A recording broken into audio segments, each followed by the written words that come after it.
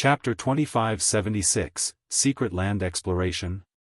When Shifeng stated his intentions to travel to a level 120 secret land, both Blue Rainbow and Elder Gold were speechless. The various superpowers hadn't even entered level 110,100-man team dungeons once. In fact, barely any players had reached level 110 yet. While secret lands weren't dungeons, they were even more dangerous. Even the safest secret land could rival super large-scale, hard-mode team dungeons of the same level. Not even superpowers would dare suggest exploring a level 120 secret land. Yet, Shifeng spoke of doing so as casually as if he were visiting the local market. For a moment, Blue Rainbow and Elder Gold doubted that they played the same game Shifeng did. What? Is there a problem? Shifeng curiously asked when he saw the two representatives' dazed expressions. No, it's nothing. Only, Guild Leader Black Flame, we're talking about a level 120 secret land. I'm afraid that with our current levels and equipment, Elder Gold said worriedly. Entering a level 120 secret land wouldn't be a problem, even a level 1 player could do it.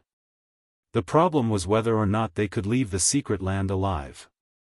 Unlike dungeons, secret lands' difficulty and number of monsters weren't fixed, but randomized.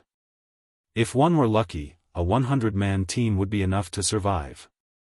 If not, they might need a team of 1,000 players, or even 5,000, to make it out.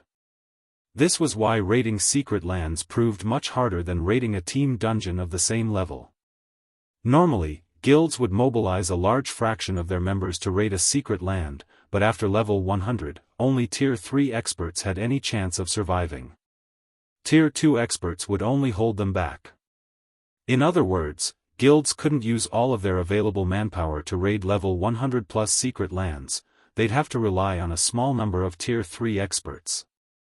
This was precisely why the various major powers and superpowers hadn't bothered to raid level 100+ secret lands, even after crossing the level 100 threshold.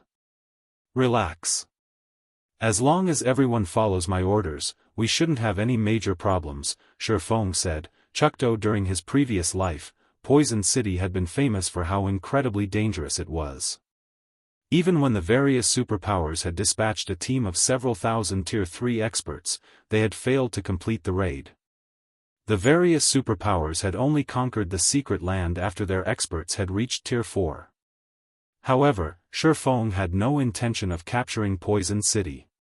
He only wanted the fragment of Solomon's sword that hid within.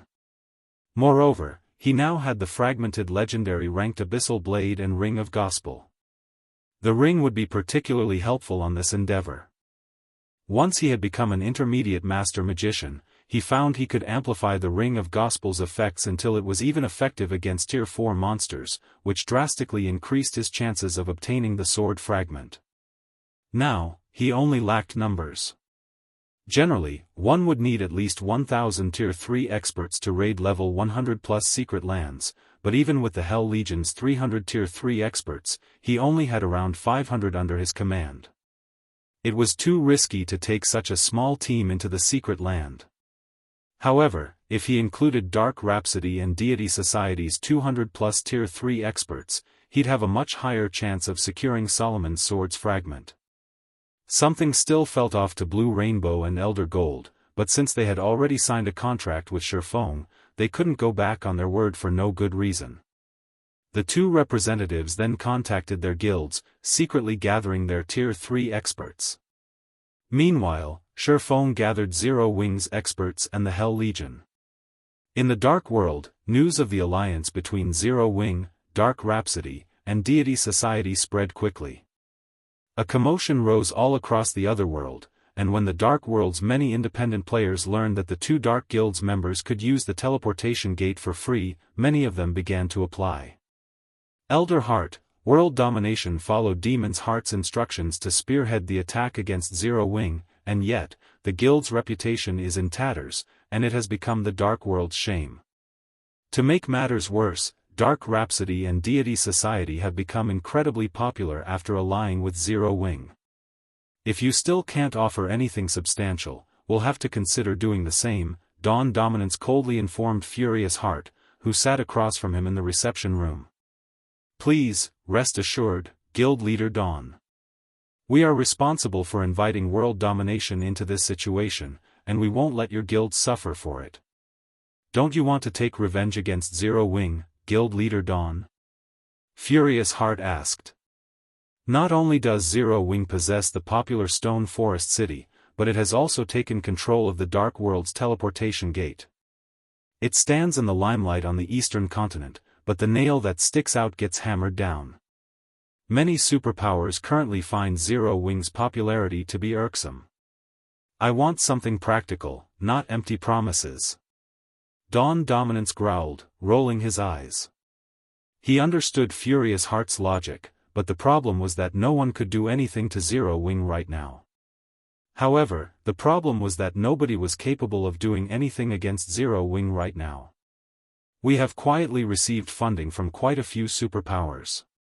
We've also secured a loan of weapons and equipment.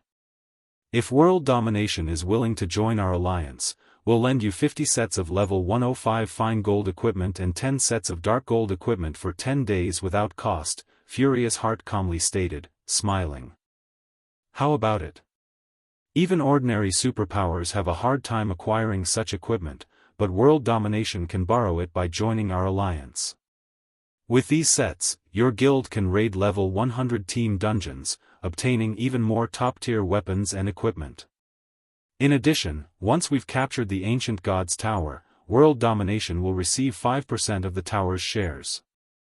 It's a much better offer than what Dark Rhapsody and Deity Society accepted from Zero Wing, don't you think? 50 sets of level 105 fine gold equipment and 10 sets of level 105 dark gold equipment. The terms of Furious Heart's deal astonished Dawn Dominance. You can get your hands on so much top-tier equipment? Although he knew that the outcome of the war had enraged Demon's Heart and the outside world superpowers, he had never dreamed they would go to such lengths to deal with Zero Wing. With that much top-tier equipment, he could arm an incredibly powerful 100-man team. Even raiding level 100, super large-scale team dungeons and level 110 mythic field bosses would be possible, not to mention level 100,000 100-man team dungeons. What had their goal been in heading to Cold Spring Forest? To obtain better weapons and equipment, as well as rapidly rising through the levels? If they had enough top-tier weapons and equipment, would leveling and securing more still be a problem? Don't concern yourself with that, Guild Leader Dawn. Just sign the contract, and we'll hand the equipment over immediately, Furious Heart urged, chuckling. Deal. I'll agree to your offer. Dawn Dominance declared. Very well. I'll contact my vice guild leader immediately. You'll have the weapons and equipment promised within half a day, Furious Heart said, not surprised in the least by Dawn Dominance's reaction. Only a fool would refuse such an offer. After signing the contract, Furious Heart left World Domination's residence and returned to Demon City. Is everything settled? Flaming Light raised his head and asked as Furious Heart entered his office. It's done. The Dark World's various powers have agreed to join our alliance.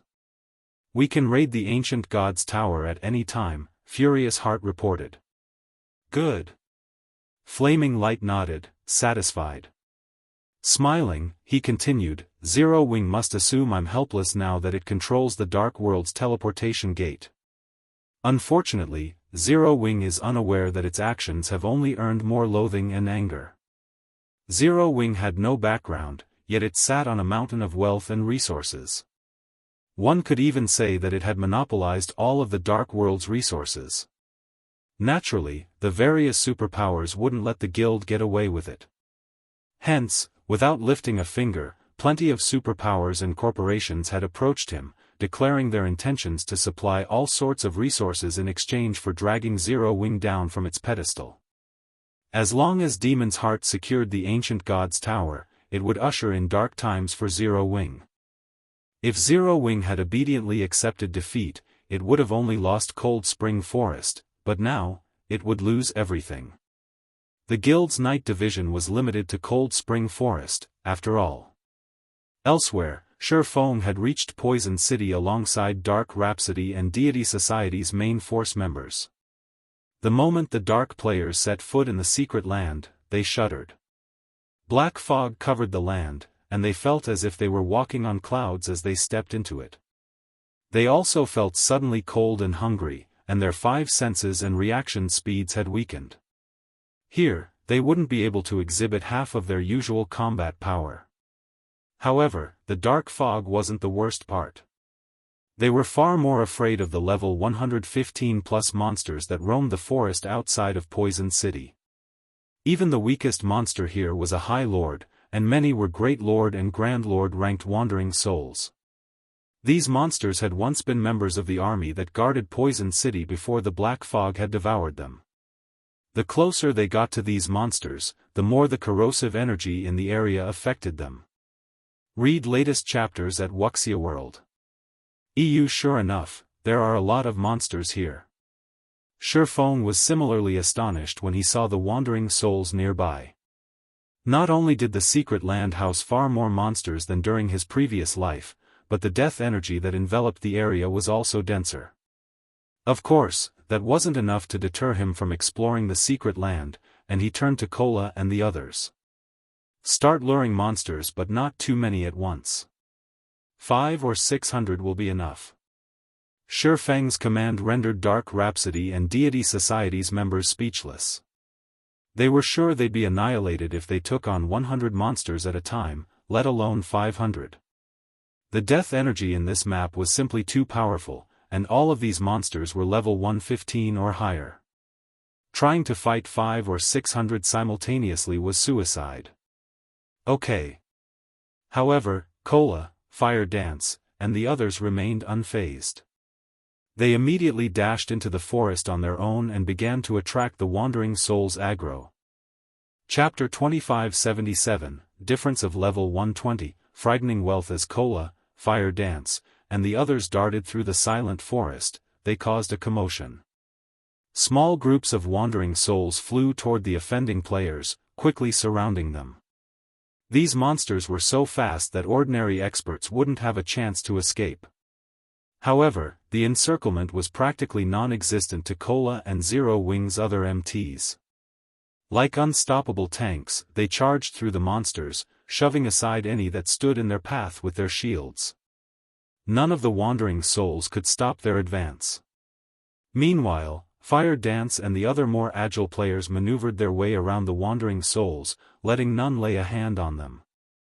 The death energy the wandering souls exuded had no effect on Kola, Fire Dance, or their companions. It almost seemed like some kind of invisible barrier protected them from the death energy's corrosion. In no time at all, Kola and the others had pulled around 600 monsters toward the rest of the team. Wandering Soul, Undead, High Lord, Level 115 HP 45, 000/45/000/000, Elite Wandering Soul, Undead, Great Lord, Level 116 HP 120, 000/120, 000/000, Crazed Soul, Undead, Grand Lord, Level 116 HP 400. 000/400, 000/000, facing the 400+ wandering souls, 100+ elite wandering souls, and 6 crazed souls, everyone on the team couldn't help but shudder. Unlike ordinary monsters, these wandering souls had once been Poison City's warriors. Even in death, they retained the skills they had used in life. When several hundred wandering souls gathered, they actually formed a battle array, and although it wasn't very strong, it significantly boosted the monster's movement speed and reaction speed. A faint layer of mana had also appeared around the monsters, strengthening their defense and the power of their skills and spells. However, the team was even more surprised to find that these wandering souls didn't employ simple pack tactics like ordinary monsters. Rather, they moved in proper formation. The wandering souls with shields and melee weapons moved to the front of the group, while those with bows and staves stood in the back. The small force gradually and orderly advanced. So, this is a level 120 secret land? Blue Rainbow was shocked as she watched the monsters march like a uniform army. Although she had known that level 100+ secret lands were extraordinary, she couldn't help her surprise as she experienced it for herself. These monsters were already a major challenge since their basic attributes were higher than players of the same tier and level. They also had far more HP and defense. Now that they could fight with as much organization as NPCs, their combat power would drastically increase. If their team hadn't had the numerical advantage, they wouldn't have stood a chance. Even Hell Rush frowned at the incoming force. Normally, the Hell Legion's experts wouldn't have any problems fighting these monsters one-on-one. Not even the Grand Lord-ranked Crazed Souls would be too much for the Hell Legion to overcome, but now, these monsters had their own battle array. Not only did this battle array boost the Wandering Souls' physical performance, but it also drastically reduced the number of weak points they had. Including the monster's level advantage, even the Hell Legion was in for a tough battle without the help of weapons and equipment with the Ignore levels attribute. Only Shifeng seemed unaffected by Poison City's formidable monsters. This was the true combat power of God's Domain's monsters. All monsters before level 115 were merely obstacles to help players get used to the game. Once players neared the level 120 threshold, however, God's Domain no longer catered to its players. Instead, players had to adapt to God's Domain. Monsters would begin to behave like living beings, with their own characteristics. If players couldn't take advantage of these characteristics, even experts of the same tier would fall in a one-on-one fight. This was why level 120 secret lands and team dungeons were true treasure troves for tier 3 players, containing all sorts of ancient inheritances, skill, and spell books. As the Undead Legion approached, Dark Rhapsody and Deity Society's players mentally prepared themselves for a hard fight. Meanwhile, Shifeng retrieved the Ring of Gospel and spent 5,000 magic crystals to activate Miniature World. The Phantom World descended, and the Undead Legion's basic attributes fell rapidly. Their reaction speed and physique also plummeted. The Dark players on the team were stupefied. They had experienced the Ring of Gospel's power before, but they were still as shocked as they had been the first time. A moment ago, their senses had warned them that these undead were powerful opponents, but now, the monsters seemed relatively easy to defeat. They couldn't help but feel grateful that Shifeng stood on their side, not against them. "Alright, attack. Let's end this battle quickly," Shifeng commanded when he realized most of his team was still dazed. The Ring of Gospel was indeed an amazing tool, but it was incredibly costly. Just maintaining Miniature World for 10 minutes cost 5,000 magic crystals. Shifeng's command shook everyone from their stupor, and they began to activate skills and spells against the incoming legion. Now that they had the advantage in basic attributes, the quickest and simplest way to victory was to face these wandering souls head-on. Boom! Boom! Boom! When the first volley of Tier 3 skills and spells landed, the ground and nearby forest shook violently. The bombardment even transformed the terrain around them. After 10 minutes, over 80% of the Undead Legion had fallen, and the few survivors only had scant amounts of HP remaining. Even without Miniature World suppression, the team could rely on their overwhelming numerical advantage to eliminate the remaining monsters. During the fight, everyone on the team was able to experience what it felt like to face a true monster the main god system had designed. The main god system hadn't restrained the wandering souls in the slightest, and they had incredible control of the death energy wafting off them. If players did not learn how to manipulate their own mana to defend themselves, the death energy would quickly corrode and influence their bodies. Normally, this learning process would be incredibly dangerous. If players failed to defend themselves, the corrosion would temporarily paralyze them. An instant death wouldn't be surprising in that case. Fortunately, the team had more than just an overwhelming numerical advantage. The monsters before them were at death's door, and as a result, their combat power had dropped slightly. Hence, they posed far less of a threat.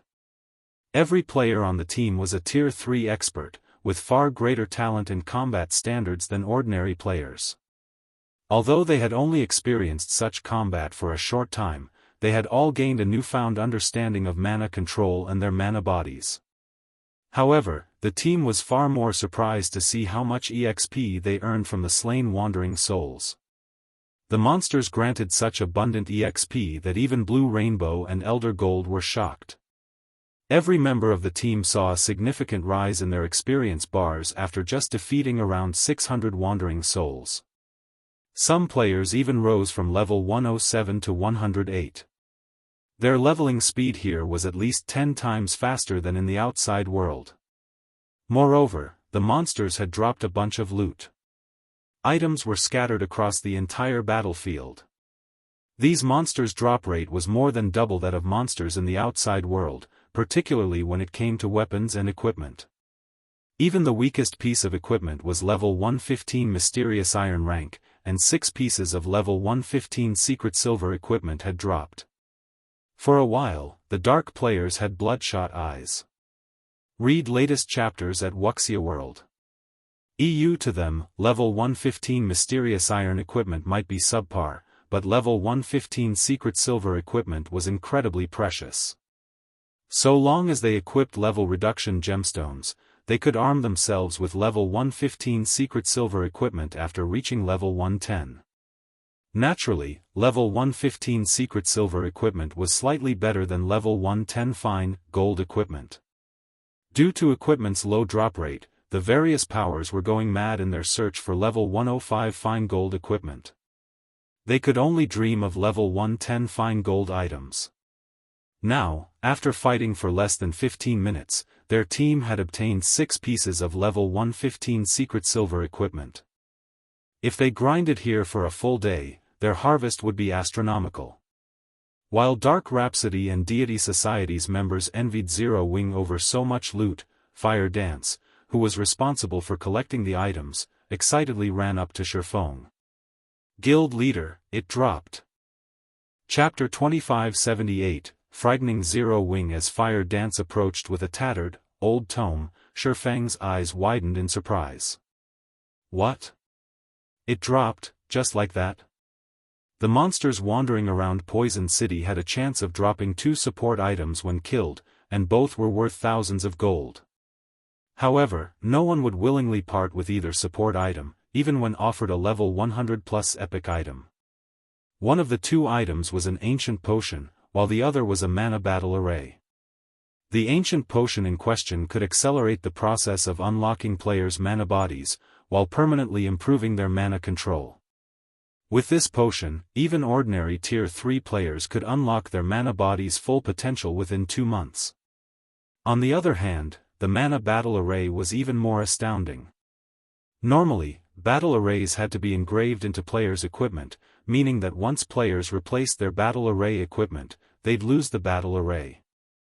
However, players could directly learn the mana battle array found in Poison City. Hence, they wouldn't have to worry about losing the array when they switched to new equipment. Players could use it forever. The mana battle array required a minimum of 12 players to activate. Once active, not only would it increase the mana density around players, but players' basic attributes would rise, as well. Most importantly, the battle array would form a layer of mana armor around players, increasing their magic resistance and resistance to foreign energies' corrosion. The tome in Fire Dance's hand was none other than the mana battle array. It was no wonder she was so ecstatic. As the mana battle array was akin to a skill, it could be used where tools were prohibited, such as many of God's Domain's level 100+ maps and team dungeons. In these locations, the mana battle array was practically invaluable.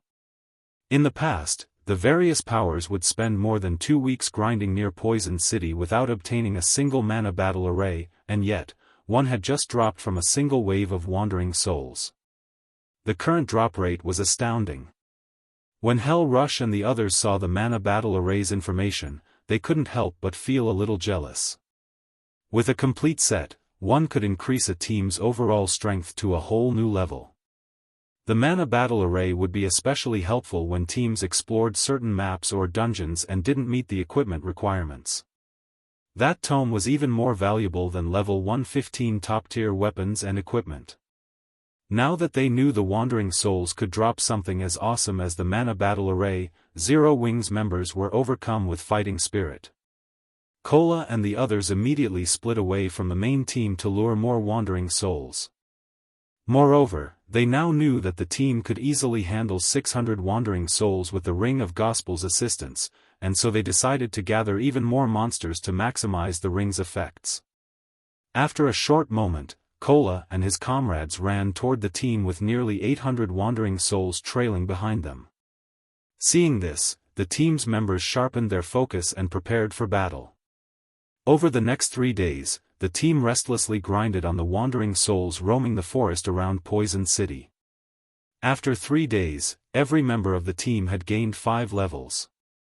Fire Dance, Cola, and the other Zero Wing members had reached level 114, while Shifeng had reached level 115.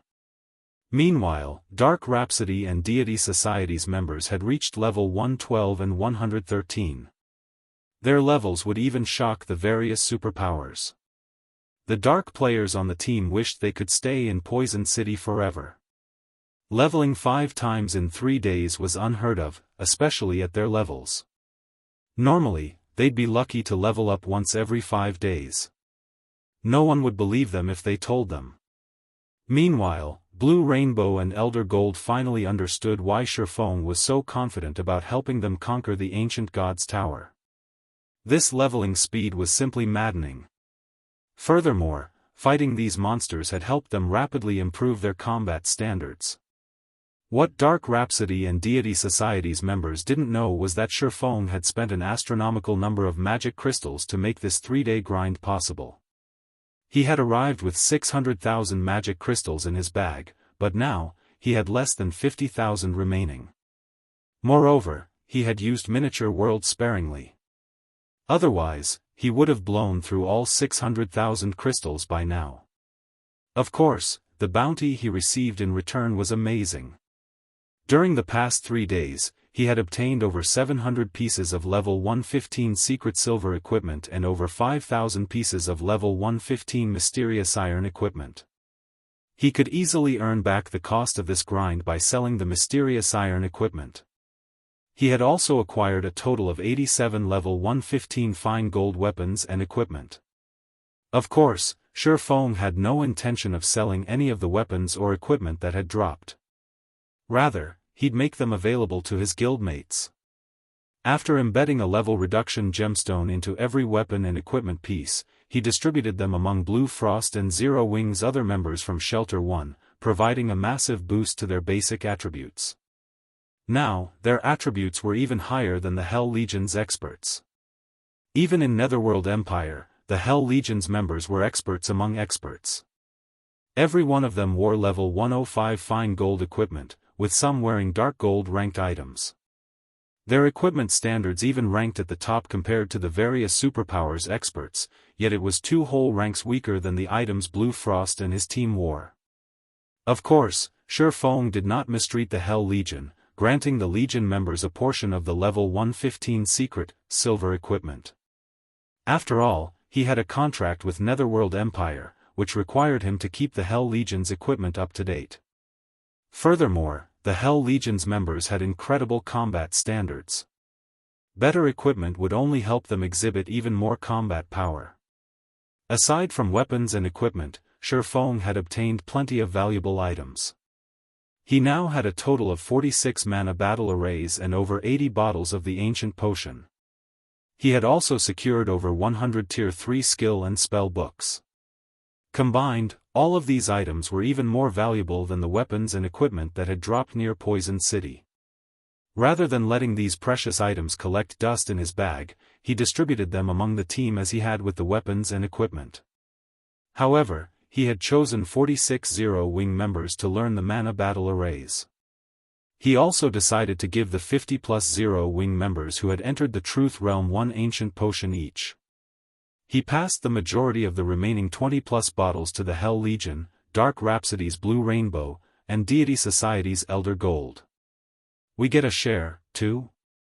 Blue Rainbow asked as Shifeng handed her the potion. The ancient potion permanently improved players' mana control and helped them unlock their mana bodies. Unless one were a fool, they'd recognize how valuable the ancient potion was. Its drop rate was only so high now because they were pioneering Poison City. The drop rate would certainly drop to abysmal lows once this period was over. If it were up to her, she wouldn't share any of the potions with outsiders. Of course. I already told you that I'm going to help you grow stronger, Shifeng said, nodding. If these were members of other guilds, he wouldn't even give them the ancient potion's remnants. However, the Hell Legion, Dark Rhapsody, and Deity Society were different. They were Zero Wings allies. It was a pity that the ancient potion's drop rate was so low, and he couldn't afford to give away too many. Otherwise, he would have given Dark Rhapsody and Deity Society more of Zero Wings' share. The monsters they were currently fighting were the weakest in the Poison City's outer reaches. He would have to travel deeper into the secret land if he wanted to obtain the fragment of Solomon's sword. Hence, he decided to help those with high combat standards first. Both Blue Rainbow and Elder Gold were on the cusp of reaching the domain realm. If they grew stronger, they could provide a huge boost to the team's overall combat power. The team's dark players grew excited when they heard Shifeng's reply. They hadn't expected to receive any of the ancient potions, but knowing they could earn a small slice of the pie was definitely worth celebrating. Read latest chapters at Wuxia World. EU Guild Leader, I found the sealed sword you mentioned inside the city, Fire Dance suddenly reported in the team chat while everyone rested. But what? Shifeng prodded. The fragment of Solomon's sword was inside Poison City. To be precise, it was sealed within the city. If players wanted to claim it, they wouldn't have to go as far as conquering Poison City. They merely need to undo the seal on the sword fragment. Of the fragments Shifeng had yet to obtain, this was the easiest to acquire. After all, this so-called fragment was only a level 100 epic weapon. Solomon's sword was very powerful, but to reach that power, one would have to reproduce it with all 5 of its fragments. This was why the weapon was so hard to reproduce. Even after obtaining 4 fragments, all players would have was 4 epic weapons. Some might not even realize that their epic weapon was, in fact, a fragment of Solomon's sword. But there's a Tier 5 Sword Saint and 2 Tier 4 NPCs guarding the sword. Chapter 2579, Crimson-Eyed Sword Saint. Upon hearing Fire Dance's report, Shifeng fell silent for a very long time. What was going on? NPCs? 1 Tier 5 NPC and 2 Tier 4 NPCs at that? According to his information, Poison City had no such NPCs. It was a city of the dead. No living creatures could survive in this secret land. Should we retreat, guild leader? Fire Dance asked. They might not have a problem with Tier 4 NPCs. With their numerical advantage and the Ring of Gospel's effects, they might stand a chance against 2 Tier 4 NPCs, but trying to take on a Tier 5 Sword Saint was a joke. A Tier 5 Sword Saint was an apex being in the current god's domain. Not even kingdoms would dare to offend such an individual. And a Tier 5 Sword Saint could slay Tier 3 players as easily as chopping vegetables. A Tier 5 NPC's combat standards were no trivial matter. They could even contend with Void Realm experts. To deal with a Tier 5 NPC, they'd need several dozen fully armed Tier 4 experts to stand a chance. No, wait there for now. We'll come find you, Shifeng said, shaking his head. He was most confident of obtaining the fragment of Solomon's sword within Poison City. He had almost no information on the rest. Thus, there was no way he'd leave without getting a good look at this fragment. At this stage of the game, only he had a Solomon's sword fragment. If he didn't take advantage of his chance to claim the rest before others, obtaining the fragments would be as challenging as finding a needle in a haystack. These fragments didn't have a mechanism to detect other fragments. Unless the players that obtained a fragment advertised the weapon, he wouldn't know where to find them. This was why he was in such a hurry. Getting his hands on the sword fragments was relatively easy right now, but as players reached higher levels, doing so would become increasingly difficult. This was why legendary items had been so extraordinarily rare in his past, particularly legendary weapons. Collecting the necessary fragments to reproduce the true item was too much of a challenge. A lot of manpower wasn't enough. One would have to be particularly lucky. Of course, there was an exception to this rule: players could rely on ancient tomes. With these tomes in hand, players could search through God's Domain's database for any information they desired. However, ancient tomes were almost as rare as legendary weapons, and again, one would have to get lucky to find one. After roughly 2 hours, the team of Dark players, the Hell Legion, and Zero Wings members reached the plaza. Within its center stood a dried fountain. If one examined the fountain closely, they'd discover a faintly glowing magic array, which suppressed the dull gray longsword half buried in the fountain. Even with the magic array's suppression, the dull sword sapped away any life around it, turning the city into a land of death. It was clear that the sword's influence would be even more astonishing without the magic array to bind it. 3 NPCs stood around the dull gray sword in silence, and at the lead was a one-eyed, red-headed man wearing a snowy white cap. Elvos, Crimson-eyed Sword Saint, Human, Sword Saint, level? HP? / Crap. A titled Sword Saint? Shifeng felt lightheaded when he saw the one-eyed man. Tier 5 titled NPCs were like kings among Tier 5 NPCs. They were responsible for miraculous feats in God's domain. In the past, not even a Tier 5 domain realm expert would dare offend a Tier 5 titled NPC. Only Tier 5 heroes could contend with these individuals, but unlike heroes, titled NPCs weren't powerful due to their extraordinary basic attributes, but their superior combat standards and explosive combat power. Because of this, players were more willing to face a Tier 5 hero than a Tier 5 titled NPC. And now, Shifeng stared at such an individual in Poison City, a level 120 secret land. Shifeng's teammates gasped when they noticed Elvos. Even within imperial capitals, they had never seen such an NPC. If they became that man's enemy, their fates would be sealed, and they might even have to delete their accounts, starting all over. As Shifeng hesitated on whether or not he should continue his personal mission for Solomon's sword's fragment, Elvos turned and looked at the wall his team hid behind. "You've been watching for long enough. Show yourselves," Elvos calmly demanded. The moment the crimson-eyed Sword Saint spoke, everyone felt an unprecedented pressure bear down on them. Blue Rainbow and Elder Gold struggled against their instincts, which screamed at them to flee. They could feel just how powerful this NPC was. If they made him unhappy, Elvos could render all of the progress they've made in God's domain useless. Such incidents had happened more than once in the Dark World before, and that was precisely why the other world's Dark players didn't dare to offend or casually approach Tier 5 NPCs. In fact, most players actively avoided Tier 4 NPCs. "Don't move," Shifeng suddenly shouted in the team chat. "But, Guild Leader Black Flame, that's a Tier 5 NPC, Elder Gold said. They weren't in an NPC city, and NPCs in the fields were especially unpredictable. The slightest mistake could lead to an unspeakable disaster. "I know, but he's already discovered us.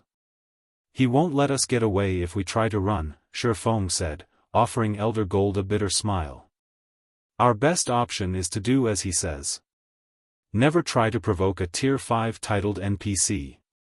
Not a single player in God's domain had a better idea of the power a Tier 5 titled NPC wielded.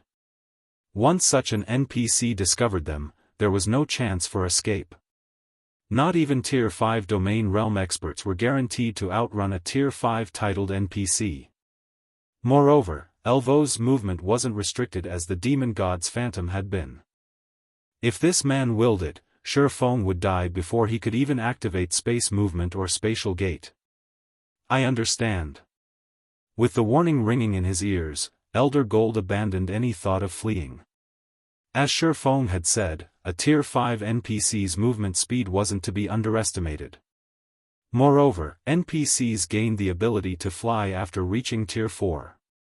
How could Tier 3 players like themselves possibly hope to outrun such a being? Moreover, the Tier 5 Sword Saint would view any attempt to flee as a challenge to his authority. The outcome of committing such an offense would be far graver than approaching the NPC directly. Under Feng's lead, the team emerged from the small alley that had provided cover and approached the crimson-eyed Sword Saint. "Greetings, esteemed Sword Saint. We are here to explore this secret land and accidentally discovered this place.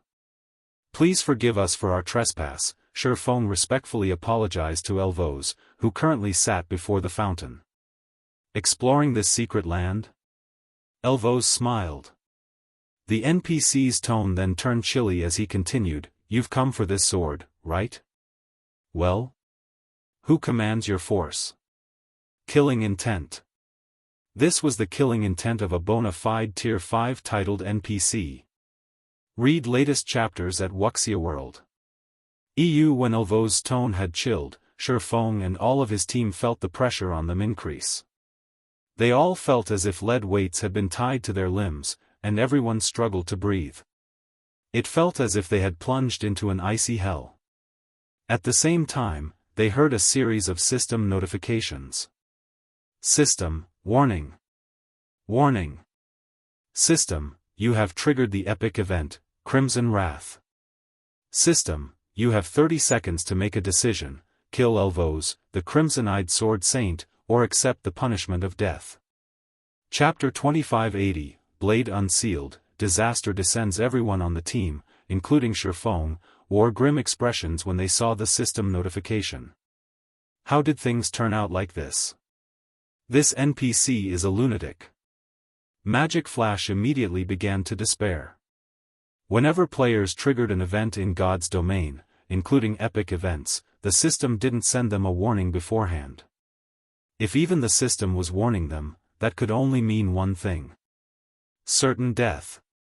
Moreover, they weren't at risk of suffering an ordinary death.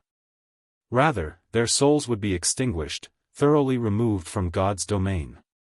They'd have to restart from the very beginning. Even Hell Rush felt doomed, not to mention Magic Flash and the others from Dark Rhapsody and Deity Society. Ordinary deaths were already trouble for the Hell Legion's members. If they all had to start new accounts, their careers in God's domain were as good as over. His superiors might even kill him for this. Guild leader, let's split up and run. There is only one Tier 5 NPC. He can't catch all of us. The lucky ones might be able to get away safely, Blue Frost suggested. They had only one option left: escape. Whether they chose to fight the crimson-eyed Sword Saint or accept their death sentence, they'd meet the same end. They had to go for a third option. Overhearing Blue Frost, the rest of the team nodded in agreement. Sacrifices were inevitable, but that was still better than utter annihilation. They wouldn't have anyone but themselves to blame if they died. Do we really only have one option? As Feng sensed Elvos' killing intent growing stronger, he was flabbergasted. They had only come to a level 120 secret land, yet the main god system had set such an absurd trap. Human NPCs were different from demon gods. They wouldn't set a death trap for players for no good reason. Even if they did, they usually gave players a chance to survive. Did I miss some clue? The seconds flew by as Feng fell deep into thought. Guild leader Black Flame, what is the plan? We only have 10 seconds left to decide. With only 10 seconds on the system clock, Elder Gold and Blue Rainbow urged Feng, anxious. Acting rashly would only lead to a terrible outcome. The team's best chance was to move simultaneously, but even after more than 20 seconds, Feng had remained motionless. It was driving them crazy. When only 5 seconds remained, Dark Rhapsody and Deity Society's members grew restless. Just before they split up and ran, however, Feng moved. To everyone's surprise and confusion, he took the initiative to approach Elvos. Esteemed Sword Saint, we had no intention of offending you, and we did not come here under anyone's command. This is but a coincidence. If you refuse to believe me, I will challenge you in the name of the Sky Goddess. Shifeng declared as he walked up to the crimson-eyed Sword Saint.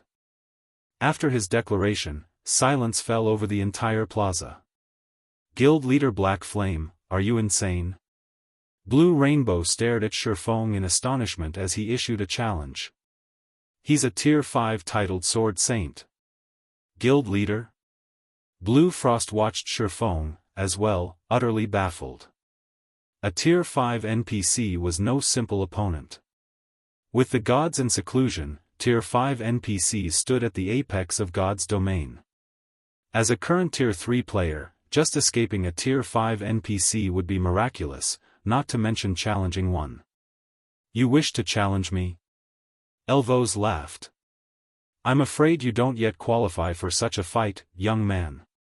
Of course, I am quite open-minded. Since you wish to prove that you're not following anyone's command, I'll give you all a chance. Hearing Elvos offer another option, the team members took a deep breath, their eyes glued on Shifeng. This is actually possible? Blue Rainbow muttered, shocked. They had been on the brink of death, yet Shifeng's statement had opened a path for survival.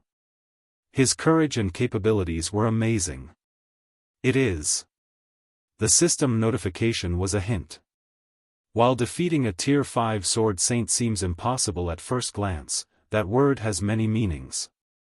The system never specified that we have to kill him to defeat him, so we don't necessarily need to clash with the NPC to defeat him. Issuing a challenge was the best solution, Elder Gold said, realization dawning as he read the system notifications again.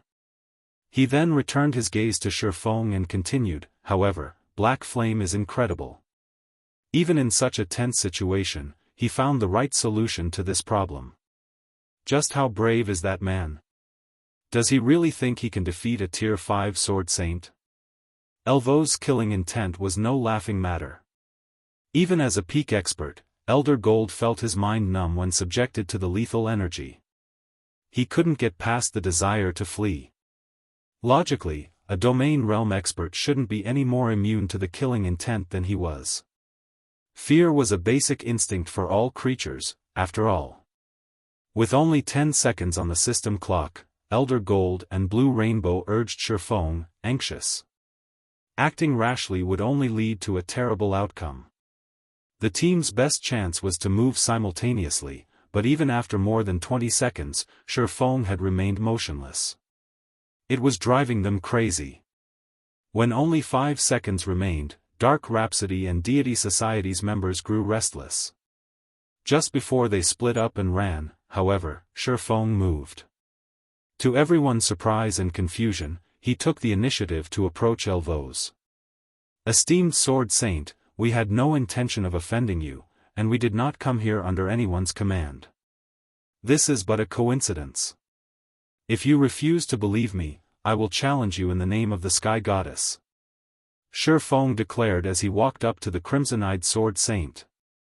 After his declaration, silence fell over the entire plaza. Guild leader Black Flame, are you insane? Blue Rainbow stared at Shifeng in astonishment as he issued a challenge. He's a Tier 5 titled Sword Saint. Guild leader? Blue Frost watched Shifeng, as well, utterly baffled. A Tier 5 NPC was no simple opponent. With the gods in seclusion, Tier 5 NPCs stood at the apex of God's domain. As a current Tier 3 player, just escaping a Tier 5 NPC would be miraculous, not to mention challenging one. You wish to challenge me? Elvos laughed.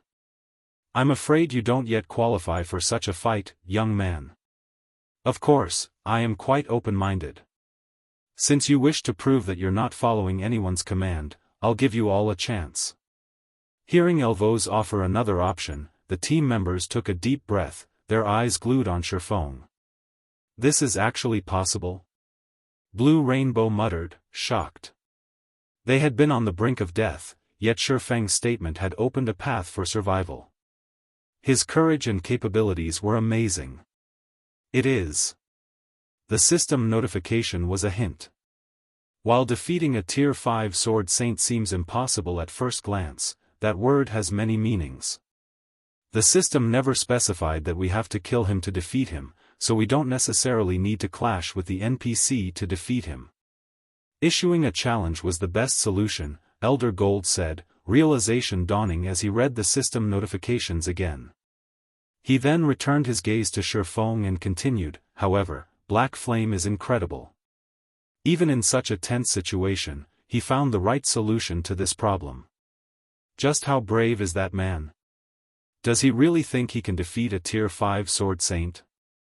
Elvo's killing intent was no laughing matter. Even as a peak expert, Elder Gold felt his mind numb when subjected to the lethal energy. He couldn't get past the desire to flee.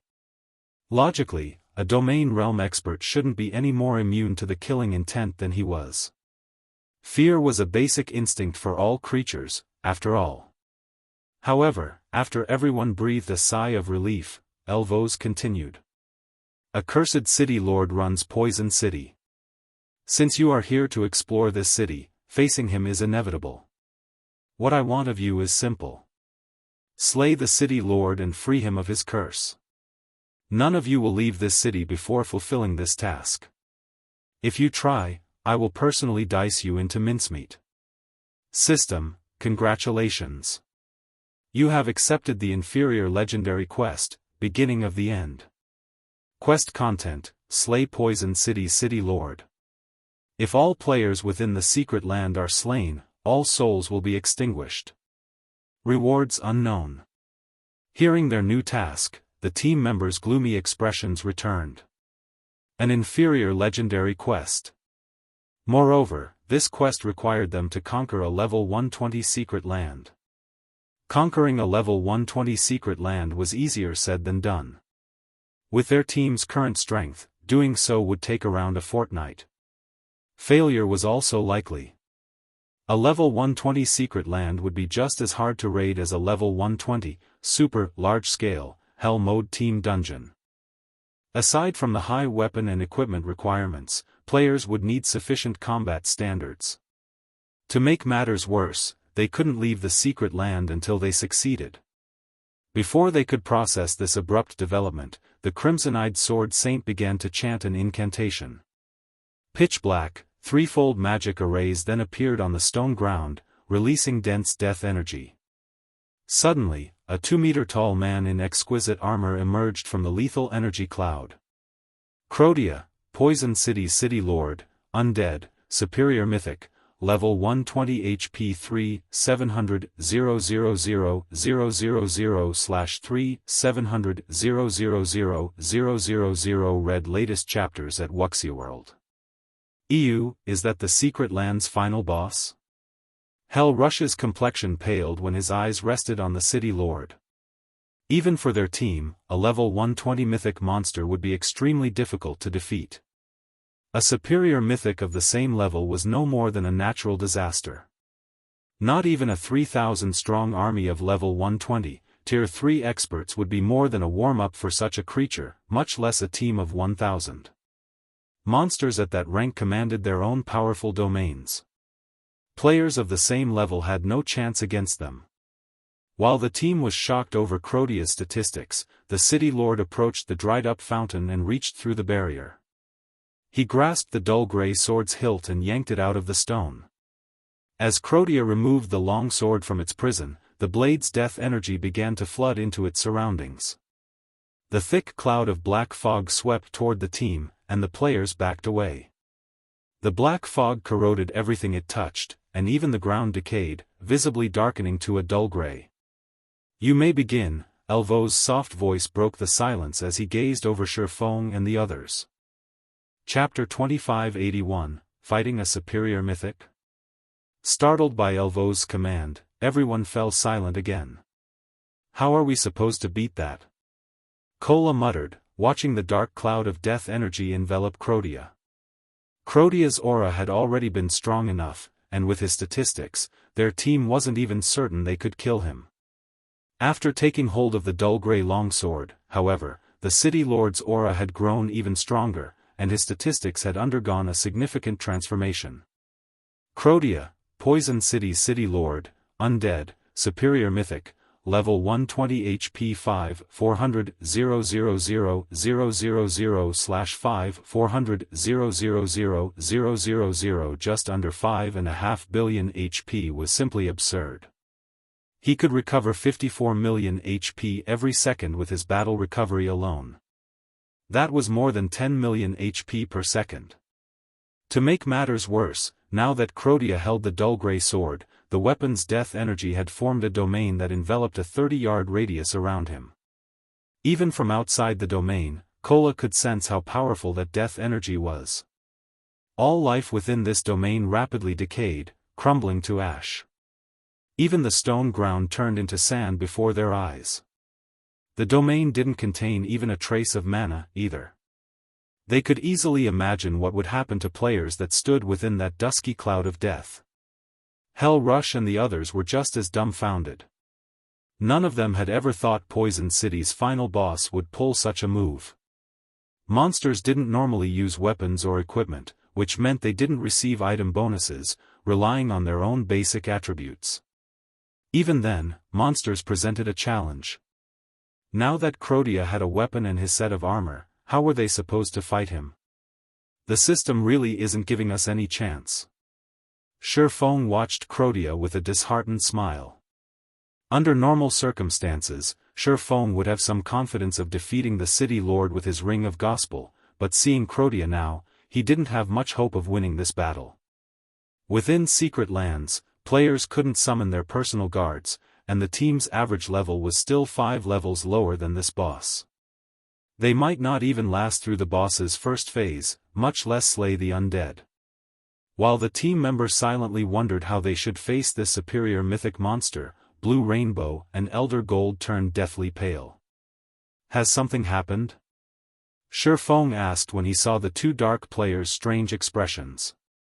Our guilds have just received reports stating that the Alliance Team Demon's Heart has killed the second boss on the Ancient God's Tower's first floor. They're only 2 bosses away from clearing the first floor's trial and becoming the floor master, Blue Rainbow explained with a twisted frown. Thanks to their alliance with Zero Wing, both Dark Rhapsody and Deity Society were developing far faster than the Dark World's other powers. This was the reason that the Dark World's various powers and players didn't dare move against their guilds. However, that wouldn't be the case if Demon's Heart's team succeeded in activating the Ancient God's Tower. Unlike Zero Wing, their guilds didn't have unstoppable NPC armies. If the Dark World's various powers and players decided to turn against their guild's members, only annihilation would await them. They've already started to raid the third boss. The news stunned Shurfeng. Raiding the Ancient God's Tower was as difficult as raiding a level 100+, super large-scale team dungeon. The Dark World's players should have needed at least 10 to 15 days before they'd have a chance of conquering the first floor, yet within 3 short days, the Alliance Team Demon's Heart had already defeated the first 2 bosses. Their progress completely surpassed Shurfeng's expectations. What should we do now, Guild Leader Black Flame? At this rate, Demon's Heart's Alliance team will conquer the first floor within 2 or 3 more days, Elder Gold asked anxiously. They hadn't expected Demon's Heart to be this powerful. Logically, even with the clues Demon's Heart possessed, the Alliance team shouldn't have made such astounding progress. Conquering the Ancient God's Tower's trials would require a large number of Tier 3 players and sufficiently powerful weapons and equipment.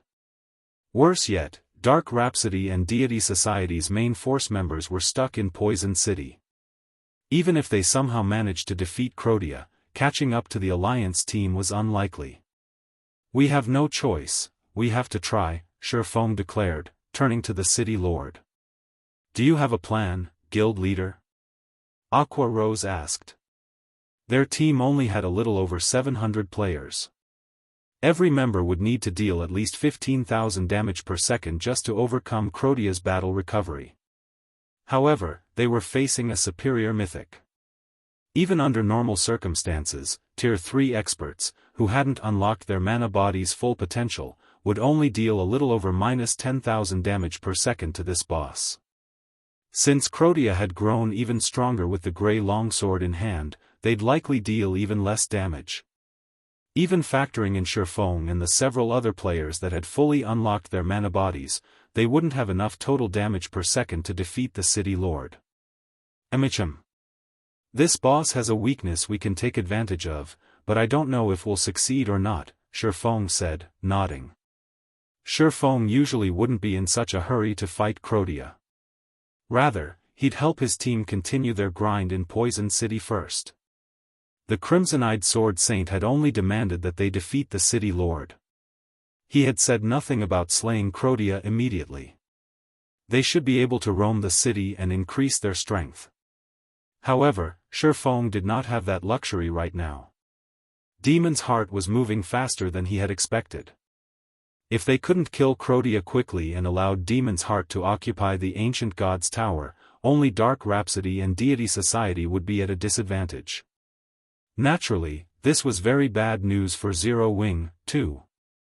Shifeng had been able to rely on the teleportation gate to drastically restrict the number of dark players moving to the main continent. Without that restriction, however, the Dark World's residents could do whatever they wanted outside of Cold Spring Forest. This was exactly why he had wanted to control the teleportation gate. He only had one night division, and there was a limit to the territories he could protect. Shifeng turned toward his team and began assigning tasks. Kola would remain close to the boss, while the rest of the team would hide in the city's alleyways. Melee players would set up all kinds of traps, and ranged players would attack from the rooftops of various buildings. Remember, everyone. Only 100 players can be within 200 yards of the boss at any point. All melee players must stay away from Crotia. Healers, focus on the MT tanking the boss. Damage dealers just attack at will. MTs, switch positions once you've accumulated 3 stacks of death energy. Shifeng reminded his team once everyone was in position. If there aren't any problems, let's start the raid. Normally, they'd need a 1,000-man, Tier 3 team to raid Poison City's final boss, but when they had fewer than that, they could take the City Lord on in 100-man teams. By doing so, they'd lower the boss's HP to a minimum. In exchange, the 100-man teams would face more stringent requirements. With most of the team members not being able to fulfill those requirements, they'd have higher chances of success raiding this boss with 100-man teams. Upon hearing Shifeng's command, Kola charged at Crotia. Everyone on the team was stupefied the instant Kola moved within 200 yards of the City Lord. The boss's maximum HP dropped to just 2.1 billion, falling by more than half. However, the team now had a different problem. Rather than 700-plus players attacking a boss with 5.4 billion HP, they had to face a boss with 2.1 billion HP with no more than 100 players at a time. The raid difficulty had increased, not decreased. Suddenly, Crotia appeared before Kola with so much speed that not even the peak experts had time to react. The City Lord swung his long sword at Kola, the weapon leaving a black spatial tear in its wake. Kola flew backward like a cannonball, crashing into the ground roughly 20 yards away from the final boss. Even after blocking the attack with his shield, Kola still lost 50% of his HP. Fortunately, the attack had put quite a bit of distance between the Guardian Knight and the City Lord. Kola responded by activating Protection Blessing and running to a nearby alley. Meanwhile, 3 healers 50 yards away began to heal Kola in a frenzy, Sacred Lights and Healing Lights landing on the Guardian Knight, one after another, and restoring his HP to 2/3 of his max.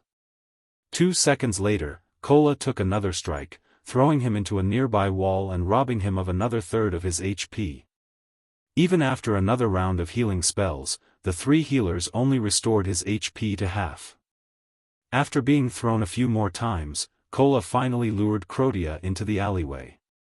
Due to the alley's complex terrain, Crotia had a much harder time landing an attack.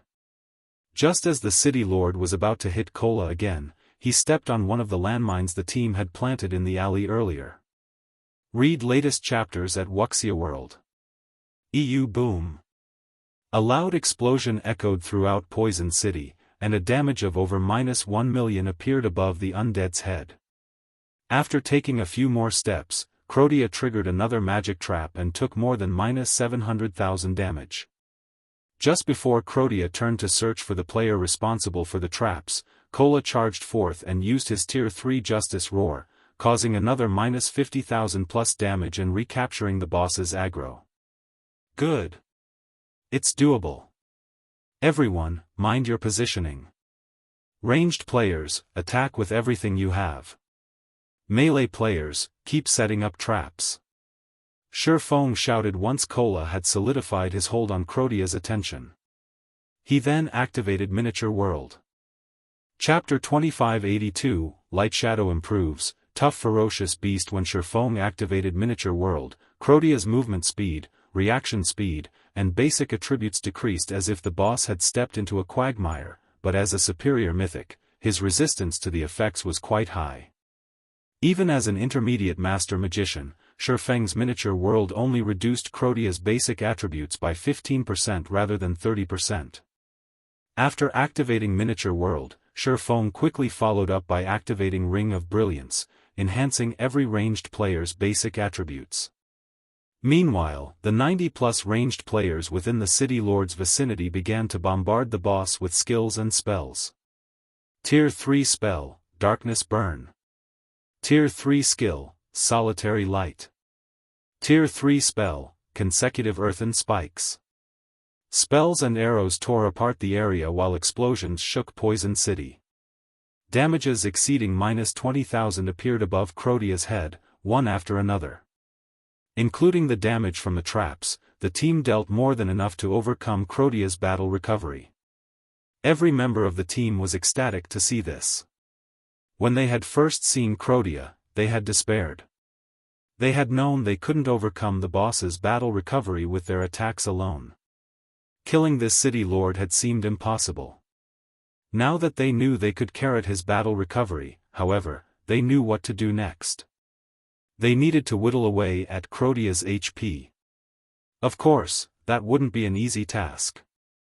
To maximize their damage, Kola would have to lure Crotia into the traps the melee members had set up. Unfortunately, setting up traps required a long time, and they had very short durations. When no more than 100 players could be near the boss, their timing and position had to be perfect. Claiming that a single mistake could render all of their effort worthless was no exaggeration. As long as more than 100 players stood within 200 yards of the city lord, his maximum HP would return to 5.4 billion. If that happened, Crotia would regenerate 54 million HP every 5 seconds. Even with Miniature World suppression, the superior mythic would still regain 50 million HP over 5 seconds. 100 players simply couldn't deal that much damage in so short a time. Fortunately, the team was composed of experts among experts. Even the weakest player had reached the flowing water realm. With Shifeng's wise command, none would make such devastating mistakes. Shifeng heaved a rueful sigh upon seeing the team's flawless coordination. He had to admit that it was truly wonderful for a guild to have a team of such prowess. Even though the team's equipment standards didn't meet the requirements, they still completed their tasks efficiently. This undoubtedly made the raid much easier. As time passed, Crotia gradually lost HP 95%, 75%, 50%. When Crotia's HP fell to 50%, his fighting style changed as he stomped a foot, cracking the stone as the ground sank. The death energy around him began to spread, corroding everything within a 45-yard radius. Aside from Kola, who had activated a life-saving skill just in time, over a dozen Tier 3 experts evaporated, leaving nothing behind. Crotia bellowed furiously, and the death energy rapidly gathered above him. After a moment, the dense, black death energy transformed into the shadow of a 50-meter-tall nether dragon, flapping its foggy wings. Nether Dragon's shadow, ferocious beast, mythic, level 120 HP 6000000/600000000. How is that possible? Everyone cursed aloud when they saw the Nether Dragon's shadow. They had never thought that the boss monster could actually summon another boss. Ferocious beasts weren't like wild or demonic beasts. Their very existence was akin to a natural disaster. Some ferocious beasts were even stronger than dragons. While the Nether Dragon's shadow before them might not be as powerful as a true dragon, it was more than enough to instill despair. Crotia alone was almost too much for them to handle. Now, they had to take on two bosses of Crotia's caliber with just 100 players. This was a joke. Crotia had grown considerably weaker after summoning the Nether Dragon's shadow, but he still wasn't an easy opponent. The Nether Dragon's shadow descended and slammed a clawed foot into a nearby building, shattering the structure and leaving a black hole in its place. The Tier 3 Elementalist positioned on the building had tried to use Blink, but he had still died in the attack. Not good. This boss's attacks have the spatial imprisonment effect. Hell Rush, who saw this from afar, grimly shouted. The spatial imprisonment effect was fatal to magical classes and players with teleportation skills. Once a being sealed the space around them, players could only physically evade an attack. However, magical class players had far less dexterity and speed than melee players. With the spatial imprisonment effect, even an ordinary mythic monster could instantly kill Tier 3 magical class players, let alone a mythic-ranked ferocious beast. Just as the Nether Dragon was about to attack another player, a bolt of blue lightning struck its claw. Boom! With the sound of another explosion, the bolt diverted the Nether Dragon's claw into the street, the impact instantly forming a crater. Enraged over the interruption, the Nether Dragon's crimson eyes turned to glare at the figure that had launched the counterattack. Flapping its wings, the dragon's shadow sent a vortex of death energy at its new target. The vortex had a very large AoE and was basically impossible for players to avoid quickly. Wherever the vortex passed, even space shattered. Just as the death vortex was about to reach its target, the player in question raised his pitch-black longsword and swung it down in a vertical arc. The phantom of a gigantic greatsword appeared in the sky, slicing space and the death vortex in half, which then vanished into the void. Guild leader? Stunned, Aqua Rose turned to Shifeng, the player responsible for the interrupting lightning bolt. The Nether Dragon's death vortex had definitely been more powerful than an ordinary Tier 4 spell, yet Shifeng had bisected it with a single swing. It was unbelievable. Aside from Aqua Rose, Hell Rush, Blue Rainbow, and everyone else watching from afar were similarly astonished. They were talking about a full-powered attack from a Tier 4 ferocious beast. Even an MT like Cola would die instantly if he tried to block such an attack, yet Shifeng had countered it. Just how high was the swordsman's strength? Don't panic, everyone. Continue attacking Crotia.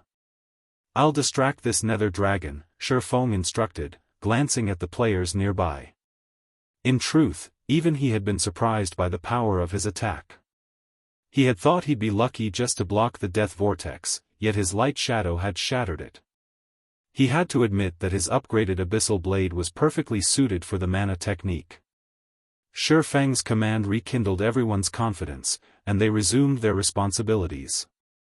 Although the Nether Dragon had killed a few players, team members quickly filled the vacant spots. They still had several hundred Tier 3 players on standby outside of Crotia's influence, so they had no worries about lacking manpower. For a time, one man and one dragon fought in the air, repeated shattering space around them. This looked nothing like a fight between a player and a monster, but a decisive battle between two heaven-defying monsters. Meanwhile, it was business as usual as the rest of the team kiked Crotia around the city, steadily chipping away at his HP. Of course, they weren't careless in their attacks. After all was said and done, Shifeng was only a player. Even with healer support, there was a limit to his stamina and concentration. His fight with the Nether Dragon was insanely intense, and neither his stamina nor his concentration would last long at this pace. The team was in a race against time. Fortunately, the density of the death energy surrounding Crodia had decreased significantly after he had summoned the Nether Dragon's shadow, which, in turn, lowered the City Lord's magic resistance. This considerably increased the team's total DPS. However, Crodia had begun to launch even fiercer attacks. Every hit shattered a building and killed anyone caught unprepared. As a result, the team steadily lost members. Even as players died, however, Crodia's HP gradually decreased. 40%.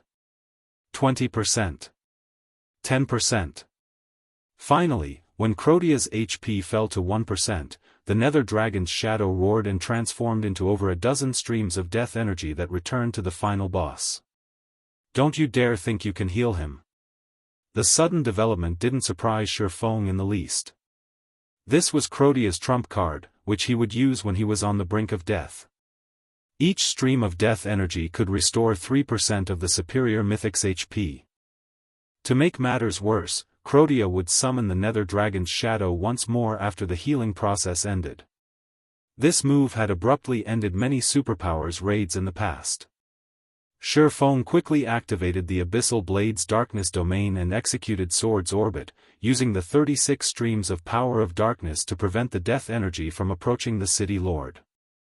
Quick! Attack with everything you've got. I can't hold them back for long. Shifeng shouted as the streams of death energy began to move faster. Players didn't have the power to destroy this death energy. They could only do their best to stop the energy from reaching the boss, but as more time passed, not only would the death energy move faster, but these streams would also multiply. Read latest chapters at Wuxia World. EU, attack! Zhao Yueru and the others shouted as they desperately bombarded Crodia with whatever spells they had available. They only had a small amount of mana remaining, and they had exhausted all of their powerful moves. All they could do was manipulate their mana to increase their spells' power and accuracy. 0, 5%. 0, 3%. 0, 1%. Boom! With one last explosion, Crodia transformed into a thick cloud of death energy, rapidly dispersing from the alley and spreading throughout Poison City. The team's survivors then heard the sounds of multiple system notifications. Chapter 2583, Clear Reward, S-Rank Rating System, Congratulations. You are the first team of players to complete Poison City's Secret Land Crusade. Rewarding level +1, 50 free mastery points, 5 legacy skill points, 1 exotic legacy potion, 20 God's Domain reputation points, and 40 Poison City reputation points. System, congratulations. You are the first team of players to challenge Poison City while below level 120 successfully. Rewarding 100 Poison City reputation points. System, congratulations. Your Poison City reputation has reached 100 points. Unlocking Poison City Exchange Merchant. You may now purchase Poison City's specialty items. System, congratulations. For completing the inferior legendary quest, Beginning of the End, in one day, you've received an S-rank clear rating. Rewarding level +1, 10 legacy skill points, and 1 silver legacy treasure chest.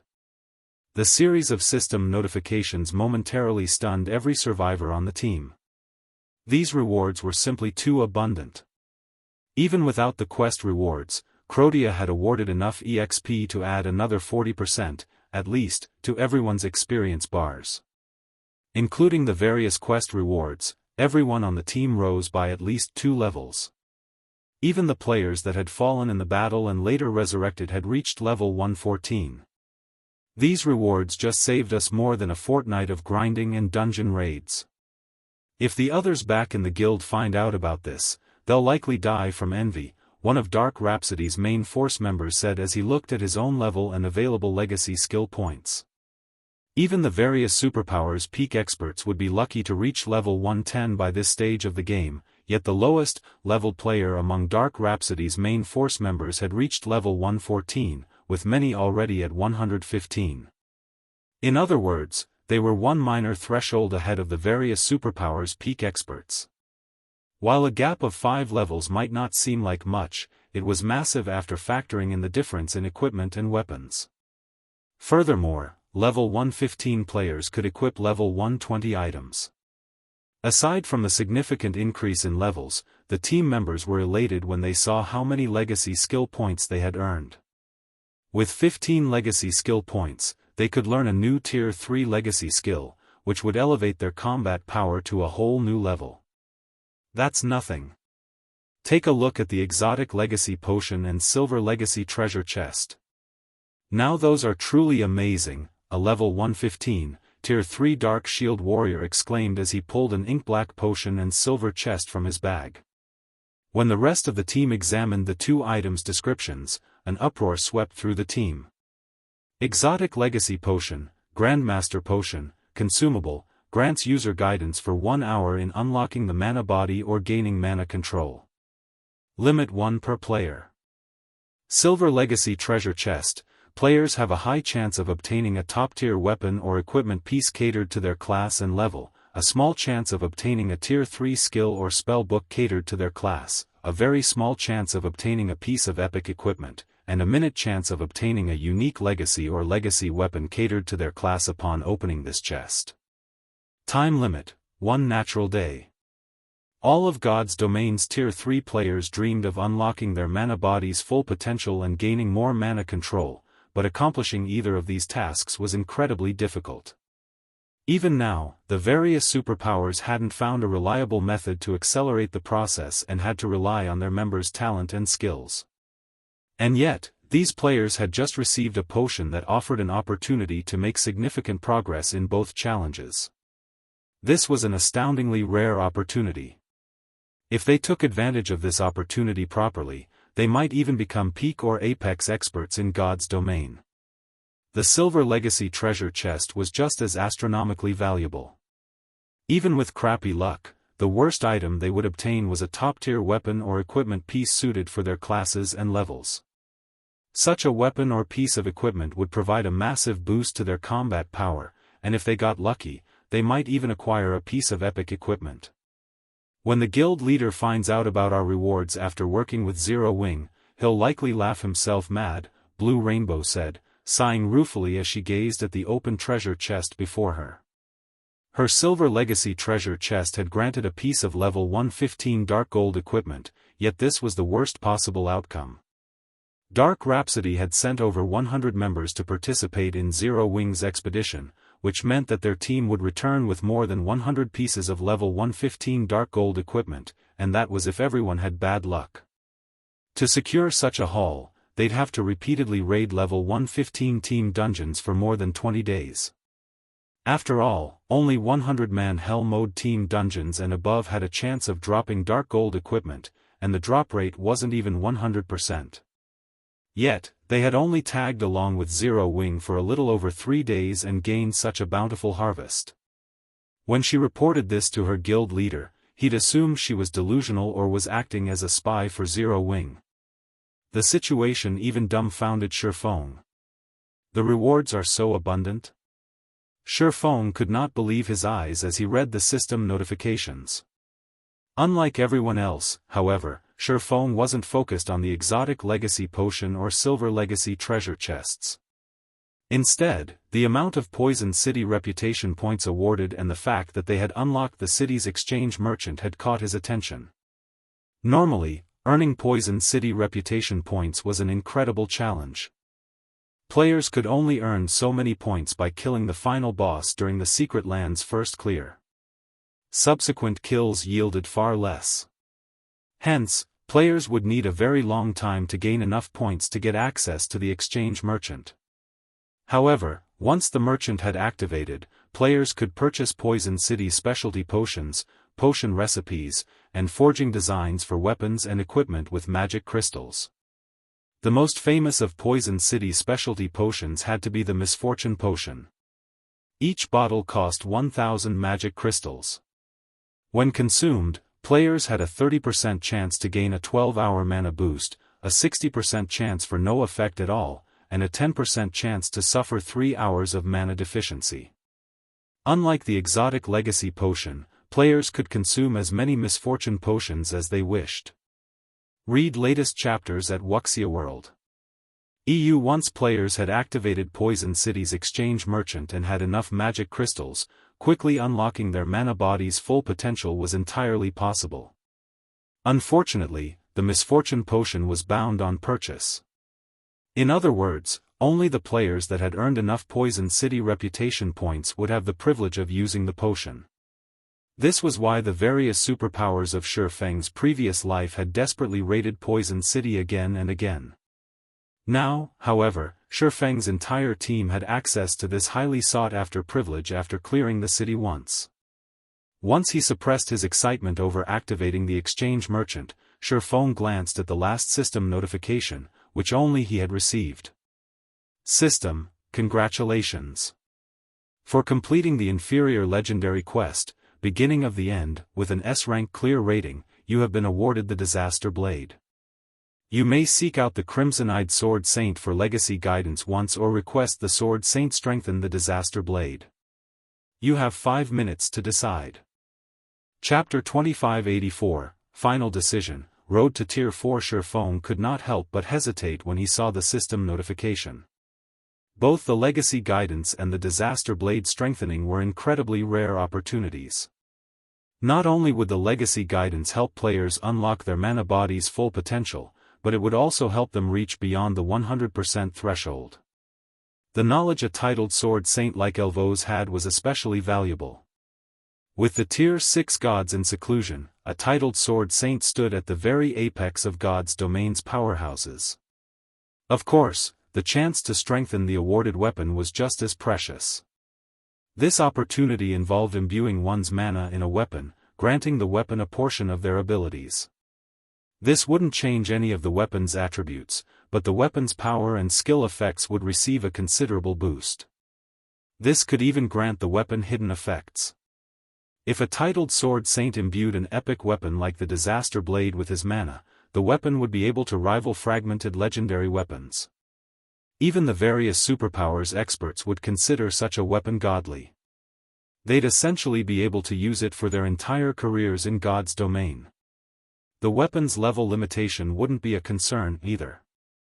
It was possible to raise a level 100+ epic weapon or equipment piece's maximum level through certain means, although it would be more costly with a level 100+ epic weapon. However, if one could continue to use an epic weapon that rivaled fragmented legendary rank, the cost would be worthwhile. While Shi Feng hesitated, he heard the sound of another system notification. System, you have 1 minute remaining. If you fail to make a decision before the time limit has ended, both options will be considered abandoned. With so little time remaining, Shi Feng gritted his teeth and approached Elvos. Esteemed Sword Saint, I hope to obtain your legacy guidance, Shi Feng earnestly declared. Are you certain?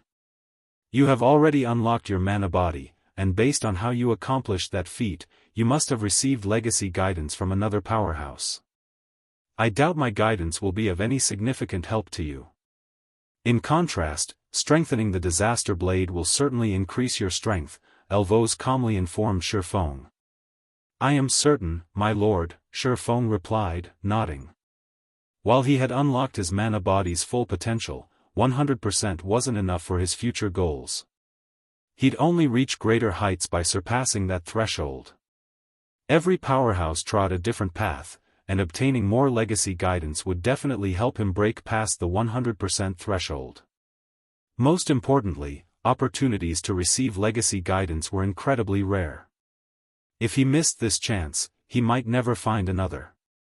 Even after learning from the Heavenly Blue Saint's legacy guidance, he had only unlocked his mana body's full potential after combining what he had learned with a God's Heart's effects.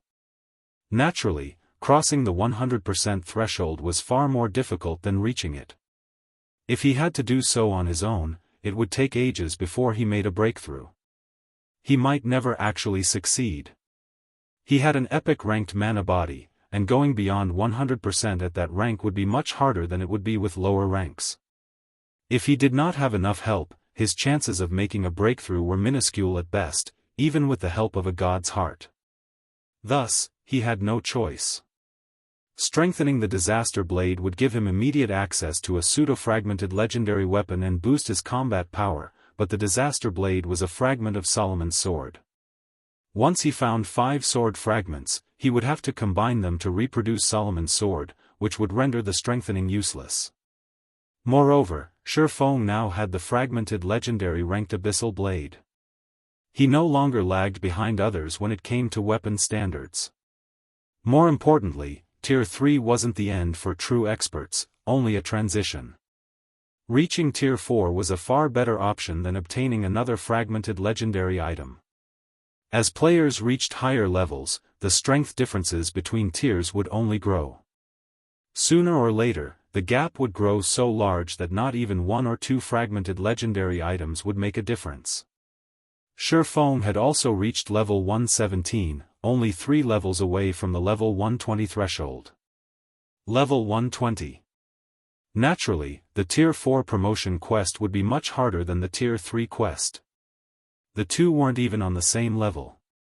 The Tier 3 promotion quest would be like a normal mode party dungeon, while the Tier 4 quest would be as challenging as a 100-man, Hell mode team dungeon. There was a qualitative difference between the two. Most mainstream experts were capable of reaching Tier 3. Even if they couldn't do it at level 100, they could complete the quest after reaching level 120 or level 130. Tier 4, however, was a different story. If one truly couldn't complete their Tier 4 promotion quest, they'd never do so, even after reaching level 200. Because of this, Tier 4 experts had been incredibly rare in the past, even among the various superpowers. Anyone that successfully reached Tier 4 instantly became a guild upper echelon. Moreover, completing the Tier 4 promotion quest took a very long time. According to the statistics players had collected in the past, completing a Tier 4 promotion quest could take anywhere between 1 and 2 months.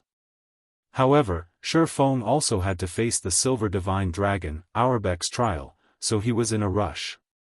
If he couldn't reach Tier 4 before he had to undertake the Divine Dragon's trial, his chances of clearing the trial would be all but zero.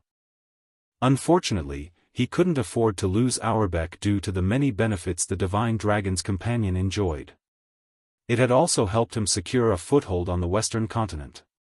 In his current state, Shifeng estimated that his chances of completing the Tier 4 promotion quest were only around 10% or 20%. He had no choice but to grab a hold of whatever opportunities that would help him increase his chances as soon as possible. "It seems you have already decided on your path," Elvos said, and he seemed to look at the swordsman before him in a different way. He no longer viewed Shifeng as a weaker being, but as an equal. He then retrieved a crystal ball and handed it to Shifeng, saying, "This is the experience I have gained over the years. I hope it will be of some help." After handing Shifeng the crystal ball, Elvos transformed into a streak of light and vanished from Poison City. The 2 Tier 4 NPCs who had accompanied him also disappeared, and the dull grey longsword Crotia had wielded returned to the fountain. Removing the Disaster Blade from the fountain, Shifeng stored it in his bag. He had no intention of using the weapon at all. Unlike ordinary weapons, the Disaster Blade would convert its user's mana into dense death energy, which would affect everyone that came into contact with it, aside from the user. Just having the weapon passively equipped would influence the carrier's surroundings. The weapon's properties made it utterly unsuitable for ordinary players. Only dark players that preferred to work solo could wield the blade properly.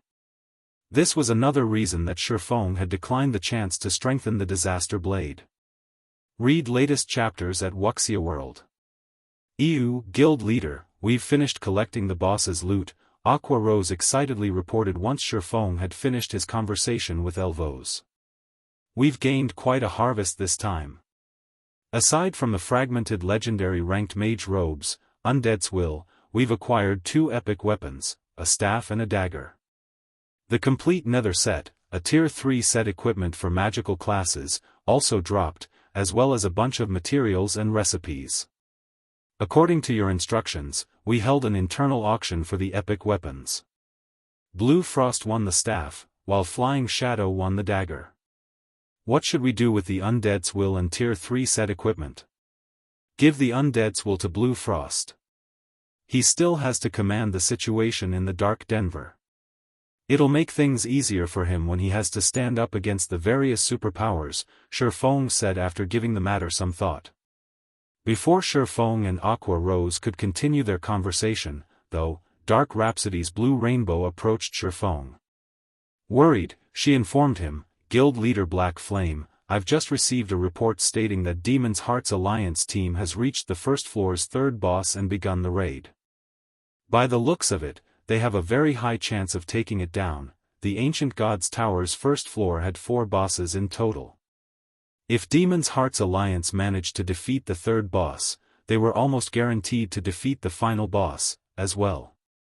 Their raiding speed is astonishing. Shifeng was similarly surprised to hear this. Each of the Ancient Gods Tower's floors was as large as a small resource map. Finding the bosses wasn't easy. However, Shifeng chuckled and assured her, fortunately, we've completed our task here. It's time we return. Chapter 2585, Small Problem, Raid begins. Cold Spring Forest, Stone Forest City.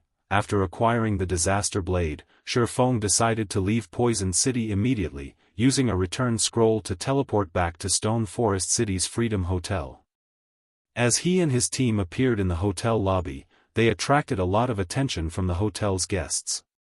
Although most of the team members had hidden their statistics and auras under black cloaks, some hadn't.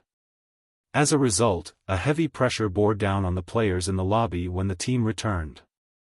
It was even stronger than that of level 110 Great Lords, with some players radiating even more pressure than level 110 Grand Lords. Crap. Aren't these players' auras a little too strong? They feel even stronger than superpowers teams I've met before. Who are these people? Look, those NPCs are acting so respectfully before the swordsman in the lead. Could that be the grinding team Black Flame led out of the city earlier? You might be right. Usually, those NPCs are even indifferent toward gold members. I suspect they'd only show respect to someone of Black Flame's standing. The players in the lobby fell into a heated discussion about Shifeng's team, and many independent players watched on in envy. Now that Zero Wing controlled the Dark World's teleportation gate, Stone Forest City was officially a sacred leveling ground for regular players. Countless players from various kingdoms and empires swarmed toward the city.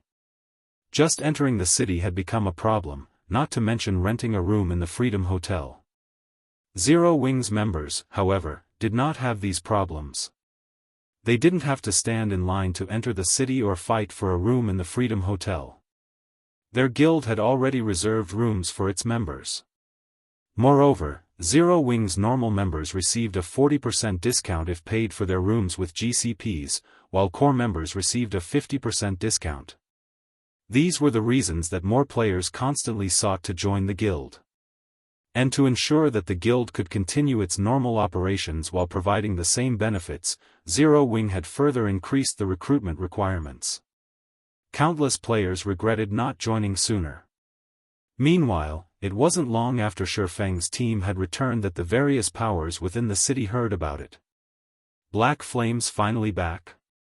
Dawn Dominance, who had concealed himself with a black cloak and rested in one of the Freedom Hotel's rooms, sneered as he read the latest report from his subordinate.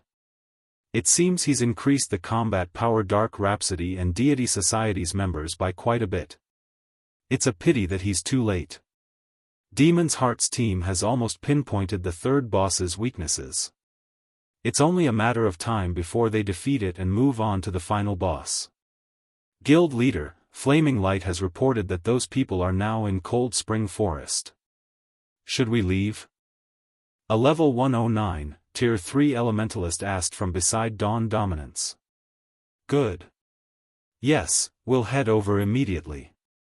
I want to see just what kind of powerful individuals Flaming Light has invited to declare that he can help world domination take control of the Dark World, Dawn Dominant said, nodding. Following which, Dawn Dominance left Stone Forest City with his subordinates, making his way to Cold Spring Forest's outer region. At the same time, the various superpowers operating secretly in Stone Forest City only snickered at Shifeng's return. So what if Zero Wing controlled the Dark World's teleportation gate? In the end, the Dark World's players would still reach the main continent in droves, and now that Zero Wing was their enemy, the guild would suffer once they arrived. Nowhere would be safe for Zero Wing's members outside of Cold Spring Forest. Upon his return, Shifeng instructed the NPC manager to arrange an advanced lounge for the team to rest. Guild leader Black Flame, Demon's Heart has already begun to raid the third boss, yet you want to rest here? Blue Rainbow anxiously complained. Although they were fatigued from their trip to Poison City, players would recover a significant fraction of their stamina and concentration when they leveled up. After that final boss, they had all leveled twice, so the team was in relatively good condition. They were more than capable of starting their raid in the Ancient God's Tower.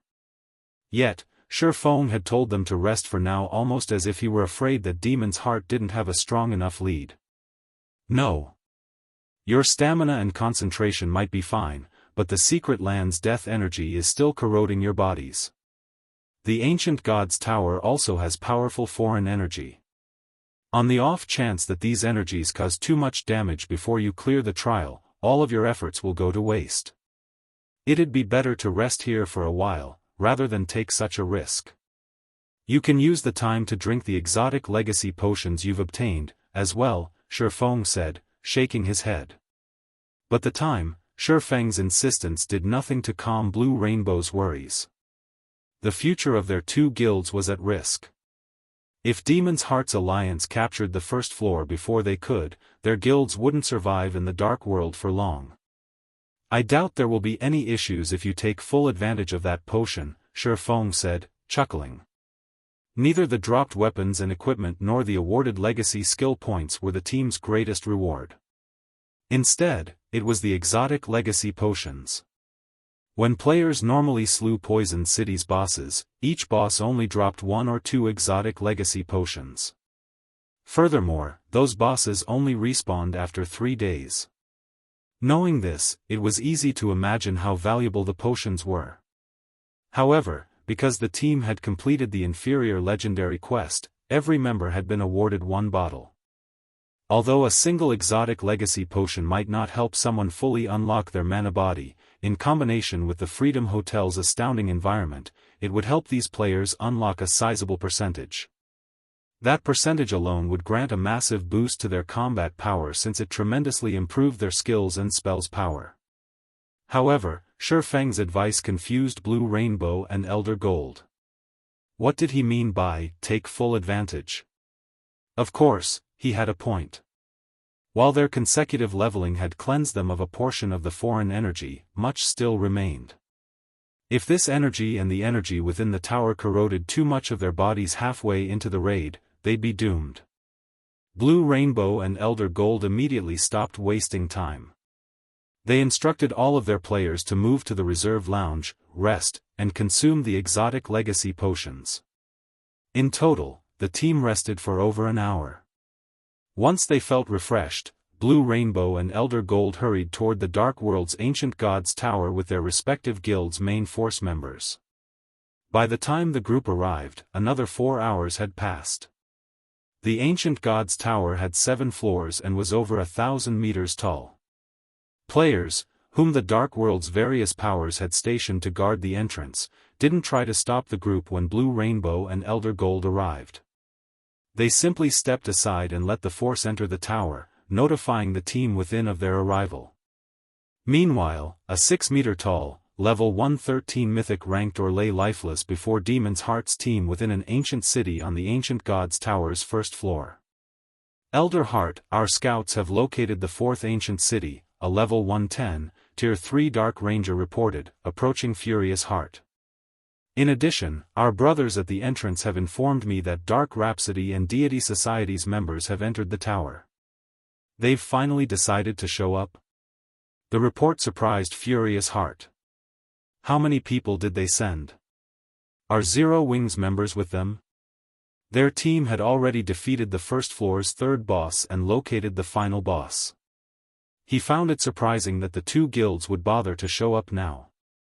They must have brought powerful support with them and were confident of surpassing the Alliance team's progress. Just a little over 200. We didn't see any of Zero Wings members or the Outside Worlds players among their team, the Dark Ranger reported. Just a little over 200? Have those guilds lost their minds? For a moment, Furious Heart wondered if he had misheard the Tier 3 Dark Ranger. Demon's Heart's Alliance had sent over 1,000 Tier 3 experts just to increase their chances of raiding the Ancient God's Tower. What could a measly 200-plus Tier 3 experts possibly accomplish? Read latest chapters at Wuxia World. Ew, should we send our spies to find out more? The Dark Ranger asked. No need. To think they would dare enter the tower with so few players, do they think this is some kind of playground? Furious Heart said, shaking his head. Chuckling, he continued, let them struggle. They're only fools if they thought they could rely on Zero Wing. Once we finish our raid, we'll make them regret their decision. With that, Furious Heart commanded his team to head toward the final boss. He completely disregarded the matter involving Dark Rhapsody and Deity Society. In the meantime, Dark Rhapsody and Deity Society's main force members stopped before the doors to the Ancient God's Tower's first floor. Alright, let's start the raid. Blue Rainbow exclaimed, glancing over the team. Chapter 2586, Surpassing Logic, Ancient God's Tower unlocked Dark World, Ancient God's Tower. A team of over 1,000 players fought the wandering barbaric ores as they advanced across a gravel wasteland, but due to the high number of the ores, the team's progress was quite slow. From afar, it looked like the team was drowning in a sea of ores. Aside from the area the players occupied, the barbaric ores covered every inch of the wasteland. Barbaric ore, humanoid creature, High Lord, Level 112 HP 57,000/57,000,000, Barbaric or Warrior, Humanoid Creature, Great Lord, Level 113 HP 140,000/140,000,000, Barbaric or Captain, Humanoid Creature, Grand Lord. Level 114 HP 500,000/500,000,000, Elder Heart. Too many monsters are swarming out of the ancient city. If we get any closer, I'm afraid we'll alert the ore guards on the city walls, one of the level 110, Tier 3 shield warriors on the front lines called back. Although the first 3 cities had been difficult to raid, none had had this many monsters. The fourth ancient city was home to at least 100,000 ores.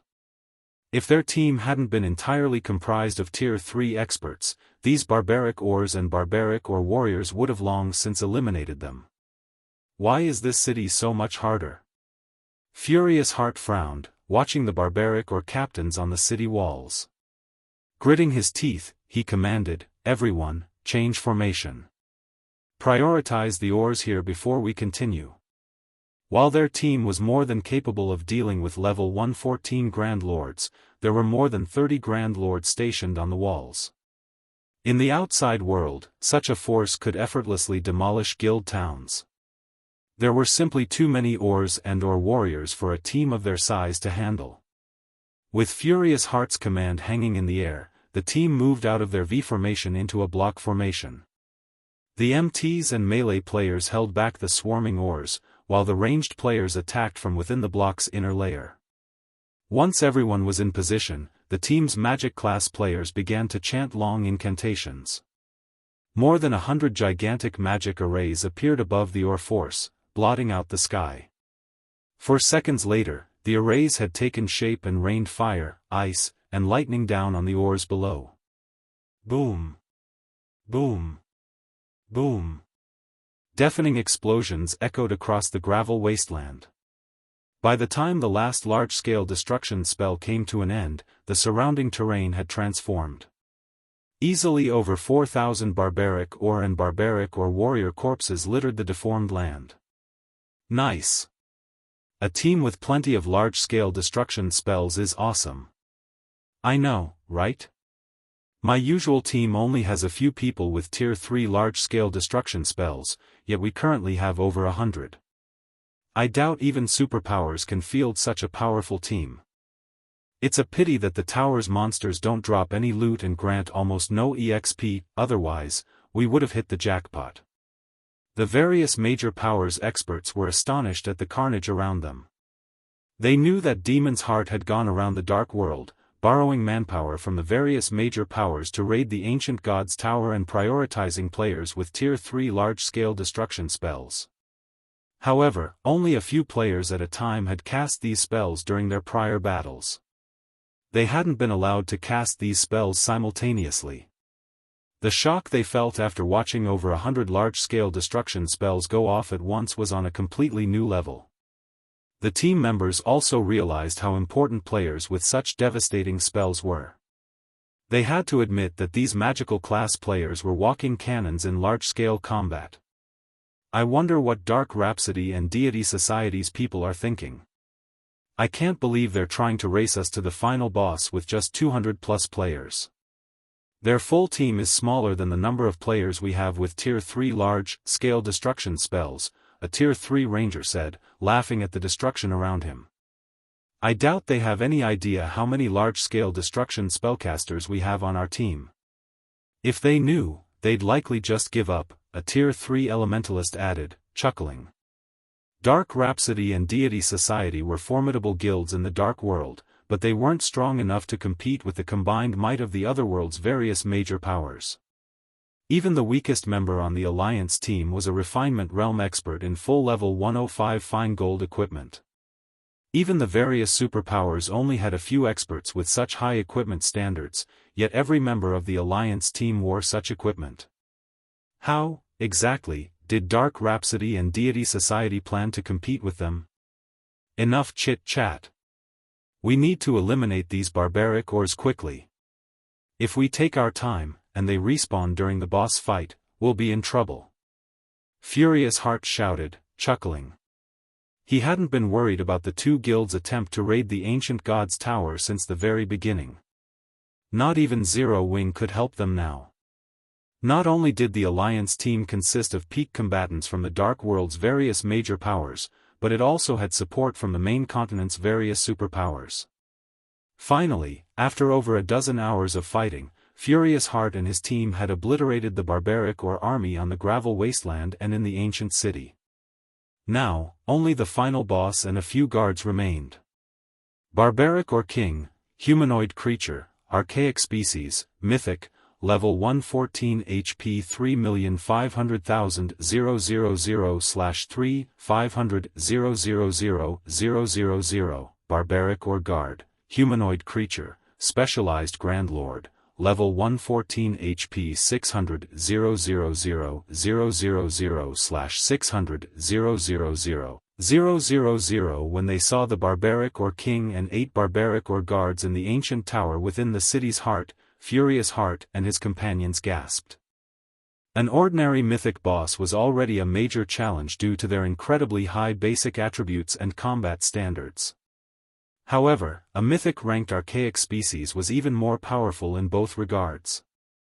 Meanwhile, the system would enhance one aspect of specialized monsters. In other words, they could transcend tiers in a specific way. Hence, specialized Grand Lord's combat power could sometimes rival that of ordinary mythic monsters. Now, their team had to face 8 pseudo-mythic monsters, and including the boss, a total of 9 Tier 4 opponents. This force could even destroy guild cities. Elder Heart, the guards, and the boss are too close to each other. If we attack one, all 9 will respond, a level 110, Tier 3 assassin from World Domination warned, frowning. Then we have no choice but to fight them all at the same time. Once we begin, lure the 8 monster guards aside and kill them first. We'll focus on the boss afterward, Furious Heart decided after giving the matter some thought. His teammates nodded when they heard his plan. While quite a few mobs surrounded the boss, they had over 1,000 players and could easily afford to split up their combat power to distract the boss, while the rest finished off the guards, who had significantly less HP. Once the plan had been agreed upon, everyone got to work. Read latest chapters at Wuxia World. EU. Just as the team's MTs were about to split up and lure the boss and its 8 guards, however, they all heard the sound of a series of system notifications.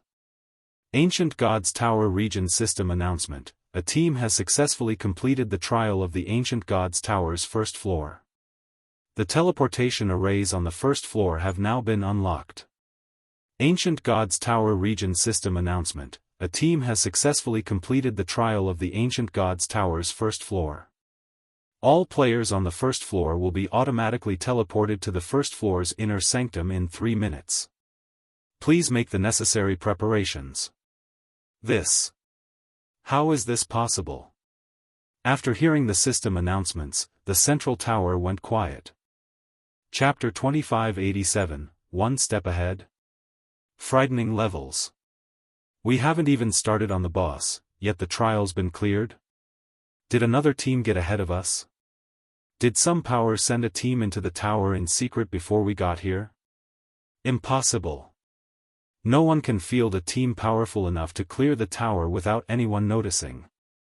No one on the Alliance team could believe their ears when they heard the system announcement. At the same time, they all wondered which team had just conquered the Ancient Gods Tower's first floor. But even after racking their brains for a long moment, they couldn't think of anyone who could pull it off. They had first-hand experience with the first floor trial, so they knew just how challenging it was. Not only would a team need at least 1,000 Tier 3 Refinement Realm experts, but they'd also have to be fully armed with top-tier equipment. Their Alliance team had even been forced to borrow their top-tier weapons and equipment from the main continent's various superpowers. Procuring enough of these items was simply impossible for the Dark World's various major powers. Could it be Dark Rhapsody and Deity Society's team? Elder Heart, the level 110, Tier 3 assassin from World Domination, wondered. Impossible. Furious Heart's reply was instinctive. They only entered the tower less than half a day ago. With just 200+ players, they won't even be able to handle the outer area's monsters, much less the monsters within the 4 ancient cities. I guess you're right. Even with top-tier equipment, they'd need a lot of time to figure out the boss's patterns and weaknesses. They'll be lucky to raid the first boss so quickly, not to mention all 4, the assassin said. He silently scolded himself for being stupid enough to think Dark Rhapsody and Deity Society could be responsible for capturing the first floor. Since they couldn't do it, who just did? Everyone in the Dark World knew that Dark Rhapsody, Deity Society, and World Domination were the 3 strongest guilds in their other world, and no other guild could compare. Hence, he found it hard to imagine that some hidden power, capable of accomplishing such a feat, existed. I don't know who foiled our plans, but it's fine as long as it wasn't Dark Rhapsody or Deity Society, Furious Heart commented after taking a moment to calm his rage. We'll figure out who they are when they system teleports us to the inner sanctum. The appearance of a third faction certainly surprised Furious Heart, but it wasn't something to make a fuss over. Plenty of major corporations had invested in God's domain, and there were bound to be some who secretly developed their powers, waiting for an opportunity to shine. That was, after all, Demon's Heart's situation. This wasn't the worst possible outcome. With how much influence Demon's Heart and the various superpowers possessed, they weren't afraid that this third faction wouldn't cooperate. Rather, allying with them would be the wisest move this faction could make. The other powers members nodded in agreement. Their team represented the majority of the Dark World's major powers. Refusing to cooperate would be tantamount to suicide. The Ancient Gods Tower wasn't the only way out of the Dark World, and players could contest for its ruling rights once a month.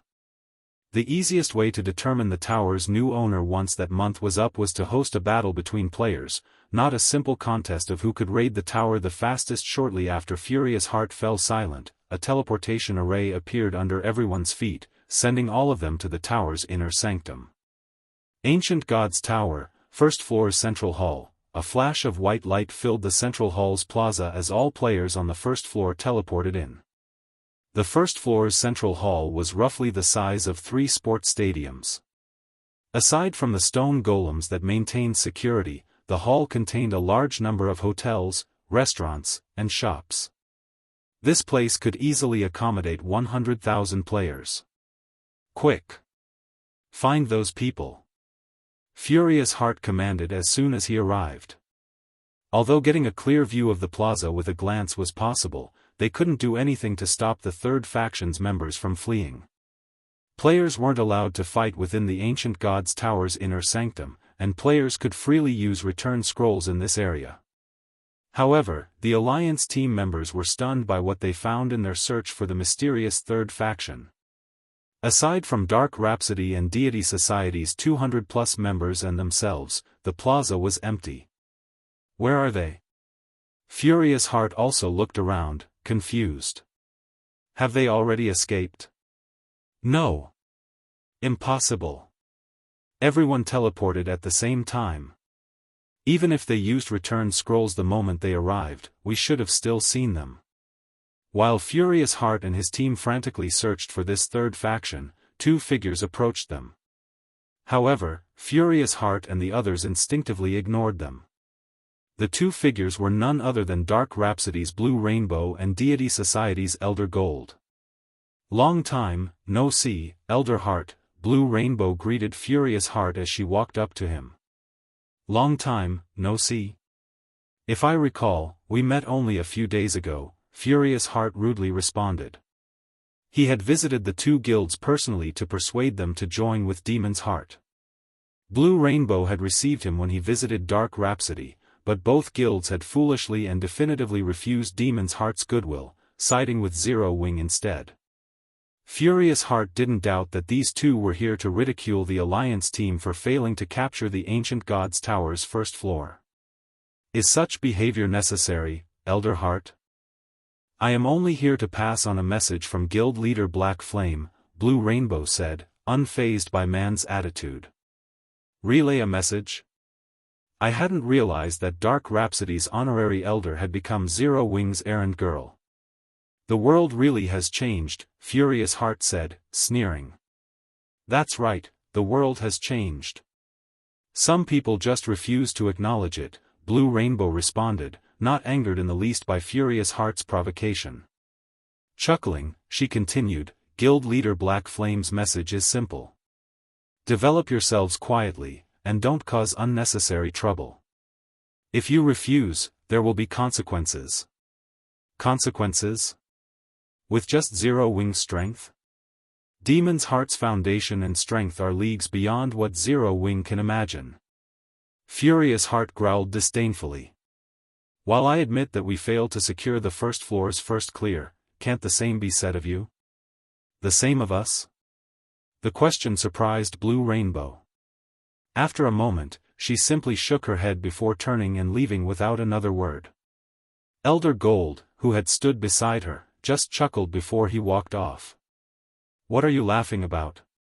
Furious Heart bellowed after the older man. Read latest chapters at Wuxia World. He didn't receive a reply, however, and in the next moment, Dark Rhapsody and Deity Society's members pulled return scrolls from their bag as they prepared to leave the Ancient God's Tower.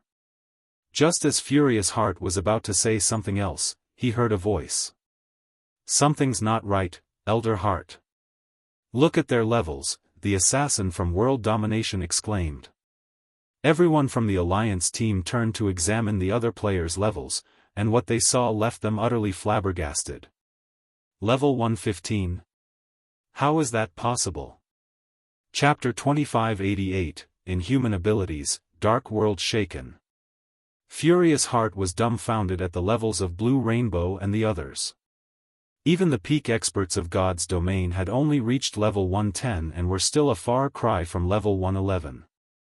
Nevertheless, the majority of Dark Rhapsody's and Deity Society's members present here were at level 115 already, with even the lowest leveled player among them at level 114.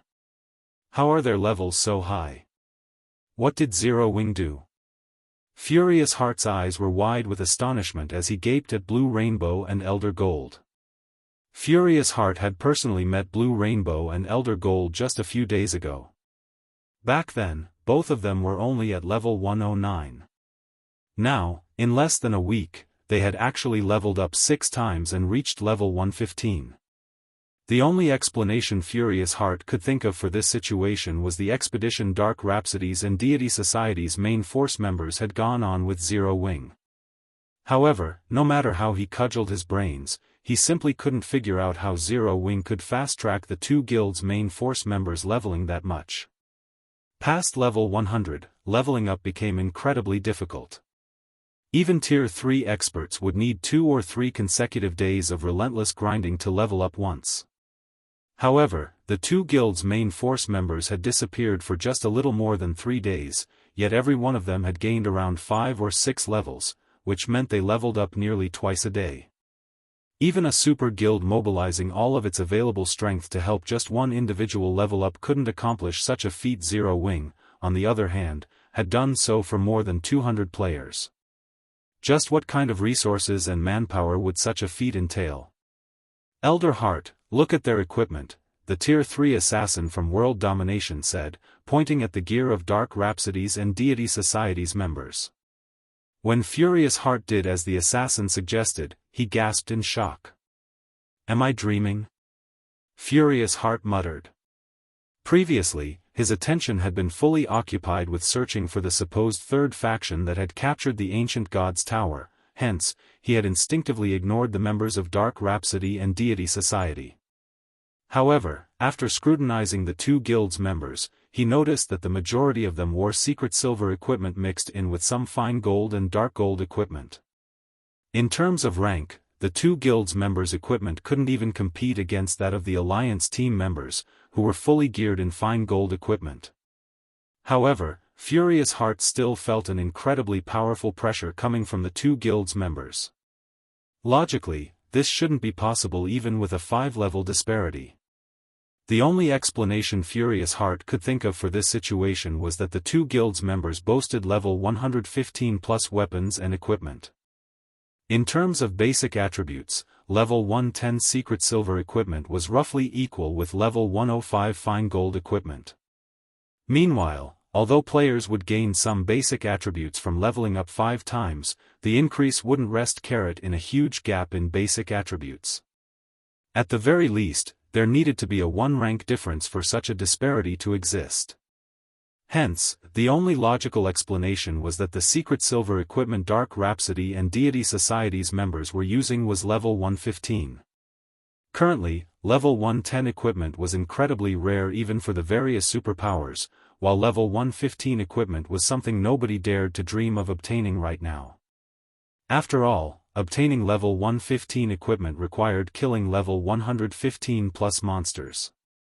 And generally, only monsters at the Great Lord rank or above had a chance of dropping secret, silver equipment. Meanwhile, all 200-plus members of Dark Rhapsody and Deity Society's team were fully geared in level 115 secret, silver equipment or better. This was simply ridiculous.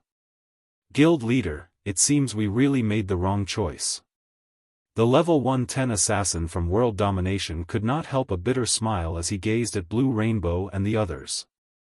A third faction capturing the ancient god's tower? That was merely their arbitrary wish. In reality, the ones responsible for capturing the ancient god's tower were none other than the joint team of Dark Rhapsody and Deity Society. However, the only reason why the 2 guilds succeeded was Zero Wing's help. Meanwhile, just because of Zero Wing's help, Dark Rhapsody and Deity Society had gone from being inferior to World Domination to surpassing World Domination by a large margin. In fact, Dark Rhapsody and Deity Society were now at a level where World Domination could only look up to them in awe.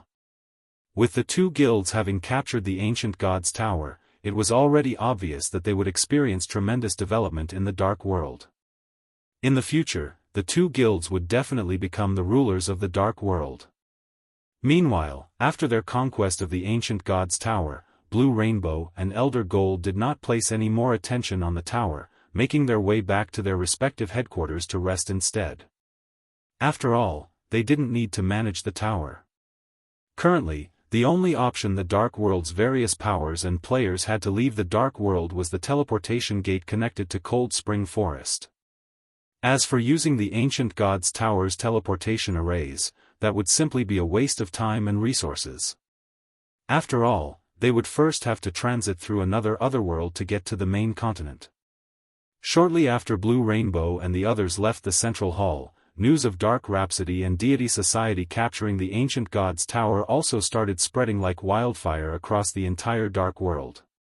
For a time, the Dark World was in an uproar. How is this possible? Didn't they say that Demon's Heart allied with the various major powers to raid the Ancient Gods Tower? Those two guilds are that strong now. Dark Rhapsody and Deity Society actually took control of the Ancient Gods Tower. With this, it seems that everyone in the Dark World will have to listen to those two guilds. Seeing as not many people are joining those two guilds now, let's use this opportunity to join them quickly, while we can still do so easily. At the news of Dark Rhapsody and Deity Society's achievement, some players celebrated while others felt disappointed. Nobody had ever entertained the thought of such an outcome. The alliance that Demon's Heart formed with the Dark World's various major powers had actually suffered defeat. This outcome solidified Dark Rhapsody and Deity Society's position as the top two guilds of the Dark World. Now, the dissatisfaction of the Dark World's many players no longer mattered. Nobody would be able to stop the two guilds' development, trying to do so would simply be suicide. After all, the two guilds could easily prevent their enemies from ever setting foot outside the Dark World. While players could grind and level up inside the Dark World, it was sorely lacking in level 100+ resources. Players restricted to grinding in the Dark World would experience extremely slow leveling speeds. If this situation continued over a long period, the gap between the two guilds' members and those barred from leaving the Dark World would only widen. Meanwhile, among the Dark World's players, the ones most surprised by this outcome would have to be the members of Dark Rhapsody and Deity Society, especially the upper echelons and guild leaders of the two guilds. However, what truly surprised the upper echelons and guild leaders of the two guilds wasn't the successful capture of the Ancient Gods Tower's first floor but the levels and equipment of Blue Rainbow, Elder Gold, and the others. With such levels and equipment, no power would be capable of contending against their two guilds even on the main continent, much less in the Dark World. However, only Blue Rainbow, Elder Gold, and the members of the two guilds' main forces knew that, in reality, their greatest gains from partnering with Zero Wing weren't these things but the exotic legacy potions they obtained. Due to the exotic legacy potion and the Freedom Hotel's effects, every member of their team had successfully unlocked 40% of their mana body's potential on average. As for Blue Rainbow and Elder Gold, the two of them had even managed to release 60%, only 40% away from fully unlocking their mana bodies. Cold Spring Forest, Stone Forest City, Freedom Hotel, Guild Leader, this is terrible. Now, not only have Dark Rhapsody and Deity Society taken control of the Ancient Gods Tower, but their main force members are also far ahead than ours in both levels and equipment. At this rate, I'm afraid, a level 110, Tier 3 assassin from World Domination said worriedly to Dawn Dominance, who was currently resting inside the Freedom Hotel, through a video chat. It seems I really underestimated Zero Wing. I never thought that it would possess such capabilities. Those two guilds sure have found themselves a powerful backer this time, Dawn Dominance remarked, his mood indescribably calm despite having read his subordinate's report regarding Dark Rhapsody and Deity Society's achievements. His reaction made it seem as if this matter was completely unrelated to him. In fact, a faint smile even graced his face right now. Guild leader? The Tier 3 assassin was confused when he saw Dawn Dominance's reaction. I admit that Zero Wing is very powerful. However, Zero Wing's era will end very soon, Dawn Dominance said, chuckling. Guild leader, do you have some method to deal with Zero Wing and the two other guilds? The assassin asked, curious. Zero Wing, Dark Rhapsody, and Deity Society currently controlled all the exits from the Dark World. The daily growth of the three guilds was no laughing matter. He found it truly hard to imagine that world domination had some way to oppose Zero Wing. "Take a look at this," Dawn Dominant said, his smile widening as he took out a dark gray crystal ball and displayed it through the video chat. As soon as Dawn Dominance took out the crystal ball, the space around it started darkening, the corrupted space giving off an indescribably strange feeling.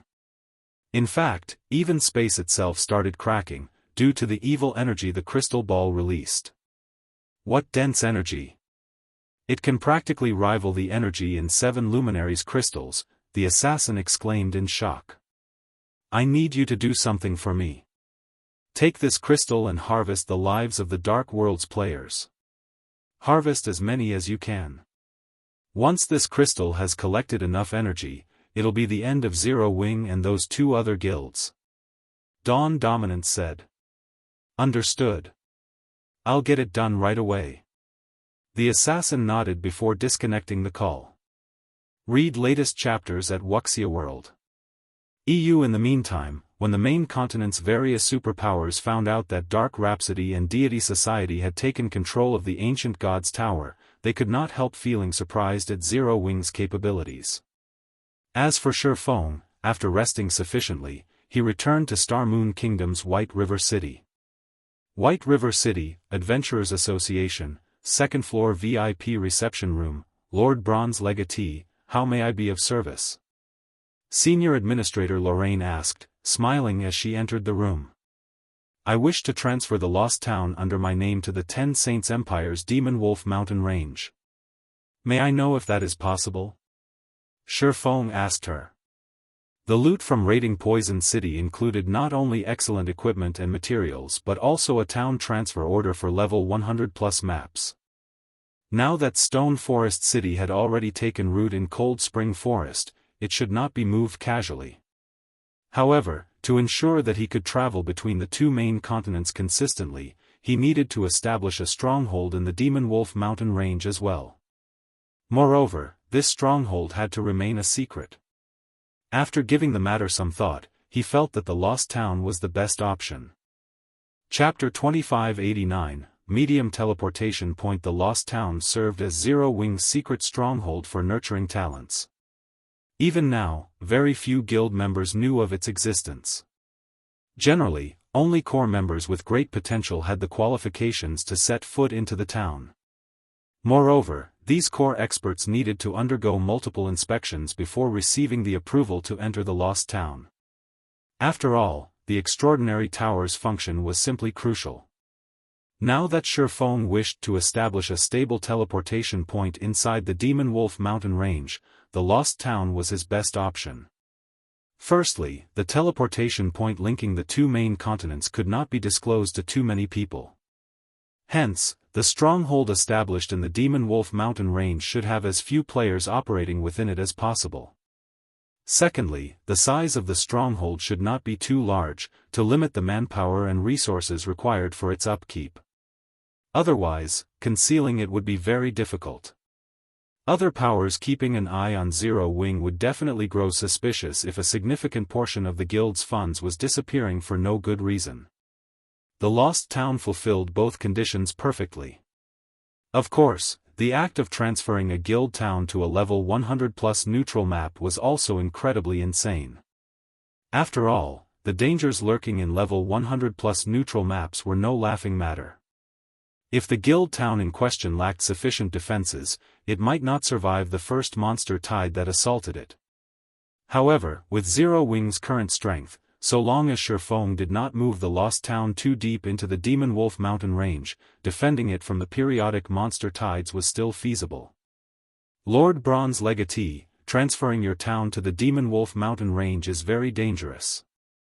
Once your town is transferred there, it will no longer be protected by any kingdom or empire. Are you sure you wish to go through with the transfer? Lorraine asked. I'm sure, Shifeng replied with a nod. Very well. Please specify your exact transfer location, Lorraine said as she took out a map of the Demon Wolf Mountain Range. Let's move it here, Feng said as he pointed at a gravel hill in the Demon Wolf Mountain Range's inner area. In the past, the Demon Wolf Mountain Range had been incredibly famous in God's domain for having 2 teleportation points connected to the western continent. However, unlike the first teleportation point Feng secured, which was the magic gate hidden beneath the frozen lake, the second teleportation point was a medium teleportation point with special circumstances. The medium teleportation point was inside a demon wolf den. Players that wished to activate the teleportation array there had to clear out the monsters within the den first. However, the monsters inside this den would respawn periodically. Moreover, they would grow stronger with each respawn. In addition, nobody could truly take control of the teleportation point, so once the gate was activated, any player could make use of the gate so long as they had sufficient magic crystals. Due to this reason, the various superpowers had desperately fought to monopolize this teleportation point. The fires of war had never once ceased after the teleportation gate's discovery. Even after a decade had passed in God's domain, the situation surrounding the teleportation point remained extremely volatile.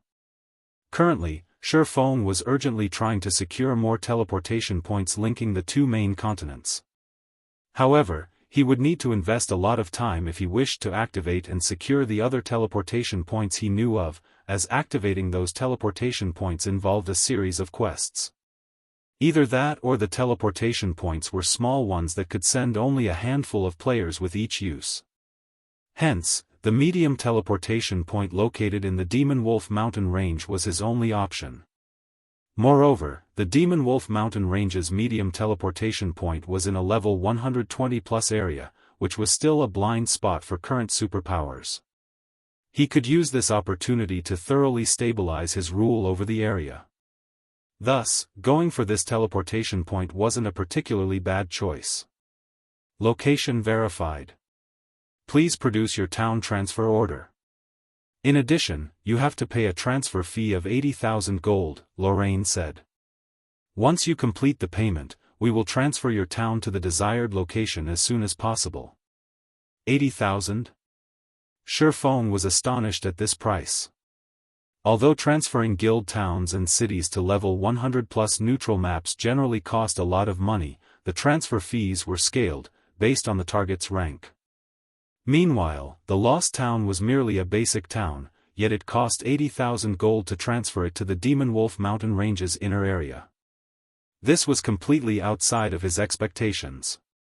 If he were transferring a basic city instead of a basic town, the transfer would most likely bankrupt him. That's right.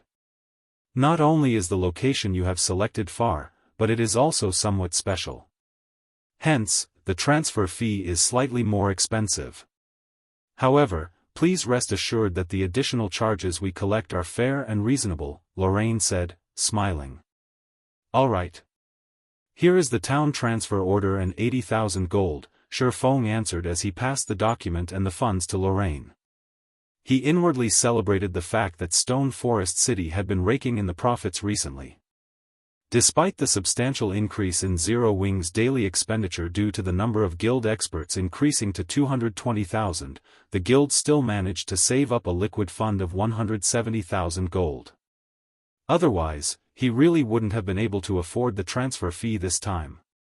Payment received. The transfer will be done in 30 minutes.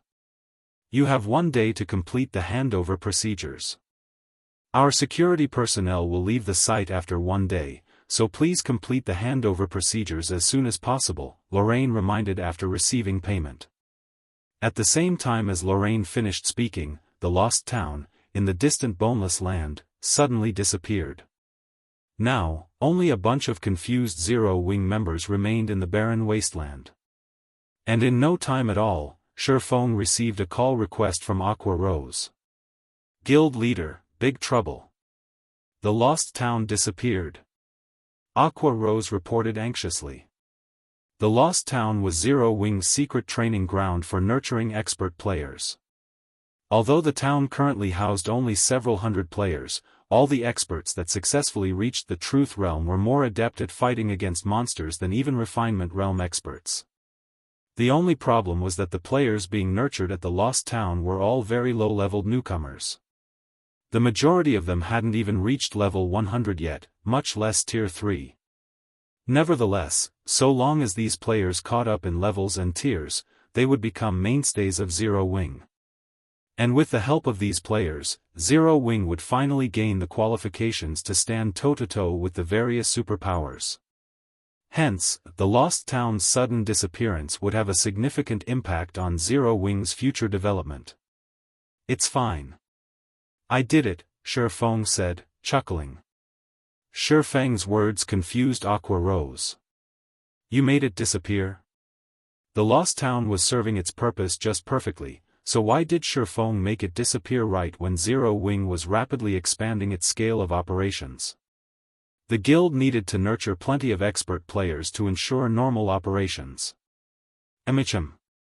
I transferred the Lost Town to the Demon Wolf Mountain Range's inner area. In the future, we wouldn't have to worry about the trainees sacrificing their levels to improve their combat standards, Shifeng said, nodding. The Demon Wolf Mountain Range's inner area? Isn't that a level 120 grinding spot? Aqua Rose's eyes widened in shock when she heard Shifeng's statement. She felt that he was simply insane for carrying out the transfer. Level 100+ maps were incredibly dangerous. This was especially so for the Demon Wolf Mountain Range. Transferring Stone Forest City into Cold Spring Forest had been incredibly risky. Fortunately, there was the Night Division.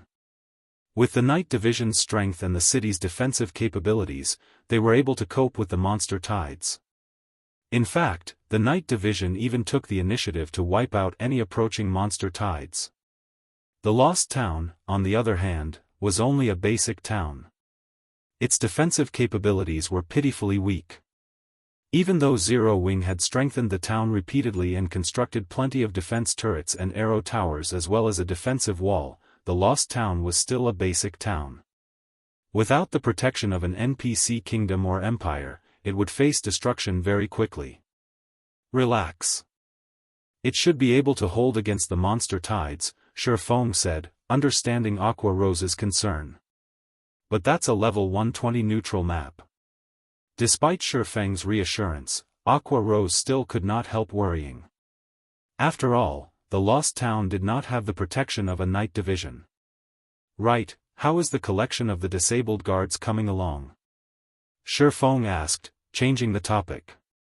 The collection of the disabled guards is progressing relatively smoothly. We have over 100 of them already. As per your instructions, we gathered only those with growth potentials above 20. However, even the strongest one only has 32 growth potential, Aqua Rose said. Read latest chapters at Wuxia World. EU that many already? Shifeng was surprised when he heard Aqua Rose's report. Gather them all at the residence immediately. It's about time we put them to work. Previously, although he had strengthened plenty of personal guards using the Ancient Gods literature fragment, they were still far from sufficient for Zero Wing's needs. However, collecting the soul essences necessary for soul strengthening was not an easy task. Moreover, NPCs with high growth potential were incredibly rare. Since locating the last batch of NPCs until now, Zero Wing had barely found any NPCs with high growth potential. This could also be said to be the literature fragment's limitation. However, the Tree of Life's Water of Life was different. Not only could it raise the growth potential of NPCs slightly, but it could also resurrect dead NPCs or heal heavily injured NPCs within a short time. The Water of Life was mana from heaven for NPCs that had their growth potential drastically reduced due to heavy injuries. After Shifeng finished speaking, he took out a guild transfer scroll and immediately teleported back to Stone Forest City. Chapter 2590, Water of Life's Effects. Stone Forest City, Zero Wing's residence. Inside the residence's large conference room, over 100 NPCs exuding despondent and listless auras currently stood in line. These NPCs were either crippled or civilians with extremely weak life auras. As for clothing, they wore either battered armor or tattered linen clothes. And even the highest leveled person among them was just a little over level 50, with the lowest leveled person being level 20. Due to the presence of these NPCs, the gorgeous conference room looked more like a refugee camp. Guild leader, everyone's here, Aqua Rose reported as she approached Shifeng. Do you really plan on using the precious water of life on these people? At this point, she had already found out about the tree of life planted in the Freedom Hotel's top-floor courtyard because, during Shifeng's absence, 3 other people were tasked with ensuring the courtyard's normal operation. She was one of those people. Back when she first saw the fragmented divine artifact ranked Tree of Life, her mind had frozen in shock. She had never dreamed that the guild she belonged to was so amazing. Currently, the various superpowers of God's domain didn't even possess legendary items yet, let alone fragmented divine artifacts. Zero Wing, however, had a fragmented divine artifact. Moreover, the Tree of Life could even produce 17 drops of water of life daily. The water of life was an incredibly precious item that was obtainable only by luck in God's domain. After all, the water of life could be used to resurrect dead NPCs. For the various powers who were extremely worried about their personal guards dying, the water of life was an absolute treasure. After all, personal guards were far more powerful than players, capable of feats that were beyond current players' capabilities. Only, obtaining a few drops of water of life was an incredibly difficult task even for the superpowers. As a result, the superpowers did not dare to casually field their personal guards on risky operations. Zero Wing, however, produced 17 drops of water of life each day. Hence, they wouldn't have to worry about losing their powerful personal guards at all and could freely deploy these NPCs on all kinds of quests and expeditions. However, even for the current Zero Wing, the daily production of 17 drops of water of life was still a little too low for the guild's needs. If they needed to heal these 100-plus NPCs, they would have to expend the entire stockpile they had accumulated thus far. It might be fine if they were spending all their water of life on healing NPCs with high growth potential, but the NPCs gathered here were all NPCs with very poor growth potential. Even if they recovered to peak condition, their growth potential wouldn't increase by much. Using the water of life on these NPCs would simply be a waste. I want to test my luck, Shifeng said, smiling when he saw the reluctance on Aqua Rose's face. Test your luck? Shifeng's answer exasperated Aqua Rose. While testing one's luck was fine, doing so at the cost of water of life was simply an extravagance. If God's domain's various powers heard about this, they would definitely go crazy and try to choke Shifeng to death. You never know what we'll get, Shifeng retorted, chuckling. In any case, it's a waste to let the water of life simply sit in storage doing nothing. Spending water of life to heal these crippled NPCs was indeed prodigal. However, nobody could guarantee that these NPCs would remain mediocre after they recovered to their peak. Moreover, he didn't have Aqua Rose randomly gather injured NPCs either. Instead, he had her select injured NPCs that were at tier 3 or above. At the same time, these NPCs also needed to have a growth potential of 20 or higher. In God's domain, any NPC capable of reaching tier 3 would not possess a low growth potential. Meanwhile, the 20-point mark for growth potential was a major turning point for tier 3 NPCs. In the past, the various superpowers had experimented with using water of life on crippled tier 3 NPCs. The result they obtained was that all crippled tier 3 NPCs with a growth potential lower than 20 had failed to reach a secret, silver guard rank even after recovering from their injuries. Of course, this did not mean that all crippled tier 3 NPCs with a growth potential of 20 or higher would reach the secret silver guard standard once they recovered. The chances of success were just much greater. Fortunately, aside from Zero Wing, no other power was currently searching for such NPCs. As a result, Zero Wing managed to locate quite a number of these NPCs. And with the growth potentials of the gathered NPCs, the odds of there being excellent NPC guards among them were quite high. In fact, so long as 2 or 3 fine gold guards emerged among these 100-plus NPCs, Zero Wing would have hit the jackpot. After all, NPCs capable of reaching the Dark Gold Guard standard were incredibly rare in God's domain. Although Shifeng had known about quite a few Dark Gold Guards during his previous life, he didn't know where to find them, as the superpowers had kept a tight lid on all information about those NPCs. He had only known about Kite's whereabouts and circumstances because Kite had originated from Star Moon Kingdom, and his owner was a merchant player with loose lips. Following which, Shifeng provided 1 drop of water of life to every NPC present, his actions giving Aqua Rose a heartache. Every drop of water of life was equivalent to the life of an NPC with high growth potential. The water of life could also drastically increase the leveling speed of their guild members. The guild could raid mythic field bosses without worrying about the price necessary to do so. These 100+ drops of water of life could easily elevate the strength of Zero Wing's main force to a whole new level. Upon receiving the water of life from Shifeng, the despondent NPCs immediately brightened up as if they had just seen the light of hope. Once all the NPCs gathered had received their share of water of life, they took one last look at Shifeng before consuming the water of life without hesitation. A dense life aura immediately filled the room. It was so dense that the cells in Aqua Rose's body felt invigorated, her mind gaining greater clarity. After this phenomenon continued for 3 seconds, a powerful aura swept the entire room as if a dragon had awoken from its slumber. Aqua Rose could not help stumbling a few steps back. How is this possible? Aqua Rose's eyes filled with shock as she gazed at the NPCs, who still looked like a throng of beggars, standing in front of her. At this moment, however, the feeling she got from the NPCs was nothing like the aura of a beggar at all. Instead, they felt like battle-hardened warriors that had fought on innumerable battlefields.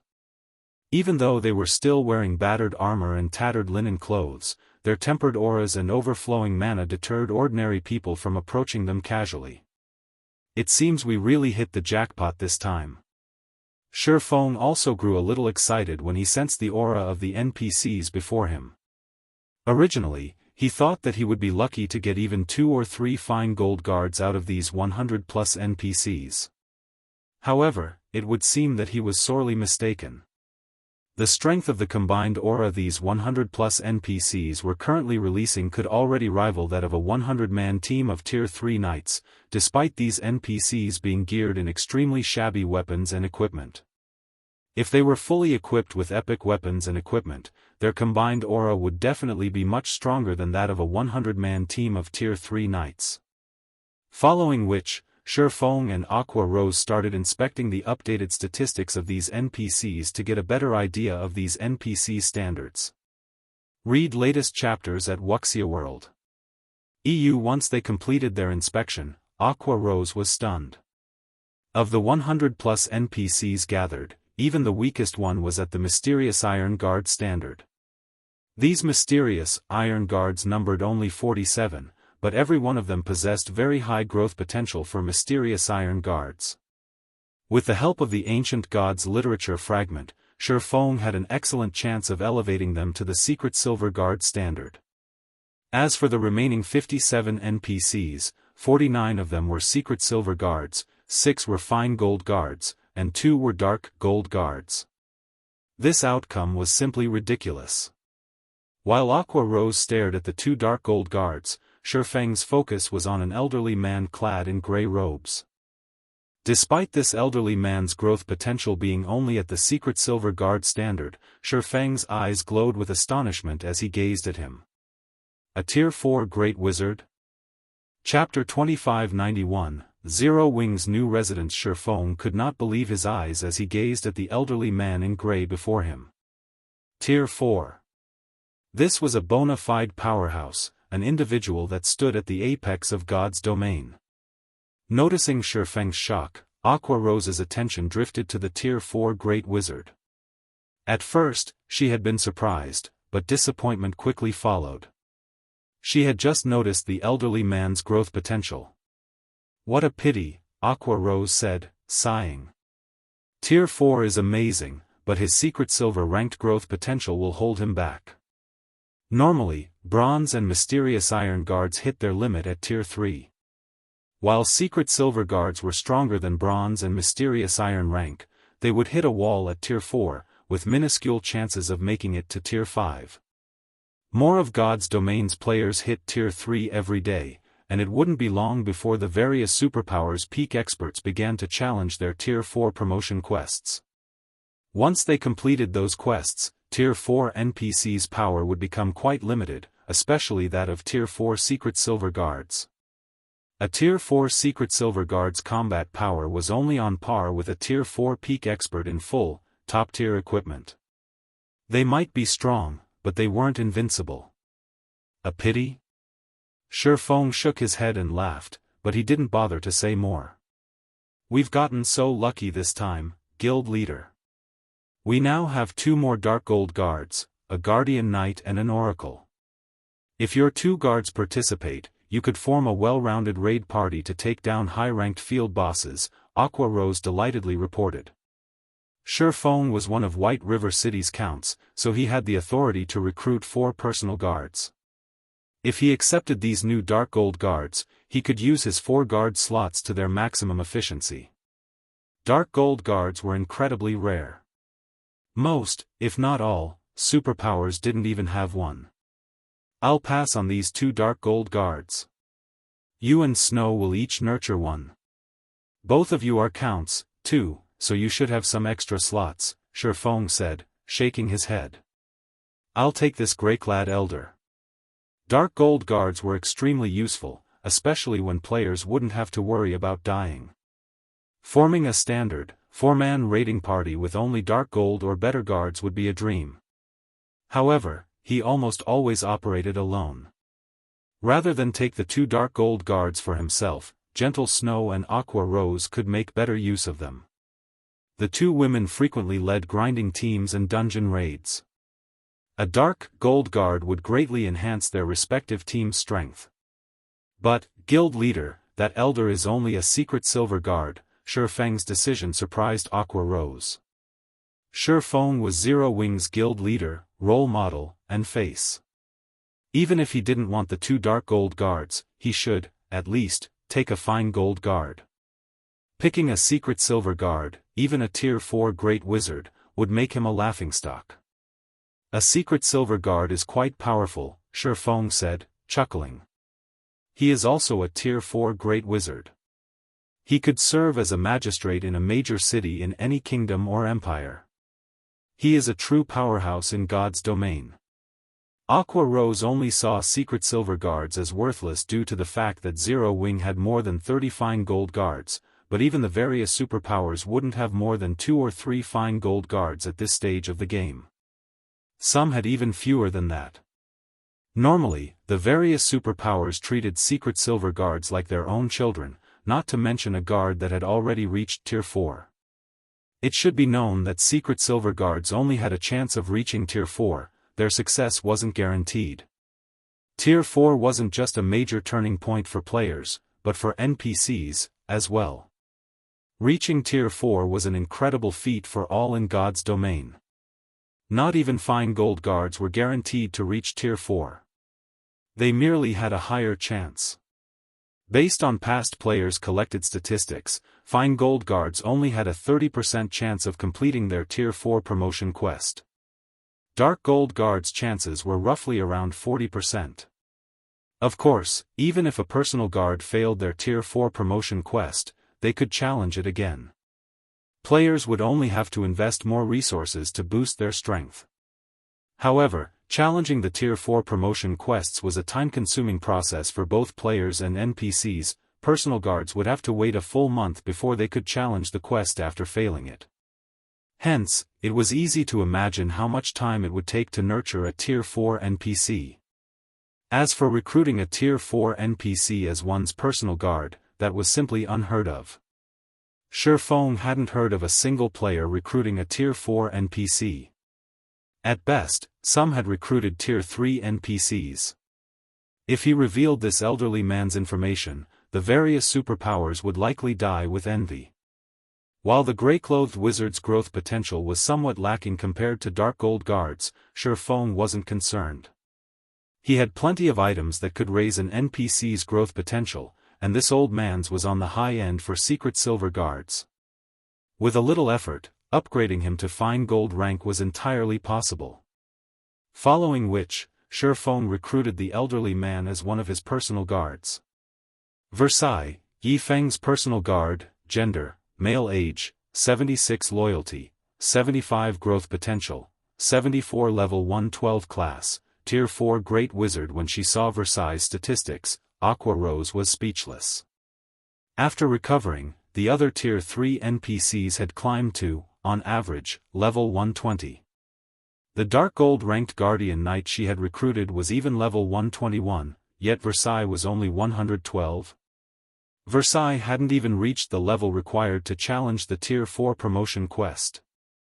He was also a much lower level than mainstream personal guards. It's almost time.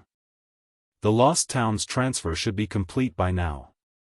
Gather the main force members immediately, as well as all of the potential newcomers and core members, who have signed our confidentiality contract. From now on, the Lost Town will be our developmental headquarters, Shifeng said as he glanced at the time. Is that all, guild leader? What about the Lost Town security? Aqua Rose asked worriedly. The Demon Wolf Mountain Range was a far more dangerous place than Cold Spring Forest, so defending a stronghold there would be a much greater challenge. Moreover, the Lost Town wasn't a basic city, only a basic town. Yet, Shifeng only wanted to station the guild's contracted recruits and core members. Even with the guild's main force, the town would only have around 5,000 players. It was far more than what they had stationed in the Lost Town before this, but the town had only occupied a pre-level 100 neutral map. The small number of high-level NPCs and players had been more than enough to deal with the occasional monster tide. However, they wouldn't have a level advantage in the Demon Wolf Mountain Range. Normally, security might have been a problem with so few members, but we have time now, Shifeng consoled his companion as he gestured to Versailles. With him there, we won't have to worry about security. But, he's only level 112 and a secret silver guard, Aqua Rose argued. Relax. He'll be more than enough, Shifeng said, not bothering to explain. Definitively, he continued, just relay the message. Alright, then. I'll go notify them, Aqua Rose despondently agreed, leaving to notify the guild members Shifeng had requested. Since he was so confident, insisting would be inappropriate.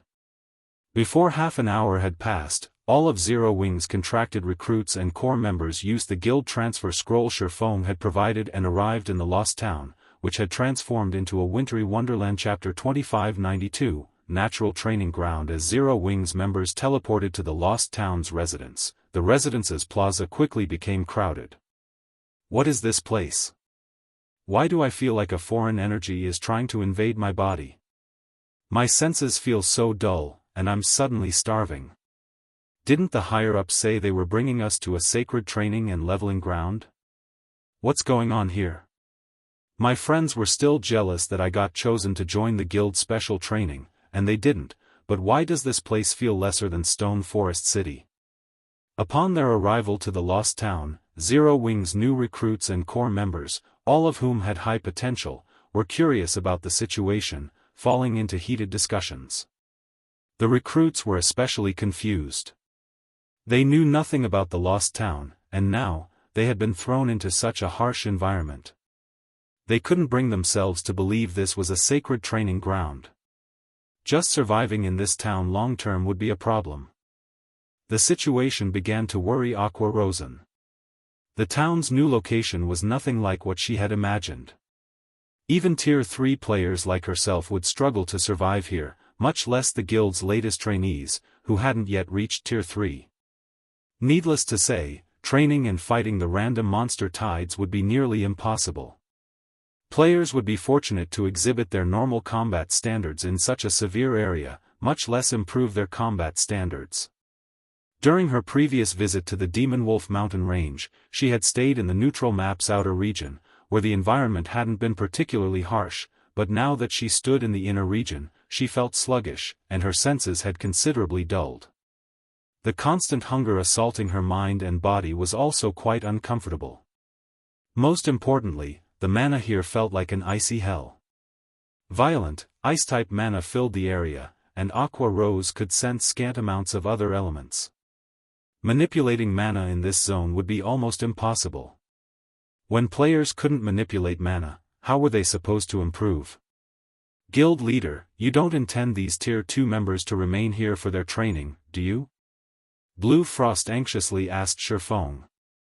Blue Frost recognized the area as the Demon Wolf Mountain Range's inner region and knew that the lowest-leveled monster was level 120. This would be an amazing area to level and train for players of his tier and level, but Zero Wing's new recruits and Tier 2 members would only waste their time here. These members were Zero Wing's future. Sending them to such a place to waste their time would cost the guild. Remain here for their training? Shaking his head, Shifeng said, such a wonderful thing isn't possible. Shifeng's reply confused Blue Frost. He couldn't understand what was so wonderful about this frozen hellscape. Shifeng didn't explain his statement, however. Instead, he met with the Adventurers Association's NPCs to complete the handover procedures. Once complete, the NPCs promptly left the lost town, making the already desolate town even more lonely. At that point, the sound of a system announcement rang in everyone's ears. Lost Town Region System Announcement: the town's new location is subject to a mysterious curse. Wraiths will absorb the excess mana players radiate, transforming into monsters. Please be wary of these monsters' attacks. Shortly after the system announcement ended and before Zero Wing's members could digest the information, translucent, humanoid ghosts started to manifest around some of Zero Wing's members. These humanoid ghosts appeared to be clones of the players they stood by. They even had the same levels as their human counterparts. The moment their forms were complete, these ghosts attacked the players. Not understanding what was happening, everyone was stunned. Fortunately, they were all Zero Wing experts, and although their levels and tiers weren't up to standard, they commanded expert combat standards. Even the weakest player there could reach the trial tower's 5th floor. They had no trouble responding to the ghosts' attacks appropriately. Meanwhile, the players who hadn't been attacked joined the fray, targeting the ghosts near them. After a moment, however, something else surprising occurred. The ghostly clones had the same combat standards as their human counterparts. Moreover, other players' attacks proved utterly ineffective. Your official training begins now. Be careful of the ghosts that will appear beside you. No one, other than the player the ghosts copy, can do anything to them. If these ghosts kill you, not only will you lose a level, but you won't be able to log in for a day. Shifeng warned as he watched Zero Wing's members fight these phantom monsters. The Demon Wolf Mountain Range was no ordinary location. The map's inner region was actually considered a forbidden land. Every forbidden land in God's domain has some mechanic that made survival particularly difficult. The Demon Wolf Mountain Range's inner region had this curse. Shifeng neither knew exactly what this curse was, nor did he know who was responsible for it, but he knew that an endless stream of ghosts would appear to attack and harass any player resting within a town or city established in this area, preventing anyone from remaining in the region long-term. Zero Wing's many members gasped when they heard Shifeng's warning. How was this the training? This was simply an execution. They had now fought these ghosts, so they knew the spirits had the same combat standards as the players they cloned. Unlike players, however, the ghosts weren't affected by the harsh environment. Hence, the monsters commanded their players' peak combat power. In other words, the ghosts were stronger than the cloned players. To make matters worse, they would lose a full level and be banned from the game for a full day if they died. Just how were they supposed to catch up with mainstream experts in this situation? While many of his guildmates complained to themselves, Blue Frost, who was engaged in a bitter battle with his ghost, realized something, and excitement flashed in his eyes. Players were at a disadvantage against these ghosts, and they couldn't even manipulate the ambient mana due to its violent, biased nature. The only option they had left was to find a way to manipulate and use the mana within them to defeat the phantom clones. Since these ghosts mimicked both the player's behavior and combat standards, players could also predict their opponent's moves in certain situations. With this thought in mind, Blue Frost found his ghost counterpart much easier to fight. He also discovered many of his own flaws, killing 2 birds with 1 stone. Unfortunately, these fights wouldn't benefit Tier 2 players as much as it did Tier 3 players like himself. However, Tier 2 players could still use their skills and spells in this harsh environment, where Tier 3 players struggled. As long as Tier 2 players steadily trained their combat standards and skill and spell completion rates, they were more than capable of defeating their ghosts. Not only weren't these ghosts the problem they had all assumed, but they were also the perfect training partners for experts like them. Only, this kind of training was a little too risky.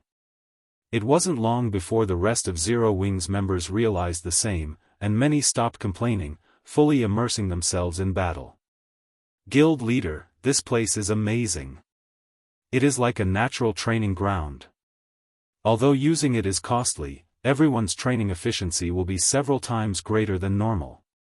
The Tier 3 experts who haven't unlocked their mana body's full potential will likely do so after spending a month here, Aqua Rose said, her eyes glowing brightly as she watched the Zero Wing members before her grow steadily stronger. Zero Wing's main force members had already unlocked a sizable fraction of their mana bodies.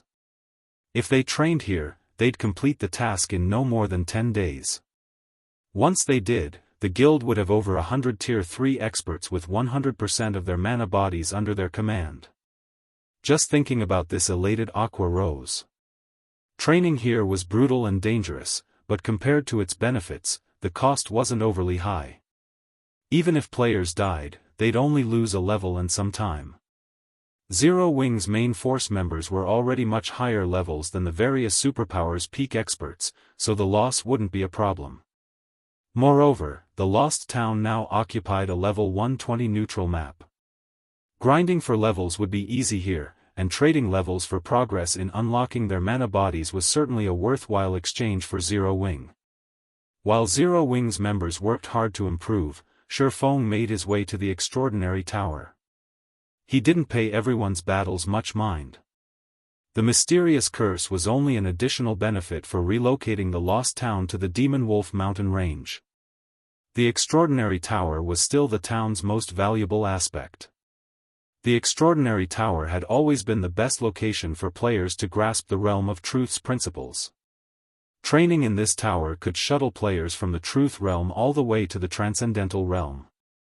However, Shifeng had only been able to unlock the tower's second floor, which offered guidance for reaching the Ascension realm, due to a lack of magic crystals. As a result, he hadn't gained any guidance or clues about progressing to the next realm. Now, however, Zero Wing's magic crystal income had skyrocketed due to Stone Forest City's popularity and the Dark World's teleportation gate. After the past few days, the two sources had provided more than 300,000 magic crystals, utterly surpassing Shifeng's expectations.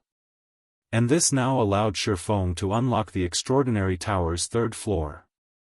Once he reached the tower, Shifeng called up the tower's interface and unlocked the third floor.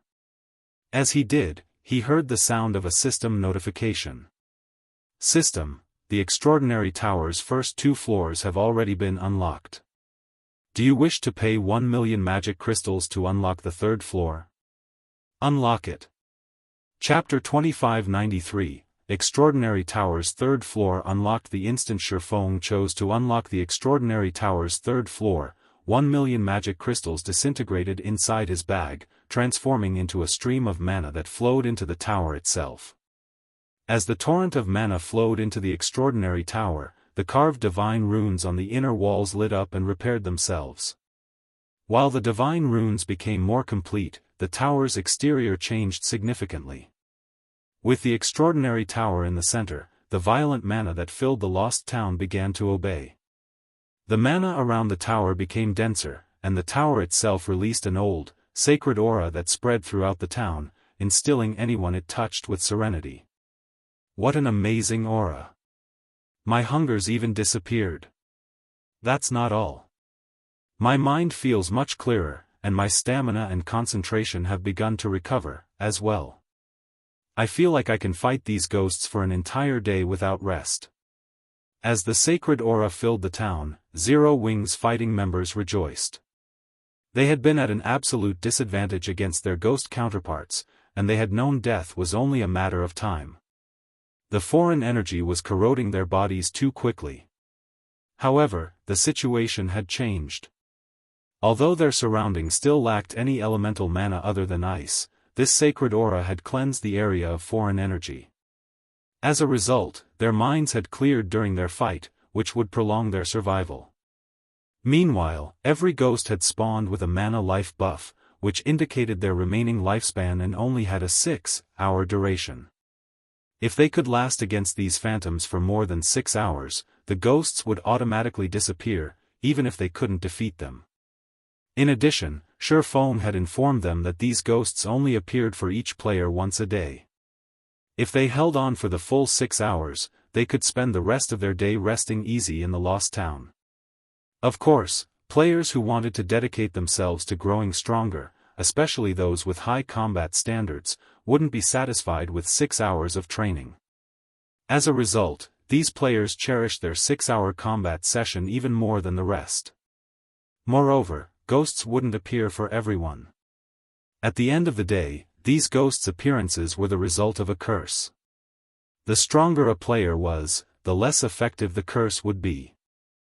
Ghosts might not even appear for the stronger players and would almost never appear for players who had already unlocked their mana body's full potential. While everyone was surprised and elated about the new changes to the Lost Town, the Extraordinary Tower's sacred aura had finally filled the town. At the same time, a translucent barrier formed around the Lost Town, isolating it completely. This barrier also calmed the violent, ice-type mana in the town, creating a stable mana environment. The mana wasn't very dense, but it was enough to clear the players' minds of unhelpful thoughts. What did the guild leader do? Aqua Rose was shocked when she sensed the changes. She had felt this strange sensation before. To be precise, she had experimented with it during her travels within the Starlight Fortress's Legacy Gate. The only difference was the town's much lower mana density, which resulted in a much smaller boost to her mental capacity. Overall, the Lost Town's training efficiency was barely 1/3 of the Legacy Gate's. Even so, that was astounding.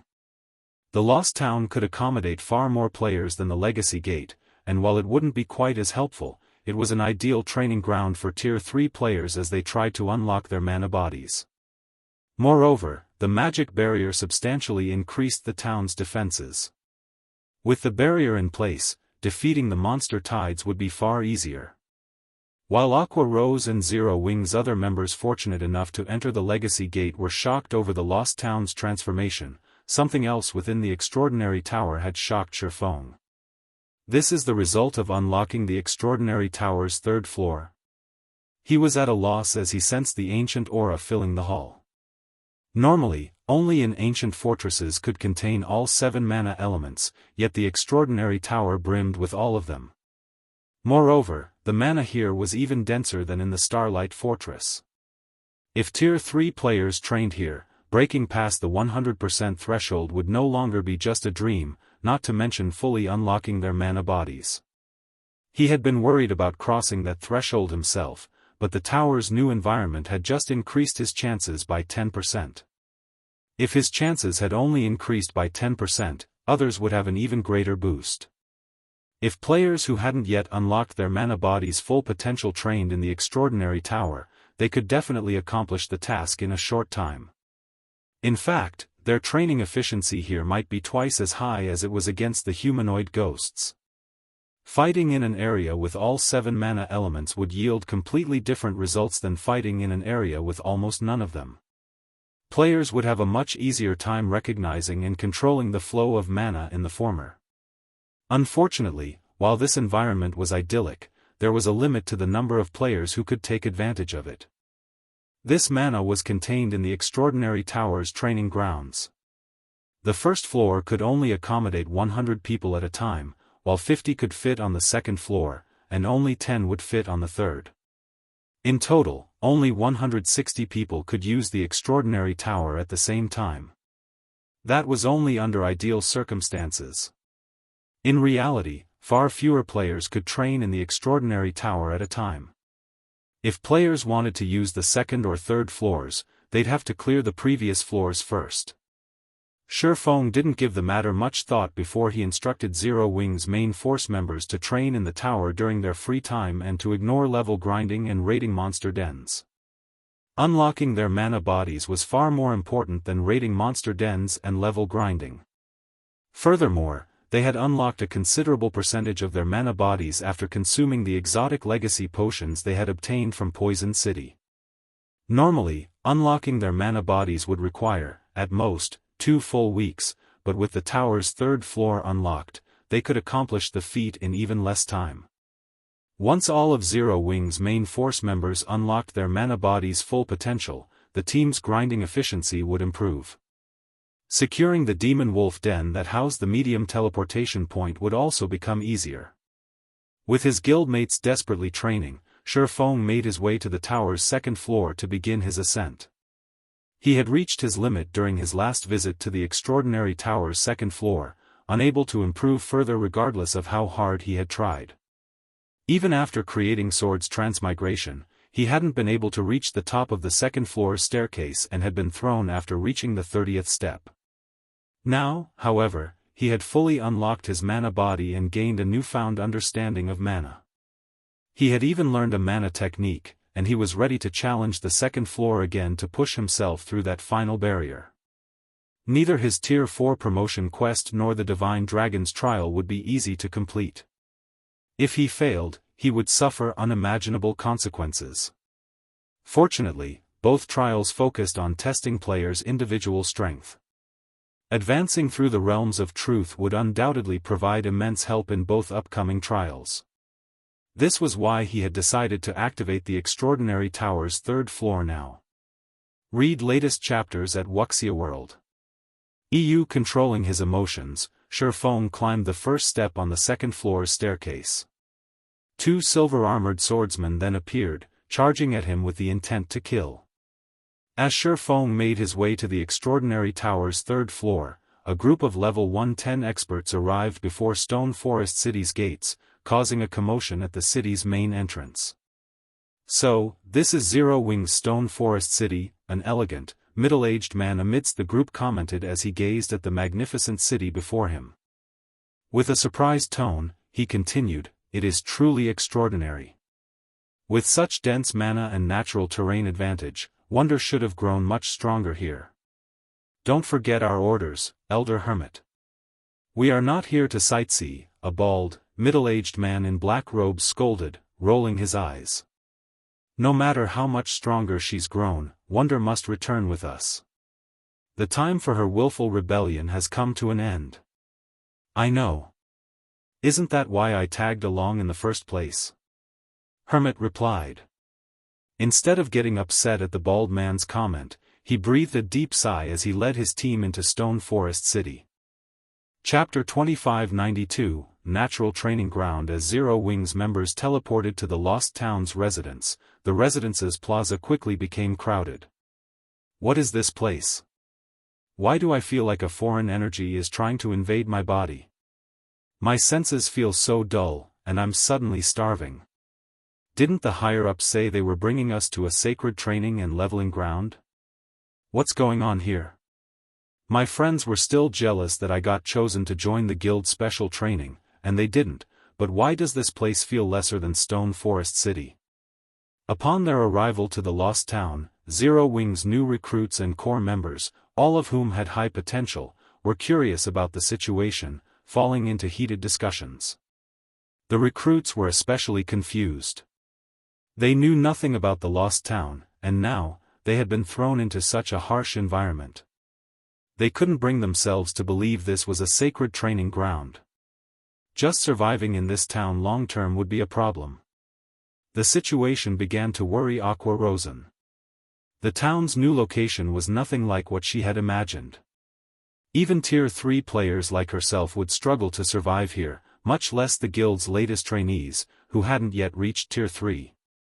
Needless to say, training and fighting the random monster tides would be nearly impossible.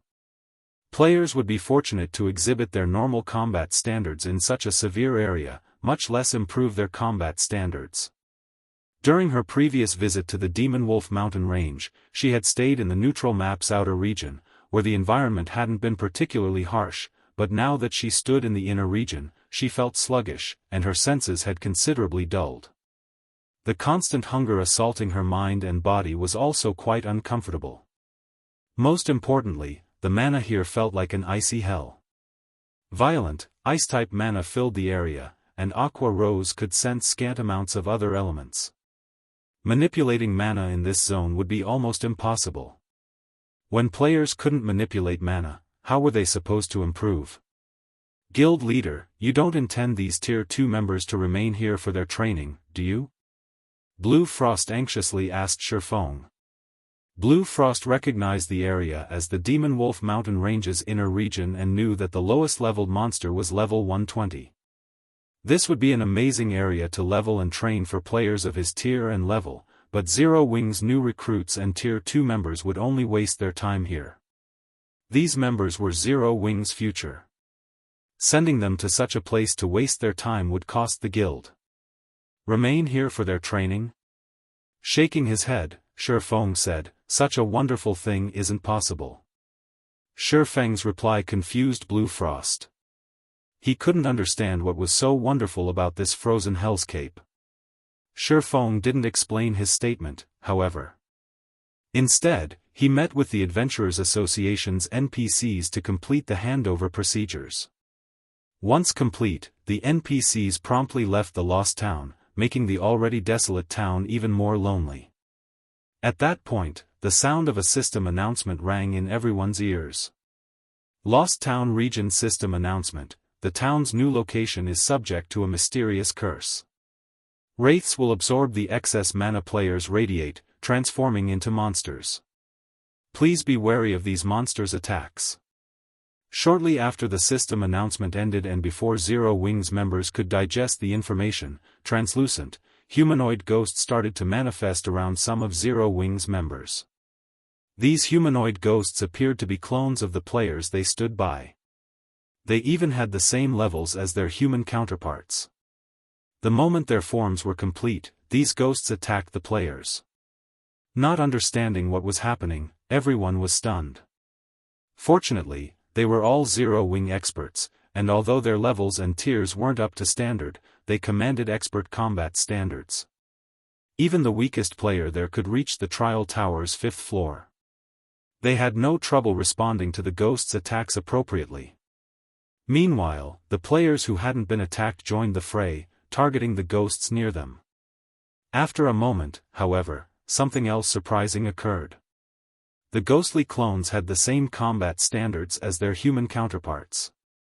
Moreover, other players' attacks proved utterly ineffective. Your official training begins now. Be careful of the ghosts that will appear beside you. No one, other than the player the ghosts copy, can do anything to them. If these ghosts kill you, not only will you lose a level, but you won't be able to log in for a day. Shifeng warned as he watched Zero Wing's members fight these phantom monsters. The Demon Wolf mountain range was no ordinary location. The map's inner region was actually considered a forbidden land. Every forbidden land in God's domain has some mechanic that made survival particularly difficult. The Demon Wolf mountain range's inner region had this curse. Shifeng neither knew exactly what this curse was, nor did he know who was responsible for it, but he knew that an endless stream of ghosts would appear to attack and harass any player resting within a town or city established in this area, preventing anyone from remaining in the region long term. Zero Wing's many members gasped when they heard Shifeng's warning. How was this a training? This was simply an execution. They had now fought these ghosts, so they knew the spirits had the same combat standards as the players they cloned. Unlike players, however, the ghosts weren't affected by the harsh environment. Hence, the monsters commanded their players' peak combat power. In other words, the ghosts were stronger than the cloned players. To make matters worse, they would lose a full level and be banned from the game for a full day if they died. Just how were they supposed to catch up with mainstream experts in this situation? While many of his guildmates complained to themselves, Blue Frost, who was engaged in a bitter battle with his ghost, realized something, and excitement flashed in his eyes. Players were at a disadvantage against these ghosts, and they couldn't even manipulate the ambient mana due to its violent, biased nature. The only option they had left was to find a way to manipulate and use the mana within them to defeat the phantom clones. Since these ghosts mimicked both the player's behavior and combat standards, players could also predict their opponent's moves in certain situations. With this thought in mind, Blue Frost found his ghost counterpart much easier to fight. He also discovered many of his own flaws, killing 2 birds with 1 stone. Unfortunately, these fights wouldn't benefit Tier 2 players as much as it did Tier 3 players like himself. However, Tier 2 players could still use their skills and spells in this harsh environment, where Tier 3 players struggled. As long as Tier 2 players steadily trained their combat standards and skill and spell completion rates, they were more than capable of defeating their ghosts. Not only weren't these ghosts the problem they had all assumed, but they were also the perfect training partners for experts like them. Only, this kind of training was a little too risky. It wasn't long before the rest of Zero Wings members realized the same, and many stopped complaining, fully immersing themselves in battle. Guild leader, this place is amazing. It is like a natural training ground. Although using it is costly, everyone's training efficiency will be several times greater than normal. The Tier 3 experts who haven't unlocked their mana body's full potential will likely do so after spending a month here, Aqua Rose said, her eyes glowing brightly as she watched the Zero Wing members before her grow steadily stronger. Zero Wing's main force members had already unlocked a sizable fraction of their mana bodies. If they trained here, they'd complete the task in no more than 10 days. Once they did, the guild would have over 100 Tier 3 experts with 100% of their mana bodies under their command. Just thinking about this elated Aqua Rose. Training here was brutal and dangerous, but compared to its benefits, the cost wasn't overly high. Even if players died, they'd only lose a level and some time. Zero Wing's main force members were already much higher levels than the various superpowers peak experts, so the loss wouldn't be a problem. Moreover, the Lost Town now occupied a level 120 neutral map.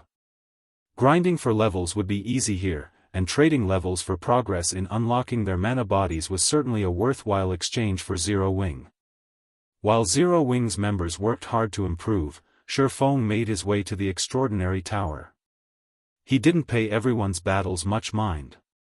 The mysterious curse was only an additional benefit for relocating the Lost Town to the Demon Wolf mountain range. The Extraordinary Tower was still the town's most valuable aspect. The Extraordinary Tower had always been the best location for players to grasp the realm of truth's principles. Training in this tower could shuttle players from the truth realm all the way to the transcendental realm. However, Shurfeng had only been able to unlock the tower's second floor, which offered guidance for reaching the Ascension realm, due to a lack of magic crystals. As a result, he hadn't gained any guidance or clues about progressing to the next realm. Read latest chapters at Wuxia World. EU now, however, Zero Wing's magic crystal income had skyrocketed due to Stone Forest City's popularity and the Dark World's teleportation gate. After the past few days, the two sources had provided more than 300,000 magic crystals, utterly surpassing Shurfeng's expectations. And this now allowed Shurfeng to unlock the Extraordinary Tower's third floor. Once he reached the tower, Shurfeng called up the tower's interface and unlocked the third floor. As he did, he heard the sound of a system notification. System, the Extraordinary Tower's first 2 floors have already been unlocked. Do you wish to pay 1 million magic crystals to unlock the third floor? Unlock it. Chapter 2593, Extraordinary Tower's third floor unlocked. The instant Shurfeng chose to unlock the Extraordinary Tower's third floor, 1 million magic crystals disintegrated inside his bag, transforming into a stream of mana that flowed into the tower itself. As the torrent of mana flowed into the extraordinary tower, the carved divine runes on the inner walls lit up and repaired themselves. While the divine runes became more complete, the tower's exterior changed significantly. With the extraordinary tower in the center, the violent mana that filled the lost town began to obey. The mana around the tower became denser, and the tower itself released an old, sacred aura that spread throughout the town, instilling anyone it touched with serenity. What an amazing aura! My hungers even disappeared. That's not all. My mind feels much clearer, and my stamina and concentration have begun to recover, as well. I feel like I can fight these ghosts for an entire day without rest. As the sacred aura filled the town, Zero Wing's fighting members rejoiced. They had been at an absolute disadvantage against their ghost counterparts, and they had known death was only a matter of time. The foreign energy was corroding their bodies too quickly. However, the situation had changed. Although their surroundings still lacked any elemental mana other than ice, this sacred aura had cleansed the area of foreign energy. As a result, their minds had cleared during their fight, which would prolong their survival. Meanwhile, every ghost had spawned with a mana life buff, which indicated their remaining lifespan and only had a 6-hour duration. If they could last against these phantoms for more than 6 hours, the ghosts would automatically disappear, even if they couldn't defeat them. In addition, Surpassing had informed them that these ghosts only appeared for each player once a day. If they held on for the full 6 hours, they could spend the rest of their day resting easy in the lost town. Of course, players who wanted to dedicate themselves to growing stronger, especially those with high combat standards, wouldn't be satisfied with 6 hours of training. As a result, these players cherished their 6-hour combat session even more than the rest. Moreover, ghosts wouldn't appear for everyone. At the end of the day, these ghosts' appearances were the result of a curse. The stronger a player was, the less effective the curse would be. Ghosts might not even appear for the stronger players and would almost never appear for players who had already unlocked their mana body's full potential.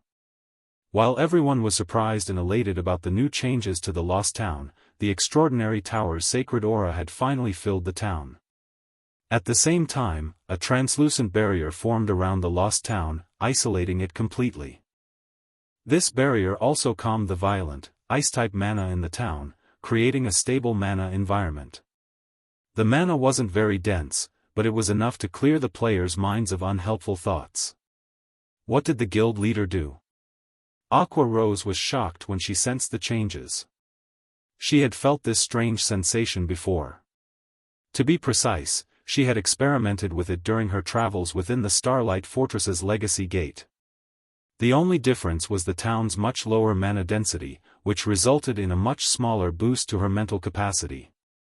Overall, the Lost Town's training efficiency was barely 1/3 of the Legacy Gate's.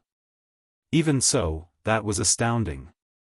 The Lost Town could accommodate far more players than the Legacy Gate, and while it wouldn't be quite as helpful, it was an ideal training ground for Tier 3 players as they tried to unlock their mana bodies. Moreover, the magic barrier substantially increased the town's defenses.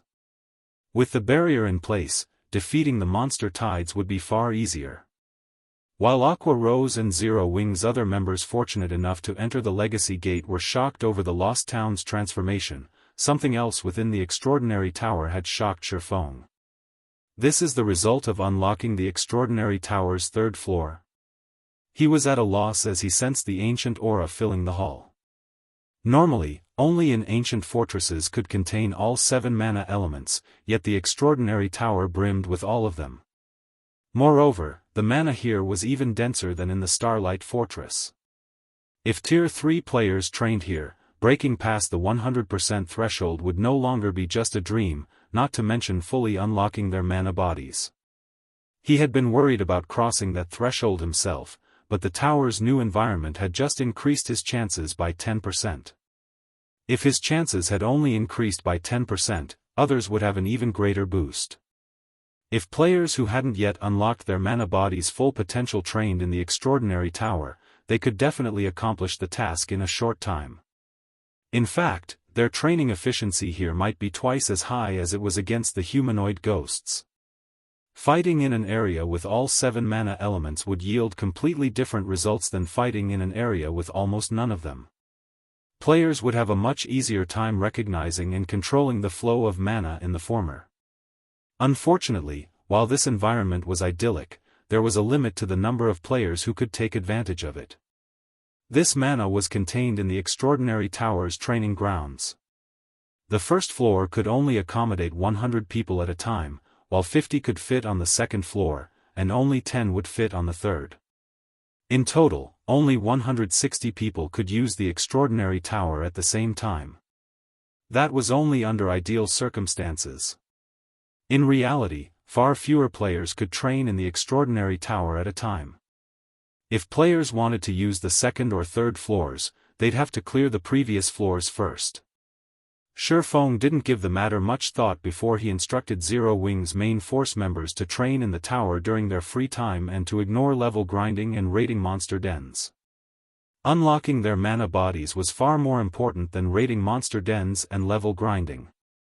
Furthermore, they had unlocked a considerable percentage of their mana bodies after consuming the exotic legacy potions they had obtained from Poison City. Normally, unlocking their mana bodies would require, at most, 2 full weeks, but with the tower's third floor unlocked, they could accomplish the feat in even less time.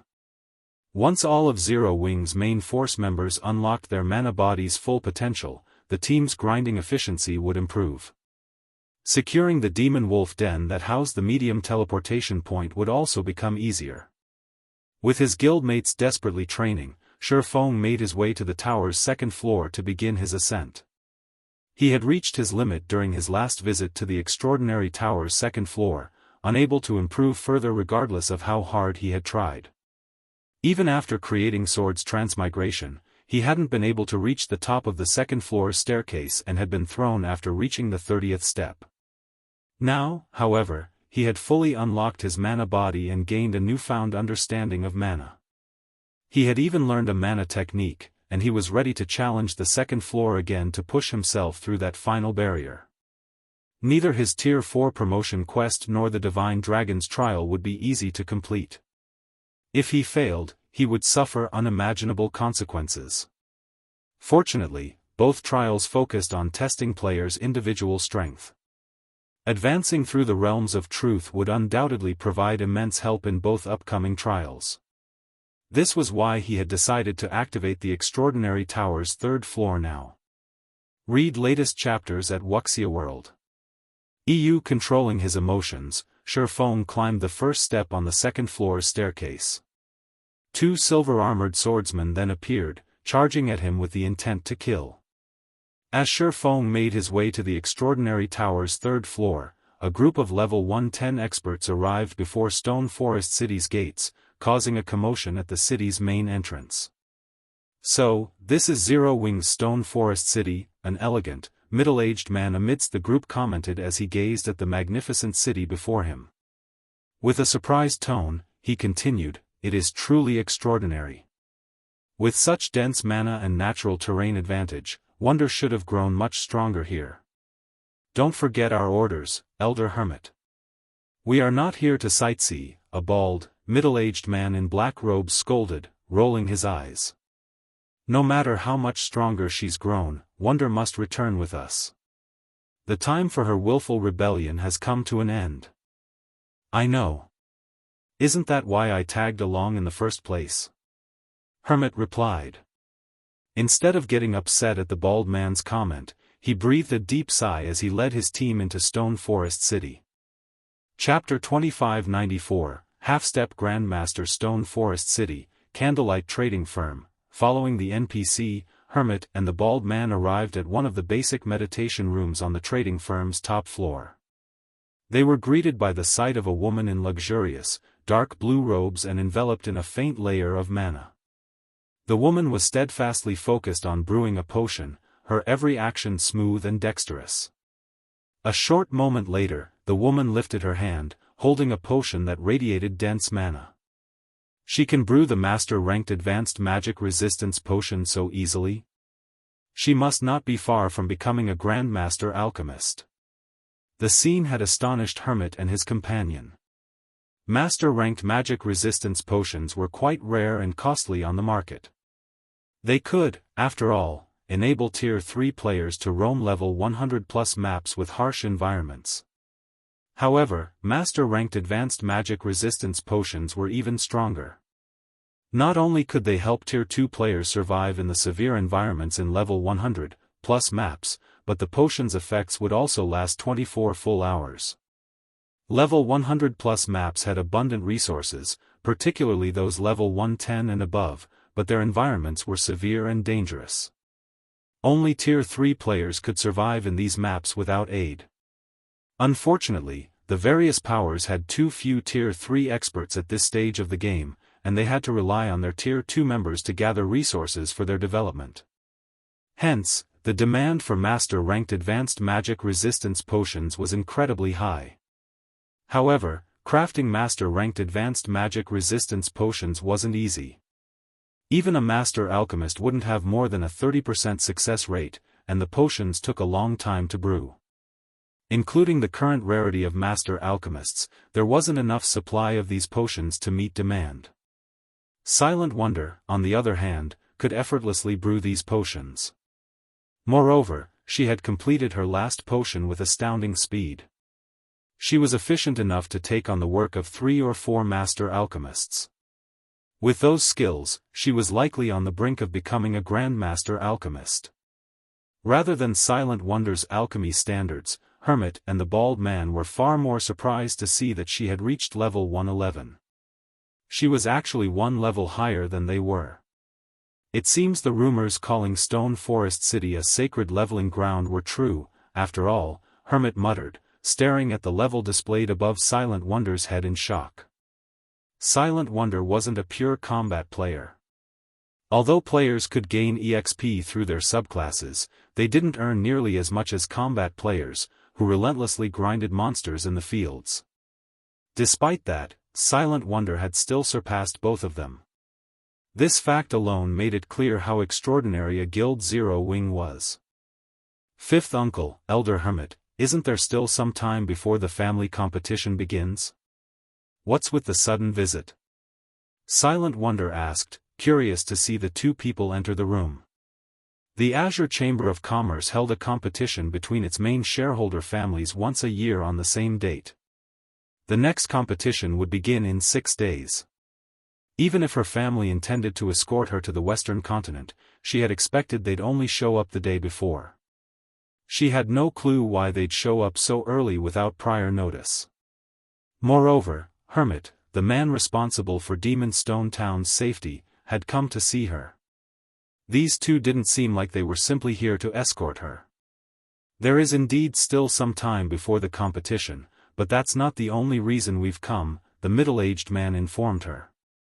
I'm sure you are aware that the Zeus Corporation support is a large part of the reason Azure enjoys its current success. Has something happened with the Zeus Corporation? Silent Wonder asked.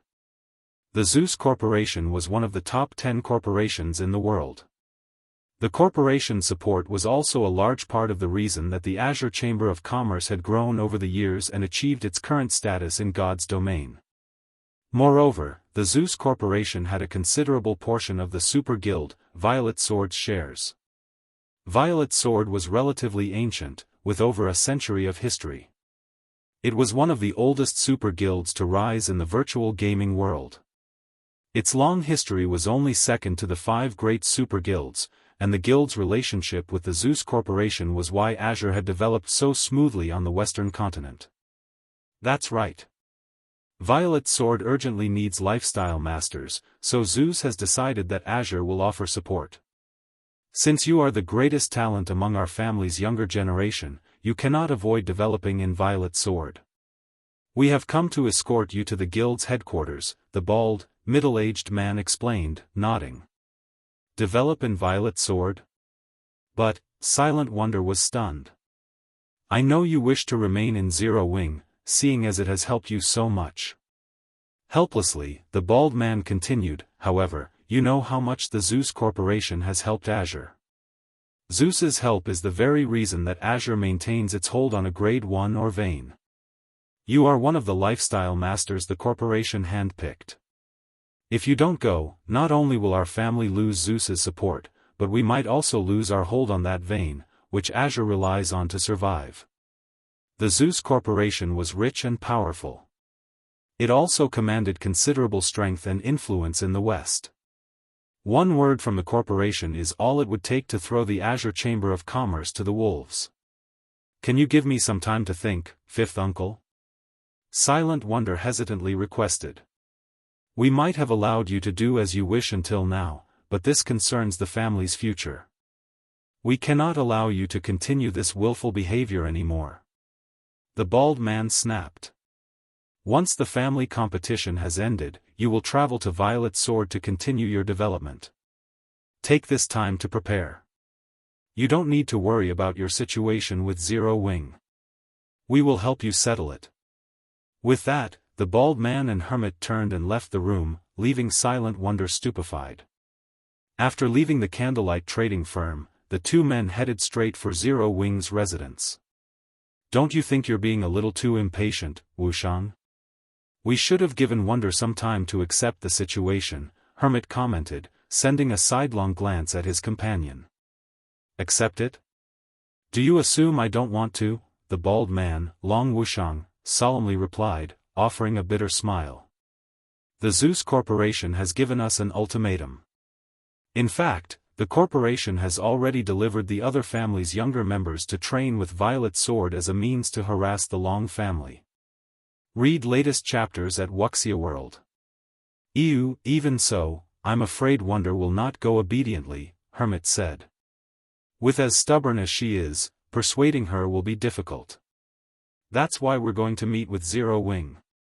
As long as Zero Wing willingly lets her go, she'll be easier to convince, Long Wuxiang said. What if Zero Wing refuses? You must realize that the guild is not to be trifled with, Hermit worriedly countered. Isn't that why you're here? Long Wuxiang replied, rolling his eyes. He shifted his gaze toward the nearby guild residence, sneering as he continued, Zero Wing doesn't have a choice. If Zero Wing refuses to let Wonder go, it will suffer the Zeus Corporation's wrath. Chapter 2595, True Ascension Realm Lost Town, Extraordinary Tower's second floor. As Shifeng ascended the staircase to the third floor, more and stronger swordsmen continued to appear. On the first step, he had only faced 2 silver swordsmen. When he reached the 89th step, his opponents were 4 golden swordsmen. Not only had all of these golden swordsmen commanded combat standards nearly on par with the refinement realm, but all 4 had reached the truth realm, as well. Combining both aspects, their combat power was far stronger than ordinary refinement realm experts. Moreover, the 4 golden swordsmen's coordination was as seamless as if they shared one mind. There were no gaps in their offense or defense, and they all possessed incredible basic attributes. Even Shifeng struggled to cope with the golden swordsman's assault. If he hadn't had swords transmigration to defend himself, these golden swordsmen would have long since thrown him back down the staircase. I can easily handle these swordsmen one-on-one, but avoiding their coordinated attacks with the physique of a Tier 1 player is impossible. It seems my only option is to force my way through. After 3 minutes of fighting these 4 golden swordsmen, Shifeng realized that continuing this battle was a waste of time. He couldn't find any weaknesses to take advantage of. The only method he could think of to reach the next step was to force his way past these swordsmen. Following which, Shifeng stepped forward and sucked in a deep breath. He then raised the abyssal blade above his head, gathering mana around the weapon. A phantom of a gigantic greatsword immediately appeared above him. Although the extraordinary tower suppressed his physique to that of Tier 1, it did nothing to hamper his mana body. He could easily command his own mana in combat. In retaliation, the 4 golden swordsmen launched a joint attack, aiming for 16 of Shifeng's weak points. Before they had a chance to strike, Shifeng swung down the abyssal blade. Lightshadow.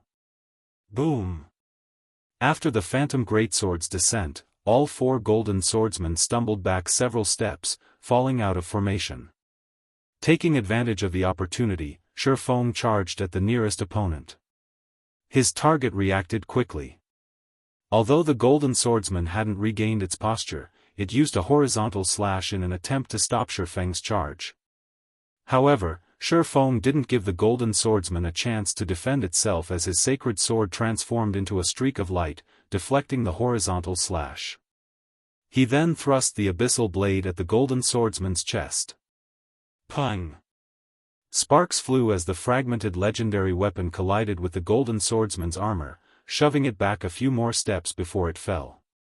Finally, Feng tore a hole in the four golden swordsmen's formation. Now, with his target on the ground, Feng used void steps to confuse the three remaining golden swordsmen and escape their encirclement. He then leaped onto the 90th step. The moment Feng landed on the 90th step, a swordsman in black robes appeared before him. This black swordsman then thrust his weapon at Feng. The thrust was surprisingly powerful, and the instant the black swordsman's blade shot forward, it transformed into numerous particles of light that shot toward Feng. It was impossible to tell which attack was real and which was fake. An advanced combat technique? Feng's expression darkened when he recognized the move as a combat technique. This black swordsman's basic attributes and combat standards were even higher than the golden swordsman Feng had just faced. In fact, the black swordsman was on the cusp of reaching the flowing water realm. Combined with its advanced combat technique, Feng was no match for this opponent with just a Tier 1 physique.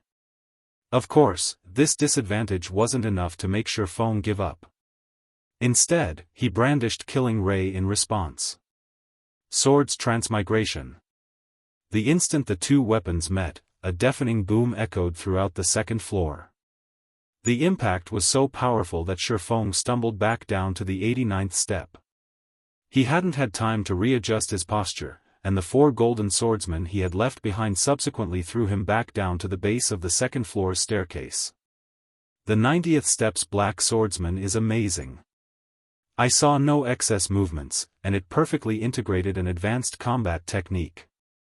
Not even domain realm experts could find any opening to take advantage of and would be forced to face its attacks head-on. Feng wasn't disappointed about returning to square one. Actually, he seemed rather excited. The black swordsman had highlighted some of his own flaws. He had reached the realm of truth's ascension realm, and his every action resembled a combat technique, but they weren't. His movements lacked the power of combat techniques, they only possessed the deception of true combat techniques. To put it simply, he hadn't made much progress in the ascension realm, and his foundations were unsteady. He had only grasped the vague concept of the realm, lacking its crucial concepts. The black swordsman, on the other hand, stood firmly in the ascension realm. Because of this, Feng couldn't yet ascend to the extraordinary tower's third floor, despite having reached the ascension realm. If he could gain even a portion of the black swordsman's mastery over the ascension realm and perfectly integrate basic combat techniques with his every action, his combat power would definitely rise by a large margin. Meanwhile, during the time Feng was reflecting on his own flaws, a few other Zero Wing members were sent flying down the second floor staircase as well. I did it! I finally did it! Shadow Sword shouted ecstatically as he looked at the dense mana his body radiated. Turtledove, Alluring Summer, and the others who had fallen down the stairs similarly radiated dense mana. They had obviously unlocked their mana body's full potential. Moreover, Blue Frost, Flying Shadow, Stubborn Bone, and a few other Zero Wing members, who had only begun to unlock their mana bodies, revealed excited expressions. They had made significant progress during their climb on the Extraordinary Tower's second-floor staircase. Training in the Extraordinary Tower is really this effective? Feng looked at the players around him, astonished. While the Extraordinary Tower's mana provided quite a bit of help to players developing their mana control, Feng didn't think it'd be such an effective tool in helping them unlock their mana bodies. Learning the rules and how to manipulate mana wasn't an easy task, not to mention adapting those methods to one's mana body. Feng estimated that although Shadow Sword and the rest had been close to unlocking all of their mana body's potential, they should have still needed 3 to 5 days to reach 100%. And yet, they had succeeded in less than half a day. If every one of Zero Wing's main force members could make this much progress, every one of them would fully unlock their mana bodies in less than 10 days, becoming true powerhouses in God's domain. Read latest chapters at Wuxia World. Just as Shifeng turned his attention back to the second floor's staircase, however, he received a call from Melancholic Smile. Guild leader, Azure's representatives have come to our residence. They wish to speak with you about taking Wonder to develop in the West's Violet Sword. They're hoping we won't hinder her future and just let her go. They visited Wonder before coming here, too, but it seems Wonder's reaction wasn't positive, Melancholic Smile reported. Violet Sword, huh? Shifeng could not contain his smile. Azure is certainly crafty. Will you meet with them? Melancholic Smile asked. That won't be necessary. Have Hell Rush send them away. Also, have him convey a message. I'll personally take Wonder to visit Violet Sword after the family competition to have a proper conversation with the Super Guild's people, so they don't need to bother. Shifeng calmly stated. Chapter 2596, Mighty Zero Wing. Times have changed. Stone Forest City, Zero Wing's residence. Long Wuxiang and Hermit sat by the French window, clearly unhappy, in Zero Wing's large, luxurious reception room. So you're saying that Guild leader Black Flame has no intention of meeting us, Commander Rush? Long Wuxiang demanded, glaring at Hell Rush, who had just notified them of Shifeng's reply. That's right. He knows what you wish to discuss and requested that I relay a message. Once the family competition is over, he will personally take Silent Wonder to visit Violet Sword, so you don't have to bother, Hell Rush coolly informed the two men, nodding.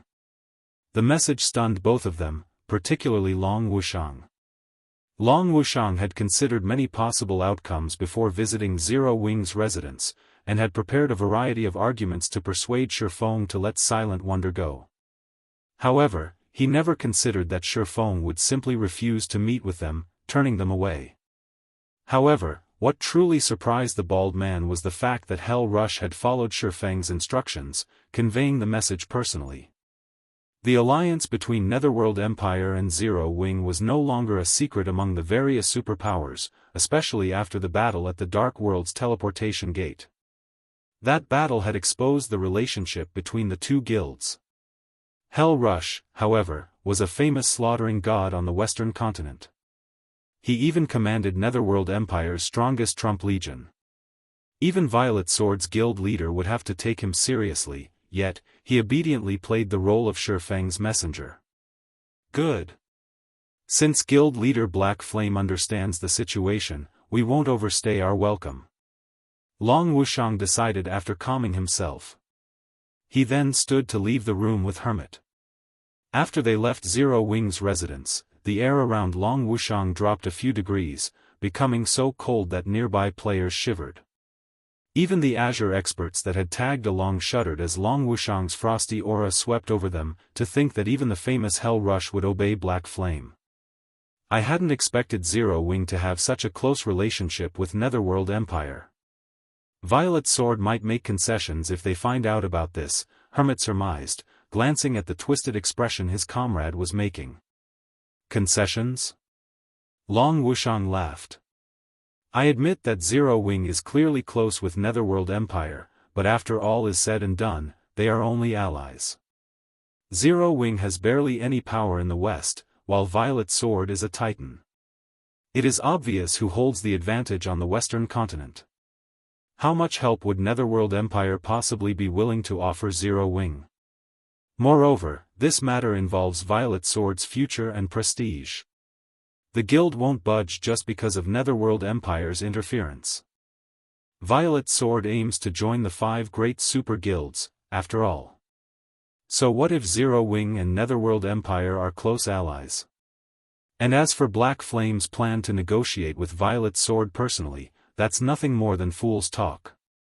Regardless, we have, more or less, completed our goals here. Will you return now? Hermit asked. Of course, I am returning, Long Wuxiang growled, sneering at Zero Wing's residence. Violet Sword has already warned the Long family. Since Black Flame wants to be stubborn, he can't blame me for passing his message on to Violet Sword. I can't wait to see his confidence vanish. Long Wuxiang then left Stone Forest City and promptly returned to the Western continent. He planned to inform the rest of his family and Violet Sword of everything that had happened. Shortly after Long Wuxiang's group left, Silent Wonder received news of Shifeng's reply. "You're not really planning to visit Violet Sword, are you, guild leader?"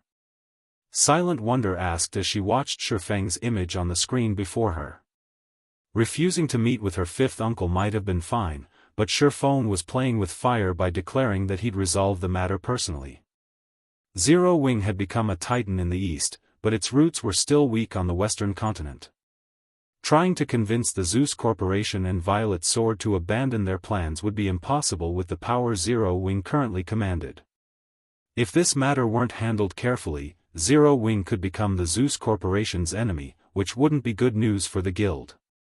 "I've already committed to it, so naturally, I'll pay Violet Sword a visit," Shifeng declared. "And we'll be going in style." Going in style? Silent Wonder could not help but wonder if Shifeng had finally gone mad. They were talking about Violet Sword, and the meeting venue would be in the west. Once the Super Guild learned about today's events, whether or not they reached Violet Sword's headquarters alive would be a problem, not to mention arriving in style. "I've heard that Azure's younger generation has been invited to train with Violet Sword. Since that is the case, you should take a break from potion making and focus on training in the Lost Town," Shifeng said, paying Silent Wonder's exasperated expression no mind. "We'll show your family and Violet Sword Zero Wing strength. But there are only a few days left before the family competition. I'm afraid it's too late to start training now," Silent Wonder complained. Her trust in Shifeng's abilities, particularly his ability to help players level up, was unwavering. He had proven this with Dark Rhapsody and Deity Society's main force members. However, the upcoming competition wouldn't be in the form of a standard duel between players. Rather, it would be a competition of combat standards and techniques. The Azure Chamber of Commerce considered weapons and equipment to be external strength. The chamber was powerful enough that acquiring the best items was only a matter of time. Hence, Azure didn't need its younger members to rely on items, but their potential. However, one couldn't just improve their combat standards and combat techniques in a short time. They would have to train arduously for long periods. Read latest chapters at Wuxia World. EU now, there were only 6 days left until the family competition. Seeking a qualitative transformation within such a short time was simply unrealistic. Moreover, while her combat talent was outstanding among Azure's younger generation, she was nowhere close to a match for the top geniuses that devoted themselves to combat. From what she had learned during the previous competition in Demon Stone Town, 2 of the younger generation were already close to the domain realm. One individual had already reached the domain realm. In contrast, she had only reached the half-step Void Realm standard. There was no way she could defeat those geniuses. "I know, but beggars can't be choosers. Besides, combat comes in various forms," Shifeng said, realizing Silent Wonder's concerns. "In any case, just make your way here. I've already given you access to the Lost Town. You can head to the residence to purchase a transfer scroll." "Alright, I'll leave immediately," Silent Wonder agreed. Since Shifeng was so confident, she had no choice but to follow his wishes. She had grown massively during her stay with Zero Wing, and she couldn't possibly sully the guild's name. Following which, she left the Candlelight trading firm and made her way to Zero Wing's residence. Chapter 2597, Changes to the Lost Town, Zero Wing's residence. With a flash of light, Silent Wonder arrived in the residence's plaza, looking worried. She was already at the half-step Void Realm standard, and crossing that barrier soon was entirely possible. A single flash of inspiration is all she would need, especially in her current state. She had already refined her control and pushed her 5 senses to their limits. Making a breakthrough in a single battle was likely. Even if she did, however, she'd, at most, reach the Void Realm before the family competition began. Her combat standards still wouldn't compare to Azure's combat geniuses. Thus, she struggled to understand why Shifeng suddenly wanted her to train in the Lost Town. This wasn't her first visit to the town, and she was aware of the Extraordinary Tower's astounding effects. The tower was the very reason she had reached the Truth Realm, although reaching the Ascension Realm was still a major challenge for her. In fact, reaching the Ascension Realm would be much harder than reaching the Void Realm. This place. Before she had even exited the teleportation array, however, the scenery dumbfounded silent wonder. Many of Zero Wing's members fought translucent phantom clones both within and outside of the residence. Their battles were fierce, and some even met their demise. Meanwhile, the Zero Wing members watching from the side seemed envious. However, what truly surprised Silent Wonder was the incredibly low mana density within the Lost Town. She couldn't even sense the flow of mana around her. Conversely, the mana within her felt far more apparent than usual. She also found it easier to manipulate. Moreover, her mind didn't feel clogged in the Lost Town like it did in most mana-deficient environments. She knew exactly how valuable such an environment was. The various powers Tier 3 experts were all busy, desperately hunting for methods to unlock their mana bodies effectively, but perceiving the mana within their bodies was incredibly difficult, let alone manipulate it. The Lost Town's environment made it easier for players to notice their own mana. Naturally, this would be immensely helpful as they worked to unlock their mana body's potential. Even so, Silent Wonder shook her head, returning to her prior thoughts. While the Lost Town's training environment had improved, she still only had 6 days left. Since travel to the Western continent would require a full day, she only had 5 days to train. Even in such a useful environment, trying to unlock her mana body in 5 days was asking for the impossible. When Silent Wonder entered the Extraordinary Tower, however, she was shocked again. If the Lost Town were a precious training ground, the Extraordinary Tower was sacred, especially to players trying to increase their mana control. In the tower, she could sense the various mana elements around her and their movement patterns. It felt like nowhere else in God's domain. What do you think? Do you think you can unlock your mana body's full potential before the family competition now? Shifeng asked as he approached Silent Wonder, smiling when he saw her dazed expression.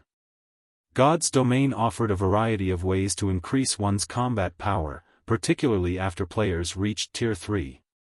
The benefits Tier 3 players could gain by improving their mana control were in no way lesser than what they could gain by training their combat standards. I can train here regularly?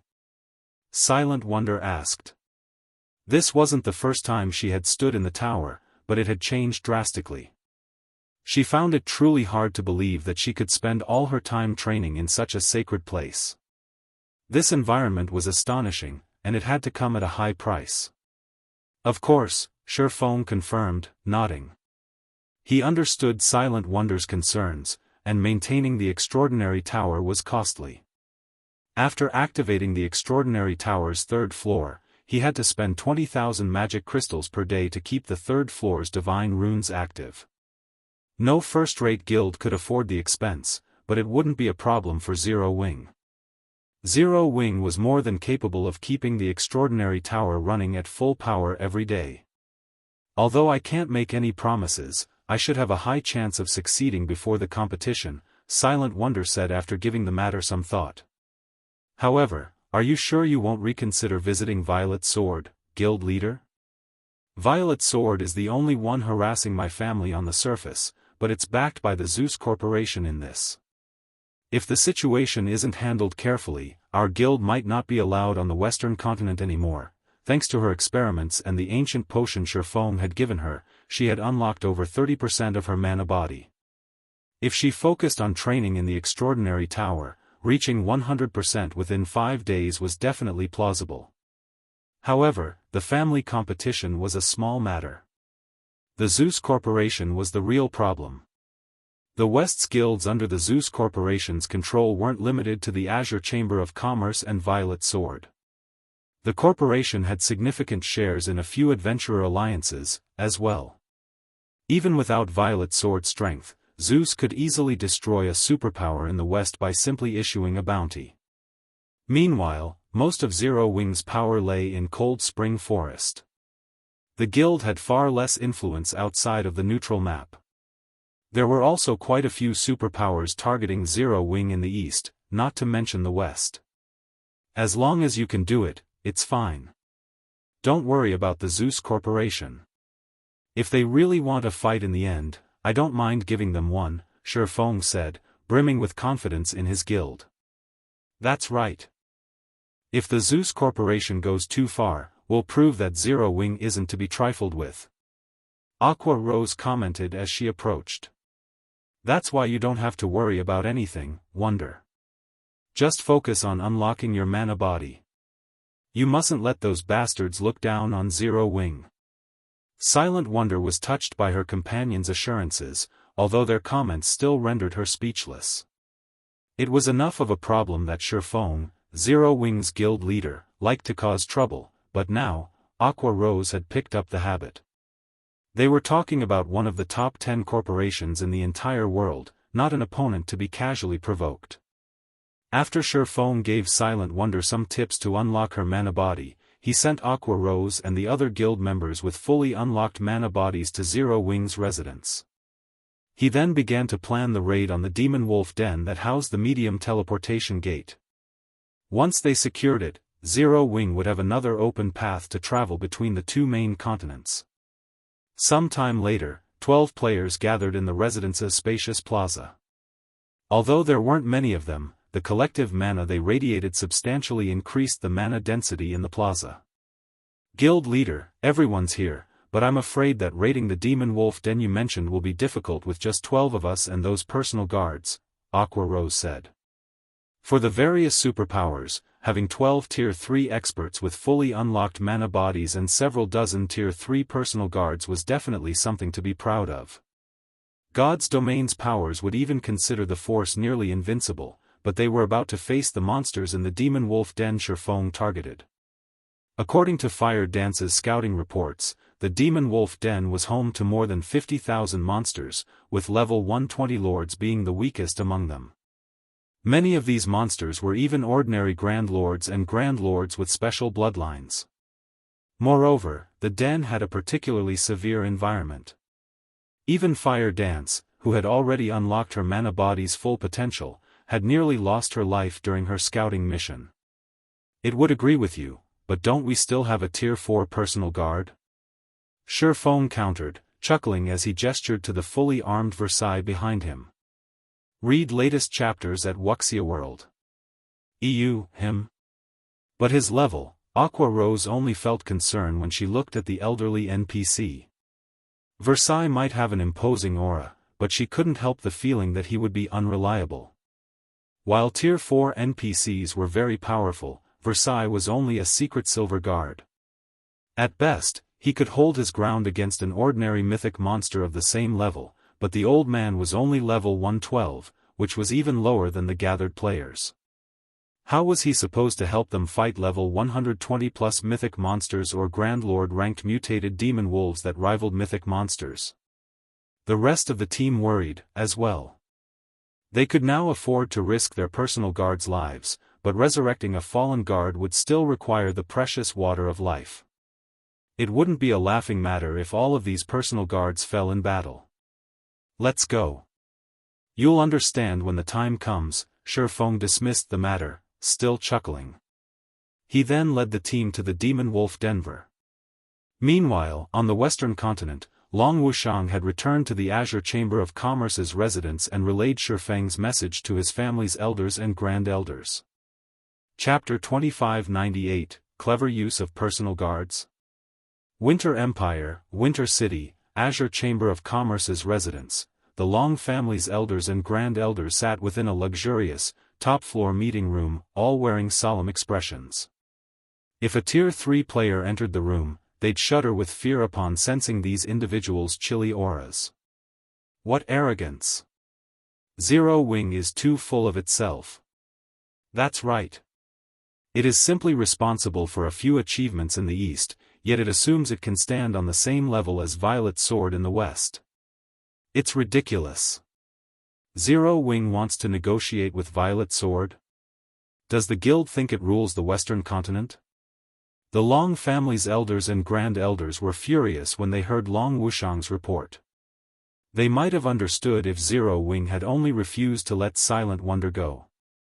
They all knew that the guild must have invested a lot of resources in the girl's development, and according to Long Wuxiang's report, she was very close to becoming a Grandmaster alchemist. The importance of a Grandmaster alchemist to a guild went without saying. A single Grandmaster could be responsible for an entire guild's prosperity. The best potions currently on the market were master rank. Obtaining a Grandmaster potion was unthinkable at this stage of the game. Any random Grandmaster potion would be immensely useful, and if a guild could mass-produce such potions, that guild would have an unimaginable advantage. Hence, they would have understood if Zero Wing had tried to fight for her. However, Shifeng hadn't stopped with a refusal to hand Silent Wonder over. He had also declared that Zero Wing would handle the situation, cutting Azure out. It was no more than calling them all incompetent. Since Zero Wing has had made the promise, we'll wash our hands of this matter for now. Once Zero Wing embarrasses itself, it will learn when to take a step back, the keen-witted, middle-aged man in the seat of honor said. But what are Wonder's thoughts on this, old five? Wonder is quite hesitant, big bro, but once Zero Wing embarrasses itself, I doubt she'll sit by and watch her guild and family fall into ruin. I am sure she'll head to Violet Sword to continue her development, Long Wuxiang surmised after giving the matter some thought. That makes things simple. All we need to do is let things progress. While Zero Wing might be powerful enough to cause waves on the eastern continent, it can do nothing in the west. I realize that we don't wish to tie our family's elites to the Zeus Corporation. The company has chosen to use us as an example to unify the powers under its command. We have no way out of this mess, the clever man said, sighing. The elders and grand elders in the room fell silent. The Long family had become Azure's leading family and enjoyed untold glory on the surface, but in truth, it faced increasing pressure. If the Long family could not continue to grow stronger, only an endless abyss would await them in the end. After all, the Zeus Corporation only supported the Azure Chamber of Commerce. It didn't care who was in charge. As the clever man had said, Zero Wing couldn't accomplish anything on the western continent. All the Long family needed to do was sit back and watch the show. While the Long family's elders met, Shifeng and his party finally reached the dangerous canyon within the east's Demon Wolf mountain range after some time traveling on their flying mounts. The canyon was full of level 120+ demon wolves. Quite a few Grand Lord-ranked mutated Crimson Demon Wolves and three-headed Demon Wolves rested on the canyon's broken cliffs, and two 20-meter-tall, Mythic-ranked three-eyed Ice Demon Wolves rested before a cave entrance, both radiating powerful, frosty auras. Ice Demon Wolf, demonic creature, High Lord, level 123 HP 63000/63000000, three-headed Demon Wolf, demonic creature, Grand Lord, level 124 HP 540,000/540,000,000, mutated Crimson Demon Wolf, demonic creature, Grand Lord, level 125 HP 1-200,000,000/1-200,000,000, three-eyed Ice Demon Wolf, demonic creature, Mythic, level 127 HP 3,100,000/3,100,000,000. When they saw the countless monsters, Zero Wing's members gasped. They had already learned about the incredible number of extremely powerful demon wolves in the canyon from Fire Dance's report. Still, they couldn't help but shudder upon seeing the monsters for themselves. This looked like more of a demon wolf city than a canyon. Even a team with over 5,000 level 120, Tier 3 players would struggle to raid this demon wolf den, much less their team of 12 and several dozen Tier 3 personal guards. With just a glance, they counted more than 300 three-headed demon wolves and mutated crimson demon wolves, and the Grand Lords guarded every entrance into the canyon. 2 three-headed ice demon wolves also stood guard at the mouth of the cave. The ice-type mana the 2 level 126 mythic monsters radiated was no laughing matter, and since all of the team's players had fully unlocked their mana bodies, they could sense how much mana the 2 monsters radiated.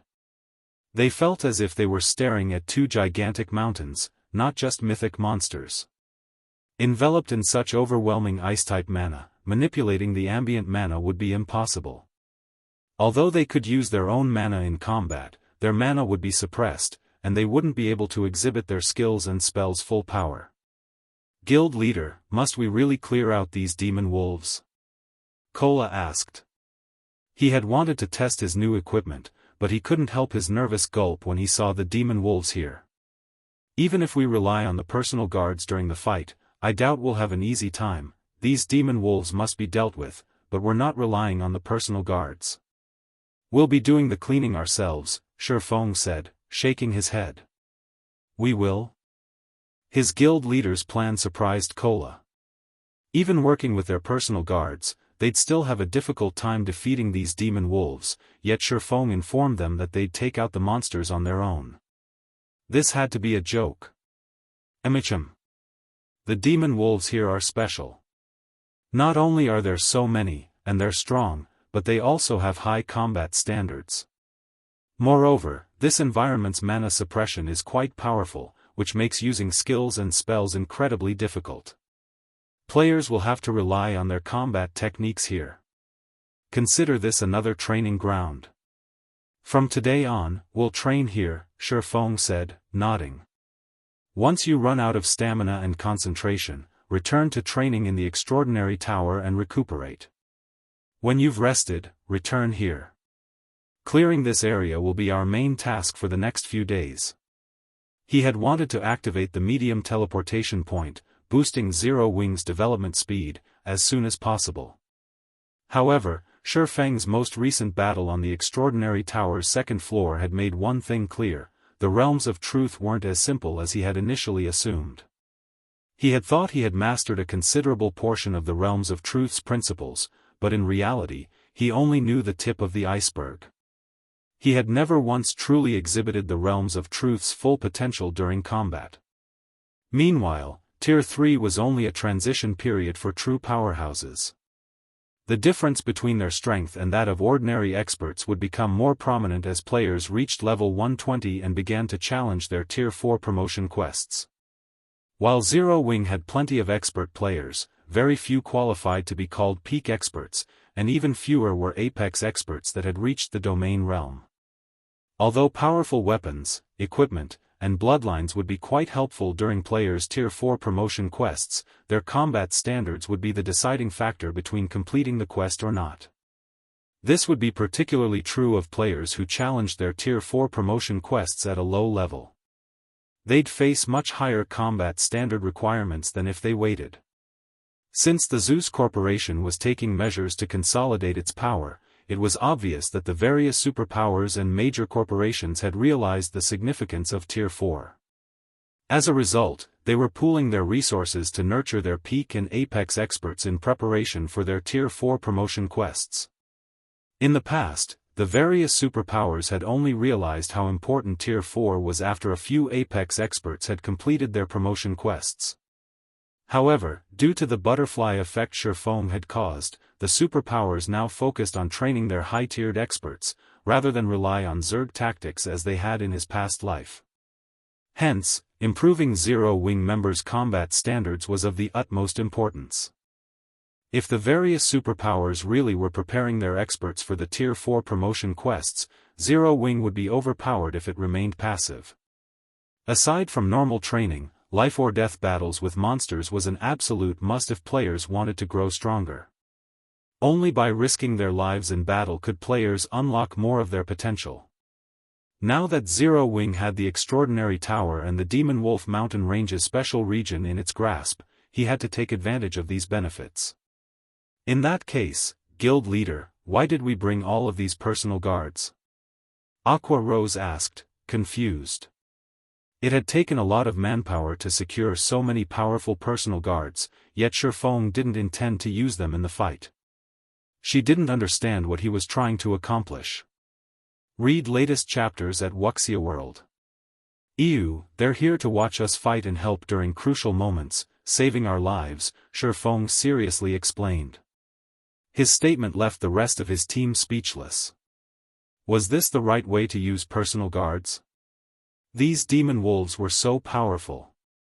Even if they fought alongside their personal guards, victory wasn't guaranteed, so how were these NPCs supposed to protect them?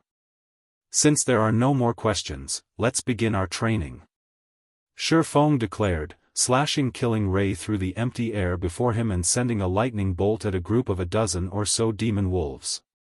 The attack startled over 1,000 nearby monsters, and the demon wolves turned to glare at Shifeng's group, the rage in their eyes making Kola and the others shiver. Before the team could react, the 1,000 or so monsters charged toward them. Chapter 2599, True Tier 4. Kola and the others grew nervous as the demon wolves swarmed. Most of the monsters were only High Lord ranked ice demon wolves, but with their high levels, their basic attributes could rival that of level 115 Great Lords. In other words, they had to face more than 1,000 Great Lords of the same level simultaneously, and every one of these monsters had the combat standards to reach the Trial Tower's 3rd floor. Moreover, quite a few three-headed demon wolves ran with this pack. These monsters moved like a powerful tsunami that could wipe out anything in its path.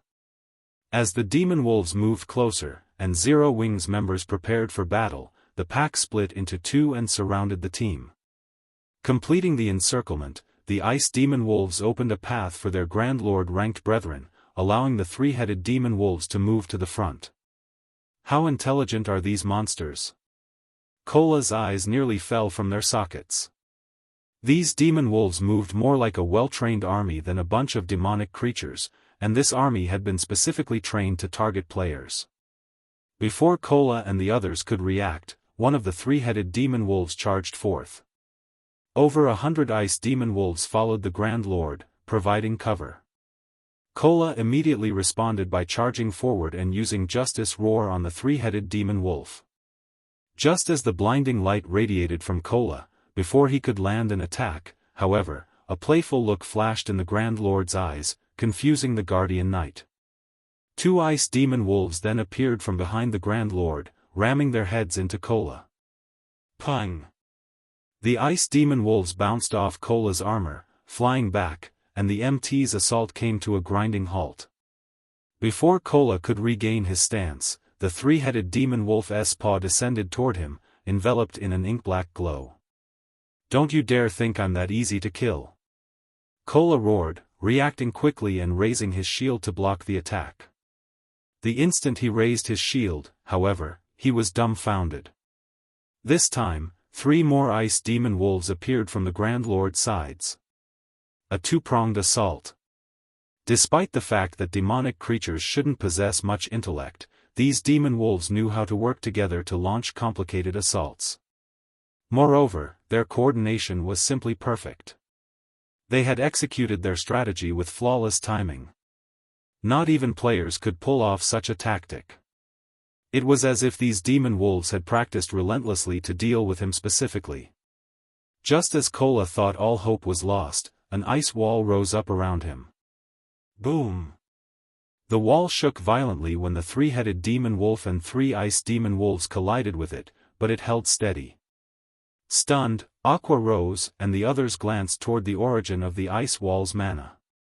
None of them had been able to react to the demon wolves' attacks in time to save Kola, but someone had cast ice wall around the MT just before the 4 monsters' attack landed. The ice wall was only a tier 2 spell, yet it had even stopped the Grand Lord-ranked 3-headed demon wolf. It was unbelievable. Locating the caster, the team stared at Versailles, the elderly man behind Shifeng. However, to their surprise, there wasn't a magic array around the NPC or the crystalline staff he wielded, yet he had created the ice wall. When players cast spells, they first needed to form the necessary magic array. Even instantaneous spells required arrays to cast, and all magic arrays took time to form. Although instantaneous spells arrays manifested much faster, time was still needed for their completion. Versailles, however, had cast the Tier 2 ice wall without any magic arrays, as if the spell had taken shape with a thought. Moreover, his ice wall was astonishingly powerful. Enraged, the three-headed demon wolf glared at Versailles. All three of the Grand Lord's heads opened their maws, and a twofold magic array began to form beneath the monster's feet. After a brief pause, the three wolf heads spat a frightening storm, resembling a hurricane, which threatened to devour everyone in the area. No one had any time to dodge the attack.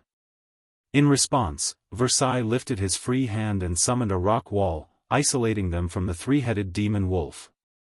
The powerful storm attack didn't even shake the rock wall. Even after exhausting its energy, the storm only cleaned the wall of loose dirt. Kola and the others were flabbergasted. That attack had undoubtedly been a Tier 3 curse. Including the fact that the three-headed demon wolf was a level 124 Grand Lord, the attack rivaled a full-powered hit from a level 120 Mythic monster, yet Versailles had effortlessly blocked it. Meanwhile, the Tier 4 NPC summoned stone spikes beneath the other two three-headed demon wolves, who were preparing a long-range ambush, and broke the other Grand Lord's concentration. A Tier 4 NPC is actually this strong? Aqua Rose was utterly baffled as she watched. She had thought Sherfong was overestimating Versailles, who was only a level 112 secret silver guard. He might be a Tier 4 NPC, but fighting this formidable demon wolf army should still give him some trouble. But after witnessing Versailles' performance, she understood why Sherfong thought so highly of the elderly NPC. Versailles had instantly cast 3 spells to interrupt the 3 Grand Lords' attacks. In other words, he could triple instant cast. Moreover, all 3 of his spells were incredibly powerful, despite their low tier. Versailles was on a completely different level than the Tier 4 NPCs she had encountered before. Everyone, be more careful. Although we have Versailles protection, it isn't foolproof. These demon wolves are extraordinary. Not only are they incomparably cunning, but they also know how to take advantage of all sorts of opportunities. You need to be vigilant at all times, Sherfong warned, chuckling when he saw his teammate's surprise. Any NPC that could reach Tier 4 was a dragon among men. These individuals could protect entire cities without help. How could any of them possibly be weak? Moreover, humans at Tier 4 were completely different from monsters at the same tier. Humans needed to rely on techniques and mana control to complete their Tier 4 promotion quests, but monsters could reach the tier as long as they and their bloodline were sufficiently powerful. Hence, even if a Tier 4 human NPC was slightly lower level than a Tier 4 monster, they could rely on their superior techniques to fill the gap. Furthermore, a Tier 4 secret silver guard's growth rate was by no means lacking. Sherfeng's warning snapped everyone from their stupor, and a passionate flame began to bum in their eyes. The demon wolves before them were indeed extraordinary. That was clear after witnessing Kola's brief battle. Not only could these monsters chain their attacks, but they also knew how to target players' weak points. Most importantly, this wasn't a training session, but a life-threatening battle where they could exhibit their full potential. This was a battlefield that all expert players dreamed of. The 11 team members immediately cleared their minds and focused on the fight before them. Although their attention was on the demon wolves in front of them, they kept an eye on the monsters around them, as well. Sherfong wasn't idle either. He immediately charged at 2 of the 3-headed demon wolves in the distance, trying to integrate his basic combat techniques in his every movement. Trying to use combat techniques with every action was incredibly difficult. When he had fought the swordsman on the extraordinary tower's second-floor staircase, he hadn't spared any attention or time for conducting such experiments. The tower had reduced his physique to that of a Tier 1 player, and he had barely been able to keep up with the second floor's swordsman as it was. If he had tried to combine combat techniques with his movements, his efforts would have yielded the opposite effect. Fortunately, these demon wolves were the perfect practice targets. Not only did they target players' weak points, but he could also maintain his Tier 3 physique during the fight. He would have more than enough energy to spare for practicing his combat technique integration. Shifeng proceeded to engage in a bitter battle with the two three-headed demon wolves and several hundred nearby ice demon wolves. Whenever he focused his attacks on the Grand Lords, the ice demon wolves pounced to intercept him. Some of the High Lords even used the chance to launch surprise attacks, preventing Shifeng from using any of his skills or spells. He could only rely on combat techniques, which were faster, to defend himself. As the battle progressed, Shifeng grew increasingly familiar with using basic combat techniques in combat. Initially, he had only been able to execute a basic combat technique perfectly once every dozen or so moves, but he gradually reduced that to 5 or 6 moves. As he did, his fight against the three-headed demon wolves became easier. Now, even his normal attacks were stronger than the level 124 Grand Lords. In fact, Shifeng began to gain the advantage against the two three-headed demon wolves and several hundred ice demon wolves as the battle continued. Aqua Rose and the others also improved with flying speed. At first, their fight with the demon wolves had been arduous, and Versailles had had to rescue them from time to time. However, they began to learn how to use their environment, and now, all of their movements resembled combat techniques. The team continued to train for 5 consecutive days. During that time, they traveled between the Demon Wolf Den and the Extraordinary Tower. Not only had all of the team members reached the Ascension Realm standard in the end, but Fire Dance, Violet Cloud, and Aqua Rose had also created customized bronze combat techniques. Everyone had also leveled with astonishing speed. The Demon Wolf Den's monsters didn't drop loot, but they did grant abundant EXP. In addition, Shifeng had sent the personal guards to clear out a portion of the den while everyone trained. As a result, the team members had leveled twice during the past 5 days. Unfortunately, due to the demon god, Atlok's soul curse, Shifeng had lost one of the 2 levels he had earned. Hence, he had only reached level 118. Sure enough, my combat power has risen considerably after integrating basic combat techniques with my movements. Overall, both my offense and defense have improved. If I can do the same with advanced combat techniques, I might be able to transcend tiers, Shifeng thought as he fought 3 three-headed demon wolves simultaneously. Read latest chapters at Wuxia World. After 5 days of frantic training, he had finally merged basic combat techniques with his movements. Now, he could effortlessly execute a basic combat technique with every action.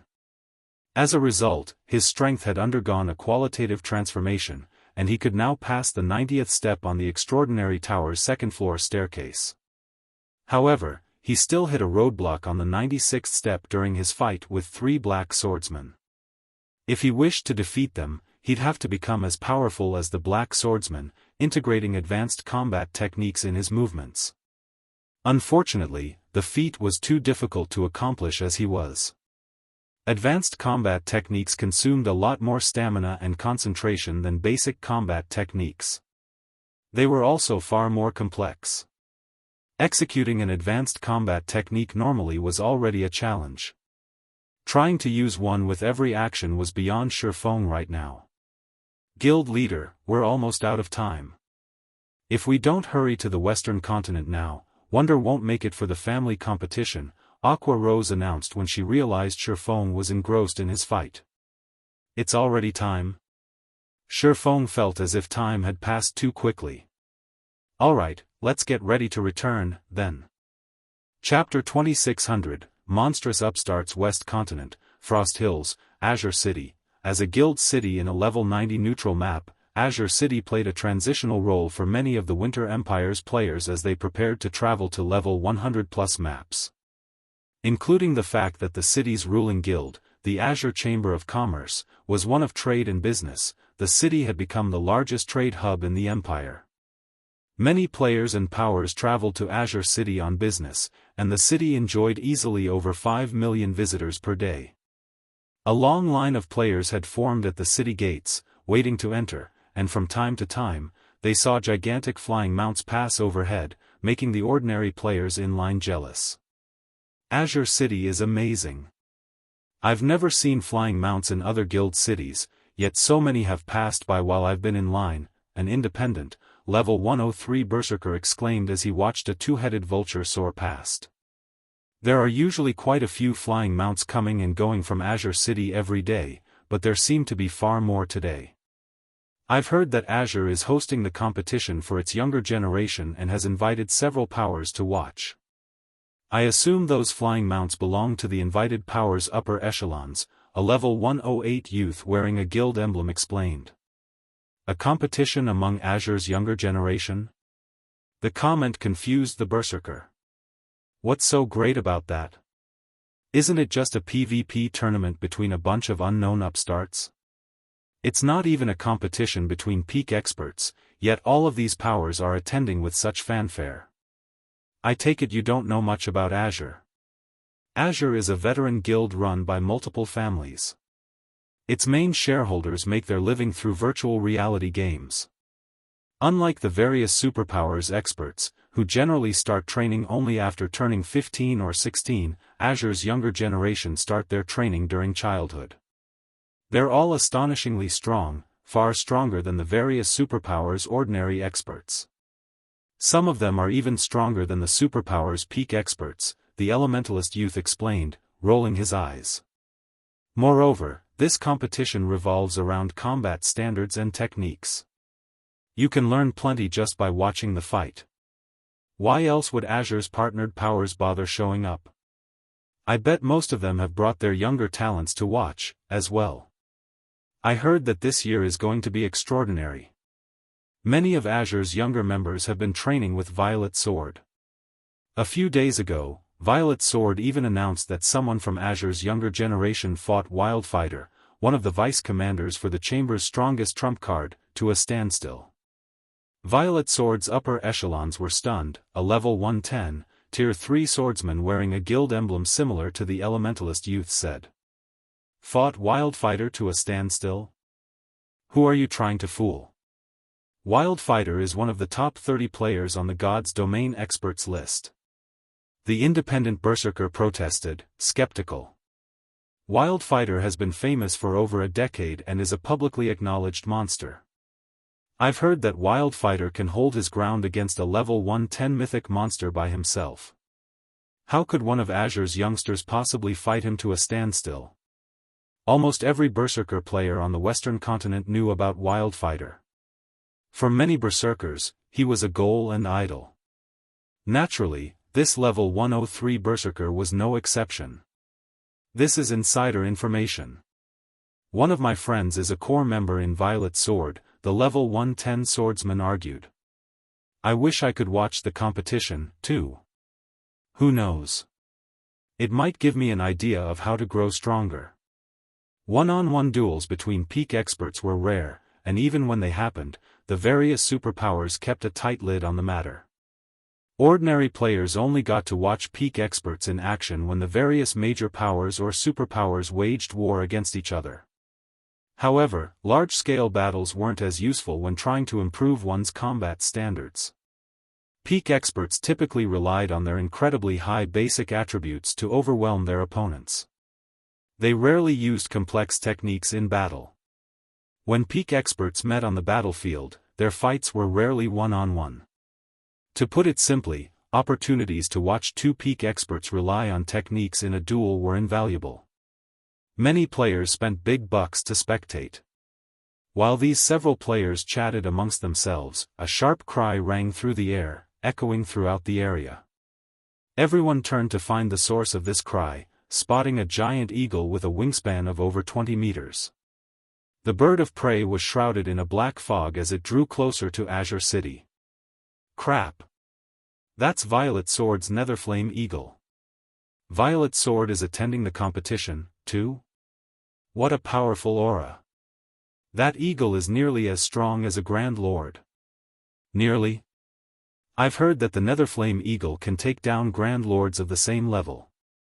Very few flying mounts in the East are as powerful. Awe flashed in everyone's eyes as they spoke about the flying mount above. A flying mount that rivaled Grand Lords of the same level was incredibly useful. As long as players had high enough DPS and that flying mount, killing Grand Lords in the fields with a small team was entirely possible. Furthermore, the Netherflame Eagle was fast enough to save players plenty of travel time. As everyone discussed the flying mount, the Netherflame Eagle blurred as it flew to Azure's residence within the city. When the massive flying mount landed, over a dozen people jumped off its back. They were all level 111, except for the white-haired old man that remained seated. He had already reached level 112. Violet Sword has taught you everything you need to know. I hope you won't disgrace the guild's good name. If you fail, you'd better not mention that I taught you. You won't get a second chance to train with Violet Sword, either. The white-haired elder indifferently warned his travel companions. Don't worry, Instructor Tori. We'll show the Long family how foolish they've been to decline your training, a silver-eyed, blue-haired youth with a great sword slung across his back respectfully promised. Good. I will be waiting in Holy Flame City. Do not disappoint your elders or me, the white-haired elder said, nodding. His gaze held a hint of warmth as he looked down at the blue-haired boy. Atop his Netherflame Eagle, the white-haired elder left the city. Meanwhile, the blue-haired youth's group immediately attracted the attention of Azure's members and upper echelons. Fifth uncle, they've clearly grown a lot stronger during their training, especially Solitary Frost. I still can't believe he fought Wildfighter to a standstill. I've also heard that he has a favorable view of Yan Xiaoqian, and she has made great progress with her training. They won't be easy opponents, Burning Owl cautioned, astonished as he watched the group of youths in the middle of the plaza. Burning Owl had thought he had a chance of securing one of the top 3 positions in the upcoming competition, but after seeing the other family's experts return from their training with Violet Sword, his confidence started to waver. Let's hope Silk Moon has improved as well. Otherwise, our family might struggle to rank among the top 3, Long Wuxiang agreed, frowning. The Long family didn't expect to earn first place in this competition. The gap between their younger members' strength and the other family's participants was simply too large. Solitary Frost, in particular, was on an entirely different level, and many of the others had already reached the Void Realm. Silk Moon, the Long family's most talented combat player among the Long family's younger generation, was the family's last hope. Just as Solitary Frost's group was about to leave the plaza, and the crowd was about to disperse, everyone heard a loud humming from above the city, causing quite the commotion. Read latest chapters at Wuxia World. What's that sound? Is some kind of special event about to happen in Azure City? Everyone was curious about the humming sound, with many players emerging from hotels and bars to get a better look at its source. When everyone found the sound's origin, however, they were all dumbfounded. 100-meter-long, steel behemoth flew toward the city as they watched. What's going on? Is that a flying ship? Chapter 2601, Zero Wings Arrival, Competition begins. The flying ship's arrival startled Azure City's players. Many of the powers that had come to watch Azure Chamber of Commerce's competition were stunned. Aside from how rare flying ships were in God's domain, its colossal size was shocking enough. Flying mounts, which most players thought were gigantic, looked like children in comparison. Which power owns that flying ship? Doesn't showing up like this seem like grandstanding? Has a super guild come to watch the competition? Azure City's players fell into heated discussions as they watched the rapidly approaching flying ship. The various powers members, who had come to spectate Azure's competition, were especially taken aback. Everyone wanted to know who owned the airborne vessel. Flying Mount's aerial combat power was nothing compared to that of a flying ship. Such a vessel was also stronger than Flying Mounts in other aspects. A flying ship could instantly elevate any ordinary guild standing in God's domain. The guild's main force might even develop as quickly as the main force from a first-rate guild. While everyone discussed the ship's arrival, the flying ship drifted to a stop above the plaza in Azure's residence. When it landed, everyone eagerly stared at the ship's hatch, overcome with curiosity. Several cloaked players, all of whom had concealed their information and appearances, disembarked. One woman, however, wasn't wearing a black cloak. Rather, she wore luxurious, dark blue mage robes and instantly became the center of attention in the plaza. Players didn't just stare because of her powerful aura. Everyone was also astonished that she had actually reached level 113. She was the highest-leveled player they had ever seen. The white-haired elder from Violet's Sword had already reached level 112, yet this woman surpassed him by one level. She was obviously an extraordinary expert. Silent Wonder? Isn't she from the Long family, a level 110, tier 3 ranger, who had come to watch the competition, wondered when he saw her statistics. Since when did the Long family have a relationship with such an astounding power? To think that, aside from the Zeus Corporation, the Long family has the support of such a powerful entity. It's no wonder why the Long family isn't afraid of the Zeus Corporation. The various spectating powers' upper echelons were surprised when they saw Silent Wonder. They had never considered that the Long family would have such a powerful foundation. For a time, these upper echelons reconsidered their views of the Long family. What grandeur! They actually arrived in a flying ship. Long Wuxiang, who watched from within Azure's residence, clicked his tongue as Zero Wings members emerged from the Crimson Dragon flying ship. The Crimson Dragon flying ship was Zero Wings' symbol in the east, just as the Netherflame Eagle was Violet Sword's. Only, since information between the two main continents was restricted, few powers in the west knew about the flying ship. Isn't this great, fifth uncle? At the very least, our momentum isn't any slower than the others, Burning Owl said, smiling. Violet Sword was too overbearingly famous. The fact that the Super Guild had escorted Solitary Frost's group to Azure City atop a Netherflame Eagle was enough to sway Azure's neutral elders and Grand Elders. Some had even initiated negotiations with Solitary Frost's and his companions' families. What's the point of this meaningless display now? Actions speak louder than words, in the end. Long Wuxiang disdainfully dismissed. Zero Wing might have a lot of influence on the eastern continent, but the same couldn't be said in the west. Meanwhile, the Azure Chamber of Commerce's main area of development lay in the west, which was also the Zeus Corporation's home ground. Zero Wing couldn't do anything to help Azure. Little Qian, your opponent has finally arrived, a level 111, tier 3 female assassin announced, glancing at Yan Xiaoqian. By the looks of it, she's grown a lot stronger. You have a tough fight against her. A tough fight? Yan Xiaoqian only rolled her eyes. Calmly, she said, her alchemy techniques might be stronger, but she's no match for me in combat. The Long family's only decent fighter is Silk Moon. If she hasn't grown stronger since we last met, taking second place in this competition will be a breeze. Yan Xiaoqian's comment had been firm and without any hint of arrogance. She had said it as if it was just a normal fact.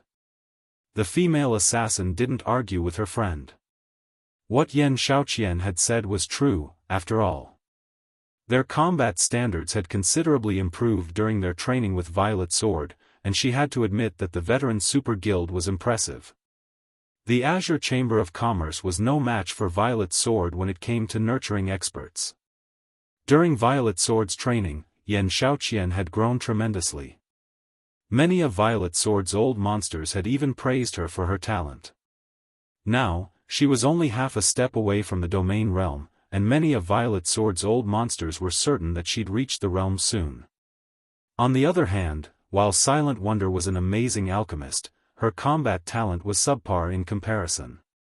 She hadn't even reached the Void Realm before the previous competition. Even if Zero Wing were capable and helped Silent Wonder reach the Void Realm since, that wouldn't change anything. Even between Void Realm experts, there was a massive difference in strength. While the female assassin and Yan Xiaoqian conversed, a middle-aged man with a chilling aura and pale complexion approached.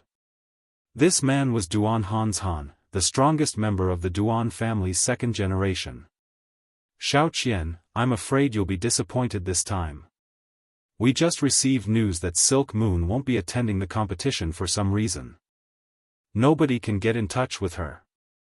The entire Long family is panicking over the matter, Duan Han interjected. Silk Moon isn't coming? Doesn't that mean the Long family is finished? The female assassin asked. Silk Moon was the Long family's last hope of securing one of the top 3 positions in this competition. If she had succeeded in earning one of those positions, the Long family would have retained its reputation. However, now that Silk Moon couldn't make it, the Long family had a bleak future ahead. The Long family currently held the right to rule the Azure Chamber of Commerce, but the younger generation would determine the guild's future. If the Long family's successors weren't up to the task, who would trust the family to run Azure? Soon, both the Zeus Corporation and the Chamber's various shareholder families would use the Long family's ineptitude as an excuse to reclaim Azure's ruling rights. That's why all of you need to perform well. We mustn't allow any member of the Long family to take one of the top 3 positions. This isn't just the family's requirement, but the Zeus Corporation's, as well. As long as you succeed, you will all have another opportunity to train with Violet Sword, Duan Han said seriously.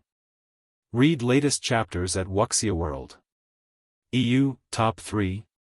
Doesn't that only leave Burning Owl as a threat? The female assassin surmised, turning to look at the distant Burning Owl, who wore an ugly expression. Burning Owl was undoubtedly a peak expert. None of them had been a match for his combat standards in the past, but after training with Violet Sword, the 5 individuals from the various shareholder families had joined the ranks of peak experts.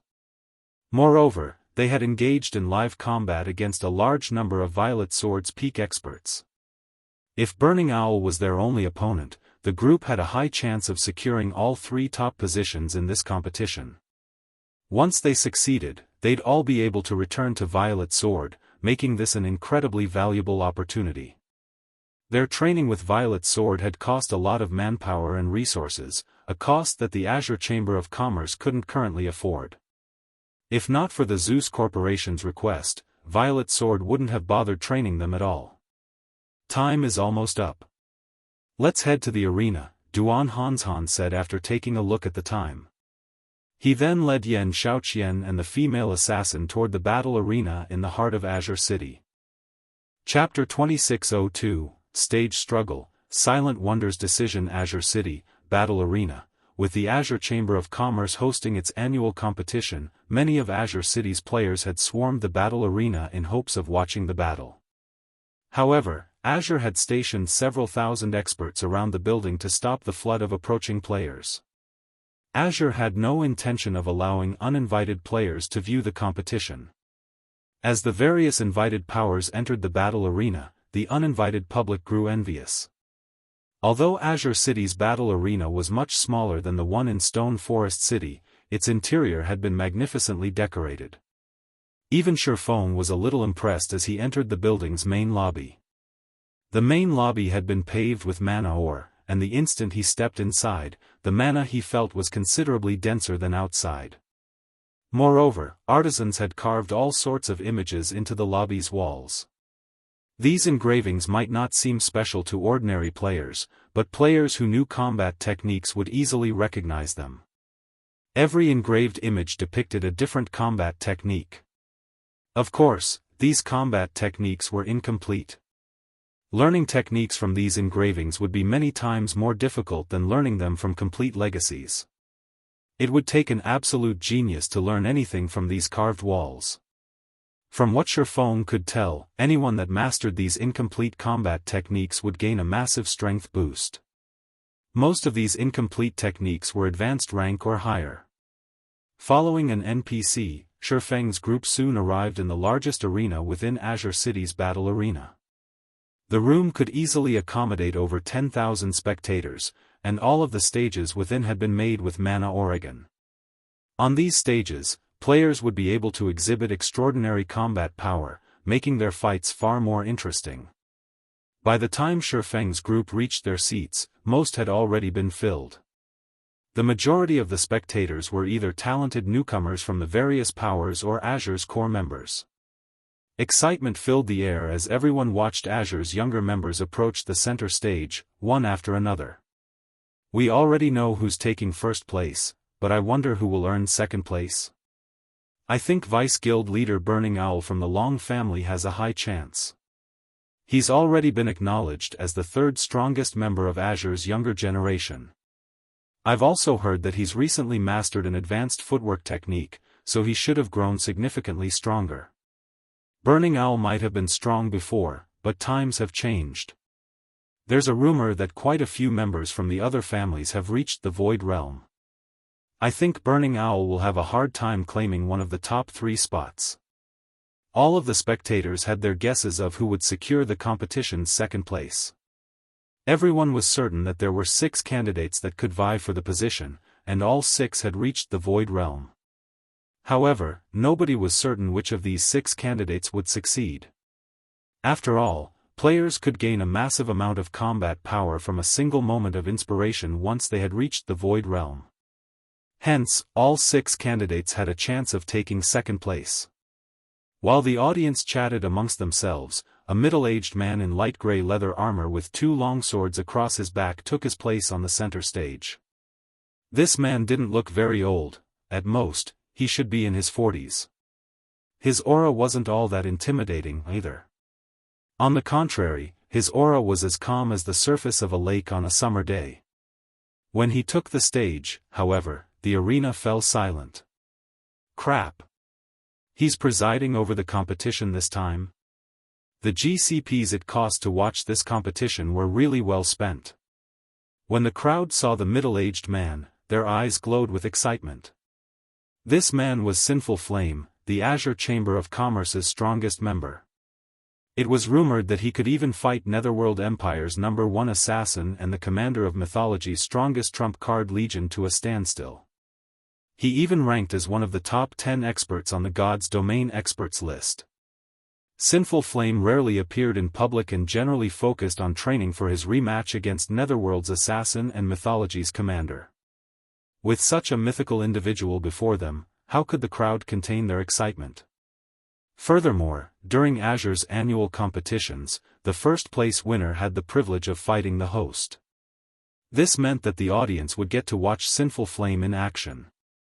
This was an incredibly rare opportunity. I won't bore you with nonsense. During past competitions, we have chosen 6 members from the first phase to participate in the main event. However, Azure has gained much over the last year. As many as 7 of our members have reached the Void Realm and beyond. Rather than the usual 6, we will choose 8 individuals to participate in the main event this year. Sinful Flame announced, glancing at the youngsters before him. Any of you who wish to challenge yourselves may begin, but because we have quite a few who have reached the Flowing Water Realm, every member may only challenge 2 opponents, instead of the usual 3. Choose wisely. When Sinful Flame finished his opening statement, the central stage split into 8 smaller stages, each with a 60-yard radius. It gave Tier 3 players more than enough room to display their skills. In addition, the same rules applied to every stage. All players' basic attributes would be equalized. This would ensure that the fighters had to rely on their combat standards to win. Once the 8 stages settled in place, Solitary Frost and the other Void Realm or higher experts split up, choosing a stage. The other members from the various families hesitated to approach the 8th stage, however. Solitary Frost's team of 7 clearly had incredibly high combat standards, but the rest of the participating members had only reached the Flowing Water Realm. Challenging these 7 would only result in one outcome: defeat. None of them were foolish enough to waste their 2 challenge opportunities. If they took the 8th stage, however, they'd be forced to face numerous opponents. While they might be able to secure consecutive wins, every battle would expose more of their strength. This, in turn, would reduce their chances of winning. Why isn't anybody taking the 8th stage? Sinful Flame demanded. Aside from the usual rewards the guild has prepared for the top 3 victors, the Zeus Corporation has promised to send the top 8 fighters to train in Violet Sword's magical secret land. You should all cherish this opportunity. Read latest chapters at Wuxia World. EU. With that, excitement flashed in the participating players' eyes. Violet Sword occupied a magical secret land that came with a training ground that had survived since ancient times. Although training in this secret land wouldn't be as beneficial as their prior training with Violet Sword, it could help players rapidly improve. If they could spend some time in that secret land, breaking through to the Void Realm would be entirely possible. They might even become an elder in the guild. Suddenly, every one of these players made a mad dash for the 8th stage. Is Second Sister holding back? Burning Owl wondered in confusion as he glanced at Silent Wonder, who remained still even after the announcement.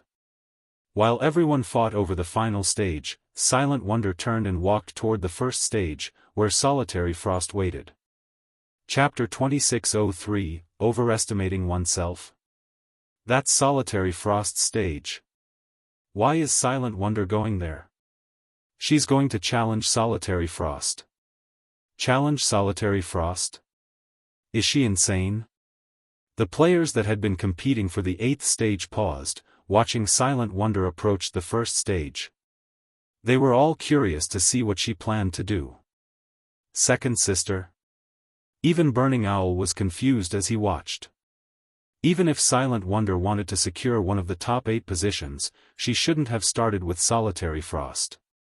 Solitary Frost had always been stronger than the rest of Azure's younger generation, and now, after his training with Violet Sword, he was on a completely different level.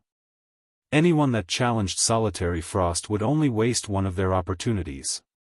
Xianxia was just as astonished as she watched Silent Wonder from her position on the second stage. She might not have been surprised to see the Long family's Silk Moon challenge Solitary Frost, since she would actually have a chance of winning, but why would Silent Wonder challenge that monster of a player? This competition wasn't like the previous alchemy competition. They weren't fighting monsters this time, and superior levels and equipment couldn't help Silent Wonder here. On these 8 stages, everyone's basic attributes would be the same. Players would have to rely on their combat standards and techniques to win. Silent Wonder could never be a match for Solitary Frost in these aspects.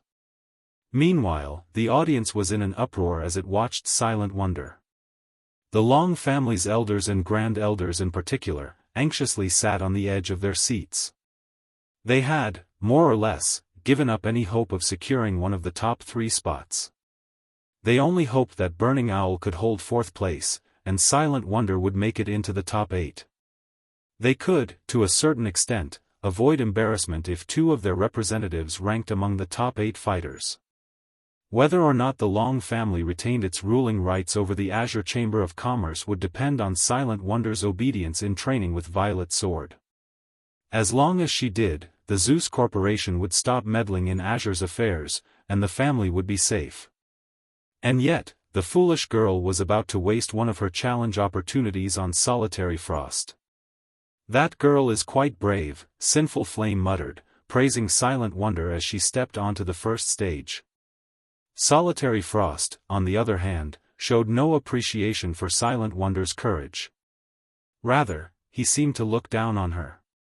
To challenge me directly, it seems you've improved quite a bit in Zero Wing, Wonder, Solitary Frost said coldly. The selection for the 8 finalists had just begun, yet Silent Wonder had chosen to challenge him now. If she were truly powerful, she would be more than capable of facing off against him in the main event. By choosing him now, she was declaring to every player in the arena that he was an easy opponent. Essentially, she was trying to humiliate him. I have indeed improved in Zero Wing, so I'd like to test my limits on you, Silent Wonder honestly replied, nodding. I guess you're serious, then, Solitary Frost reasoned, his anger subsiding as he realized that Silent Wonder wanted to fight him in earnest, not make fun of him. His expression shifted, becoming serious, and he pulled the silver greatsword from its sheath across his back. In that case, show me how much you've grown in your little guild. Thank you. Silent Wonder offered the words of gratitude, knowing Solitary Frost would take her seriously. There's no need for that. I appreciate all true challengers. I hope you won't disappoint me. During my training with Violet Sword, only Xianxia withstood a few of my moves.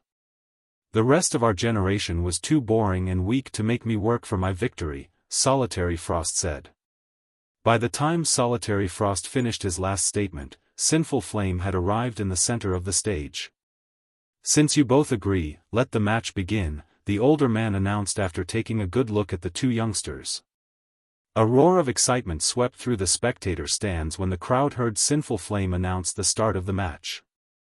They had never thought Solitary Flame would take Silent Wonder's challenge seriously, and they couldn't contain their enthusiasm. And here I thought I'd have to wait until the main event to watch a Solitary Frost and Burning Owl duke it out. Thanks to Silent Wonder, I'll get to watch Solitary Frost in a serious battle now. I wonder how many minutes Silent Wonder will last.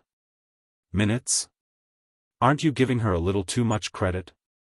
I doubt even Burning Owl will last more than 10 moves against Solitary Frost. The various Powers members had heard plenty about Solitary Frost. Many of them had even come just to see how powerful the boy, who had fought the famous Wildfighter to a standstill, was. Wildfighter was a legend among berserkers, and getting a chance to see such an individual in action was almost impossible. However, if Solitary Frost fought with all he had, they could get a feel for how strong Wildfighter was. Once Sinful Flame had initiated the match on the first stage, Solitary Frost and Silent Wonder moved to their designated positions and prepared for battle. I've heard that Xianxia used to consider you a rival. In that case, I'll use the same move that defeated her against you. I hope you're ready. Solitary Frost wanted Silent Wonder, who stood 40 yards away.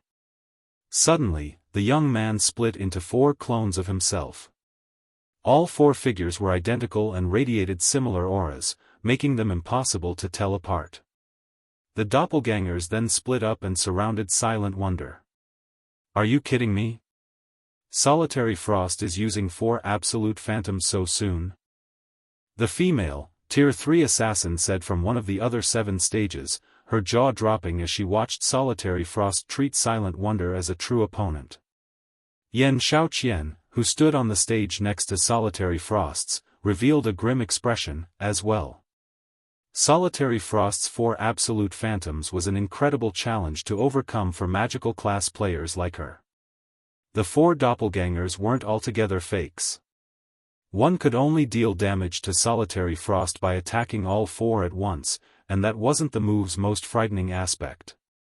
The true danger lay in the fact that Solitary 9 could control all of his doppelgangers with as much precision as he controlled his own body.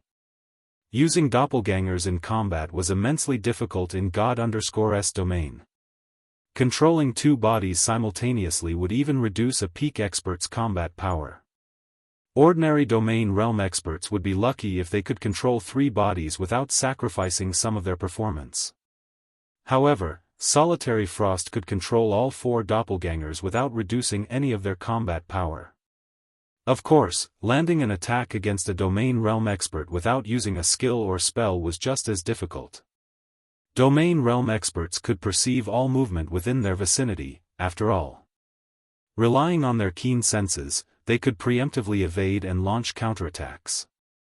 Fighting Solitary Frost's 4 absolute phantoms would be as challenging as facing 4 domain realm experts simultaneously. For peak experts, this move was an absolute nightmare. And once a magical class player allowed a melee player, especially a domain realm expert, to move within attack range, it was game over. Amazing! Silent Wonder exclaimed, admiring Solitary Frost's perfect control. Face my 4 absolute phantoms. Silent Wonder's admiration wouldn't slow Solitary Frost down, and his 4 doppelgangers encircled their opponent, rapidly closing in. While Solitary Frost's doppelgangers drew closer, Silent Wonder began to wave her staff. 4 ice walls shot up from the stage around her, protecting her from all sides. Ice walls? She doesn't actually think such a low-tier defensive spell can stop Solitary Frost's attack, does she? The female assassin couldn't help but laugh. The spell, Ice Wall, could only be enhanced to Tier 2. It wasn't anywhere near strong enough to stop a Tier 3 player's full-powered attack. The spell wouldn't even buy Silent Wonder any time. Boring. Silent Wonder's opening move disappointed Solitary Frost a little, but he didn't pause his assault. He immediately cancelled his 4 absolute phantoms before brandishing his greatsword. The weapon transformed into 3 identical copies before converging on the ice wall before him. Read latest chapters at Wuxia World. EU Combat Technique, Triple Heavy Slash. Boom. As the greatsword crashed into the ice wall, a deafening boom filled the arena. How is that possible? Solitary Frost was stunned when his attack failed to deal any damage to the ice wall. Moreover, the recoil had left both of his arms numb as if he had just struck an impenetrable wall. Chapter 2604, Fully Unlocked Mana Body. The audience was befuddled when they saw Solitary Frost's attack come to a grinding halt. It didn't break? But, isn't it only a Tier 2 defensive spell? Did Solitary Frost mess up his attack? The players in the spectator stands were all extremely familiar with the spell, Ice Wall. Before players had reached Tier 3, elementalists had used the spell to help protect their MTs from Great Lord-ranked bosses' attacks. However, both Solitary Frost and Silent Wonder were both bona fide Tier 3 players. Although their basic attributes had been equalized, they both had the attributes of Tier 3 players. A Tier 2 Ice Wall could, at most, buffer a Tier 3 attack. It shouldn't be able to stop such a blow, let alone one empowered with a combat technique. A Tier 2 Ice Wall can actually stop a Tier 3 Berserker's combat technique at full strength? Burning Owl was just as confused as everyone else after seeing Silent Wonder's Ice Wall intact. He had fought Tier 3 elementalists himself, but when they had used Ice Wall against him, the spell hadn't even stopped his normal attacks. He had tested this multiple times and never once failed to shatter an ice wall. Meanwhile, Xianxia stared at Silent Wonder in astonishment. Mana! Xianxia exclaimed, sensing the dense mana radiating from Silent Wonder. She's already unlocked her mana body's full potential. Xianxia wasn't the only magical class player to notice the sudden spike in mana around Silent Wonder. The only explanation any of them could think of was that the elementalist had fully unlocked her mana body. She actually unlocked her mana body? Amazing! Not even the super guilds have any members with a fully unlocked mana body yet. It seems my trip here wasn't in vain. I'll get to watch an expert with a fully unlocked mana body in battle. Everyone in the spectator stands began to talk about Silent Wonder. Their opinions of her had all changed. Rather than seeing her as just another member of Azure's younger generation, they saw her as a true powerhouse. Ha ha ha. Good. Wonderful. We might actually have a chance of claiming one of the top 3 positions now. Long Wuxiang, who sat among the audience, laughed joyously as he watched Silent Wonder. After failing to contact Silk Moon, the Long family had given up any hope of securing one of the top 3 positions in this competition. Now that they knew Silent Wonder had unlocked her mana body's full potential, however, securing one of those spots was almost certain. There was a massive strength difference between an expert with a fully unlocked mana body and one without. Tier 3 experts with fully unlocked mana bodies were almost half a tier stronger than ordinary Tier 3 experts. Every participant in this competition, excluding Solitary Frost, had, at most, reached the Void Realm. Although Silent Wonder had only reached the half-step Void Realm standard, she could easily defeat Void Realm experts with this advantage. Not even Xianxia, who was only a step away from the Void Realm, would be a match for her. You fully unlocked your mana body? Solitary Frost's fighting spirit flared, a passionate flame dancing in his eyes, when he looked at Silent Wonder behind the ice walls. It's no wonder why you were bold enough to challenge me. I've never fought an expert with a fully unlocked mana body, so show me how powerful it truly is. The Berserker raised his greatsword and leaped into the air, aiming for the one area where Silent Wonder didn't have an ice wall's protection. Advanced Combat Technique, 7 consecutive flashes. The greatsword transformed into 7 streaks of light, covering the entire area within the ice walls and leaving Silent Wonder no room to dodge. In response, Silent Wonder used Blink, immediately appearing 30 yards away and evading Solitary Frost's attack. With a wave of her staff, she then summoned over a dozen magical arrays around her opponent. The arrays released a barrage of flame spears, each with enough power to rival a Grand Lord of the same level. As if Solitary Frost had anticipated this move, he tightened his grip on his greatsword and twisted in the air. Tier 3 Skill, Berserk Dance. Solitary Frost rapidly rotated in the air, his greatsword leaving arcs of crimson light in its wake that blocked the incoming flame spears. He executed Berserk Dance with over a 90% completion rate even from that position. Is he a monster? Shocked, Burning Owl stared at the crimson sword light surrounding Solitary Frost. While Tier 3 skills were quite powerful, achieving a high completion rate with them was very difficult. Even as a Void Realm expert, Burning Owl could only execute the Tier 3 Berserk Dance with around an 85% completion rate, and that was only with optimal conditions. Despite activating the skill in midair, however, Solitary Frost's completion rate was over 90%. Meanwhile, just as Solitary Frost was about to land, earthen spikes shot up from the ground below him. A two-pronged assault? That might be useful against peak experts, but it will do nothing against Solitary Frost, the female assassin standing on the nearby stage said, sneering at the magical attack. A domain realm expert could perceive everything within their surroundings. Even a perfectly timed ambush would be useless against such an expert. The instant they took action, the targeted domain realm expert would discover the attack. Still calm, the berserker brandished his great sword and shattered the first round of earthen spikes. He then used his momentum to evade the second wave of spikes. Landing, Solitary Frost used Flame Charge, dashing towards Silent Wonder. Rather than make a beeline for his target, however, he combined a complex footwork technique with his charge. The berserker split into 6 afterimages, rushing towards Silent Wonder from different directions. Advanced footwork, Mirage Steps. His execution was flawless, and the afterimages were impossible to tell apart.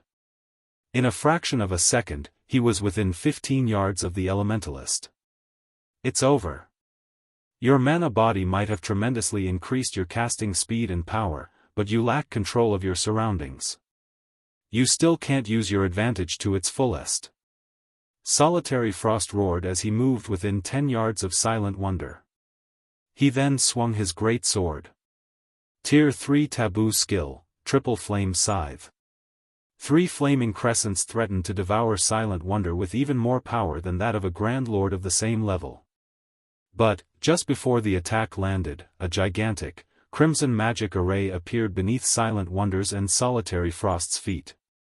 The instant the array completed, a towering pillar of fire exploded forth. Not only did the flames swallow the 3 flaming crescents, but it devoured Solitary Frost and Silent Wonder, as well. Read latest chapters at Wuxia World. What? A 3-pronged attack? She actually hit a red lotus of fire beneath her? Xianxia could not believe her eyes as she stared at the raging pillar of fire before her. Xianxia had assumed her rival had only prepared a 2-pronged attack. She had never dreamed that Silent Wonder would use herself as bait to lure Solitary Frost into the red lotus of fire, a Tier 3 curse. After 3 seconds, the flaming pillar subsided, revealing Solitary Frost's charred corpse on the stage. Although Silent Wonder hadn't emerged from her own attack unscathed, she still had 1/3 of her HP remaining due casting Flame Shield earlier. I might not have a good grasp on my surroundings, but when it comes to power and technique, I'm much stronger than you. Silent Wonder told the berserker's motionless corpse. From above the stage, a bell rang, signifying the end of the match. At the same time, the system announced Silent Wonder as the victory, momentarily silencing the stunned crowd. Chapter 2605, Spiritualization realm appears once more, Solitary Frost lost? This is a joke, right? He even rivals Wildfighter. A player can become so strong after fully unlocking their mana body? Silent Wonder's victory flabbergasted everyone. There were quite a few peak experts in the audience, as well as some domain realm experts. Hence, they hadn't had any trouble seeing and understanding what had happened in the battle between Solitary Frost and Silent Wonder. They were certain that Silent Wonder hadn't reached the Void Realm, and there was a massive difference between her and Solitary Frost. Even if her casting speed and spell power had greatly improved, thanks to unlocking her mana body's full potential, logically, Solitary Frost should have been able to bridge the gap by relying on his superior combat standards when their basic attributes were on the same level. In fact, despite not being a match for the Elementalist head-on, Solitary Frost had evaded all of her attacks and targeted Silent Wonder's weak points during the first half of the match. In the end, however, Solitary Frost had still lost. How were they supposed to wrap their minds around this? Second Sister won, just like that? Burning Owl was just as stunned as the players in the audience. He had thought that even if Silent Wonder was no match for Solitary Frost, no one else among Azure's younger generation could take on his second eldest sister. With her here, the Long family was practically guaranteed to retain its ruling rights in the Azure Chamber of Commerce. But he hadn't actually expected Silent Wonder to defeat Solitary Frost. Now, the other shareholder families had lost any excuse to threaten the Long family's position. Not even the Zeus Corporation would be able to complain about the family. Excellent. Magnificently done. Long Wuxiang was elated to see Silent Wonder still standing on the first stag. Never dreamed that she'd be capable of launching a three-pronged attack against Solitary Frost. Not even his third eldest brother, Long Xianglong, would have the leeway to execute such a complex tactic against a domain realm expert. Long Wuxiang had assumed Silent Wonder would lose the match. He had never expected such a pleasant surprise. With this victory, Silent Wonder was now the strongest member of Azure's younger generation. Even if the Long family lost the Zeus Corporation support, this achievement would ensure that the family wouldn't have to worry about its position in the Azure Chamber of Commerce. Now, the family's position was stronger than ever before. Just how did she manage to pinpoint her environment and opponent's behavior? Xianxia muttered, staring at Silent Wonder. As a magical class player herself, Xianxia knew Silent Wonder hadn't relied on luck to win the match. She had planned every move before the match had even begun. Although magical class players typically predicted their battle's progression beforehand, she had never seen anyone assess their opponent to such an extent. Silent Wonder's final move had been especially eye-opening since she had taken into account how much damage her Tier 3 course would deal to her and her opponent. It was as if she had orchestrated the entire battle. Silent Wonder looked like a completely different person to Xianxia right now.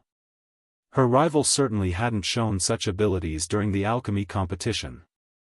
While everyone grumbled about their confusion and dissatisfaction over Silent Wonder's marvelous performance, Sinful Flame gazed up at the girl from below the stage, excitement flashing in his eyes. "Is something wrong, Elder Flame?" a Tier 3 guild elder, who acted as the deputy referee for this competition, asked when he saw Sinful Flame's elation. Sinful Flame had seemed bored when he had been tasked to host the family competition this year.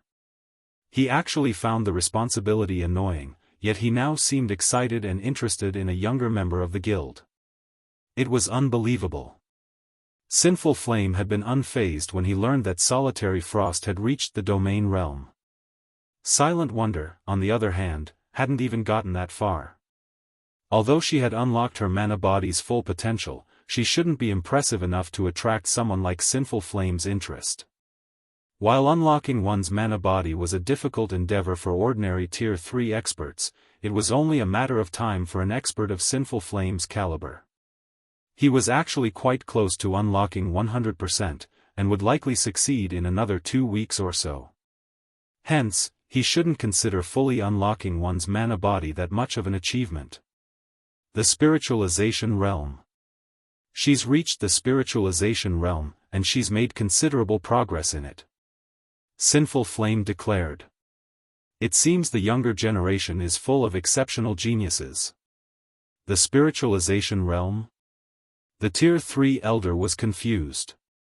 He had no idea what Sinful Flame was going on about. Before the elder could ask, however, Sinful Flame jumped onto the stage and approached Silent Wonder. Isn't the match over already? What's Elder Flame trying to do? Was there a problem with the match? The spectators were even more confused to see Sinful Flame on the stage. Normally, the system decided a match's outcome. Its judgment was far more accurate than players', after all.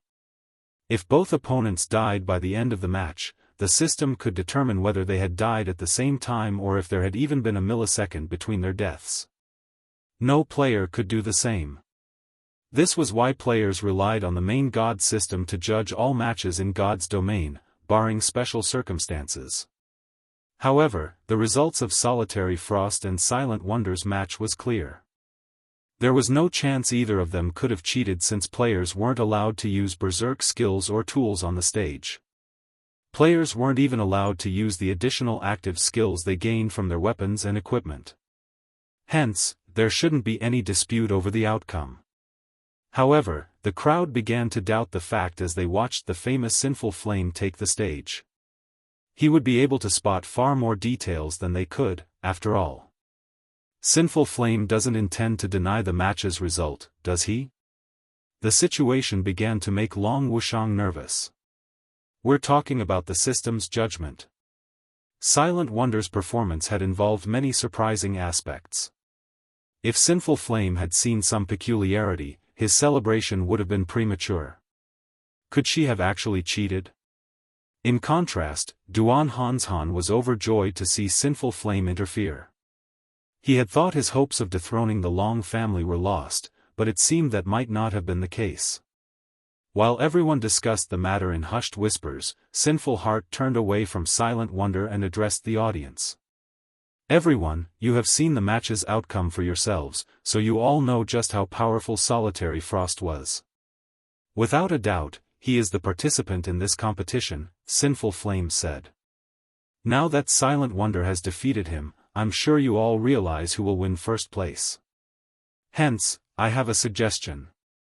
Rather than waste time with the rest of the qualifying matches, why don't we host a more meaningful competition?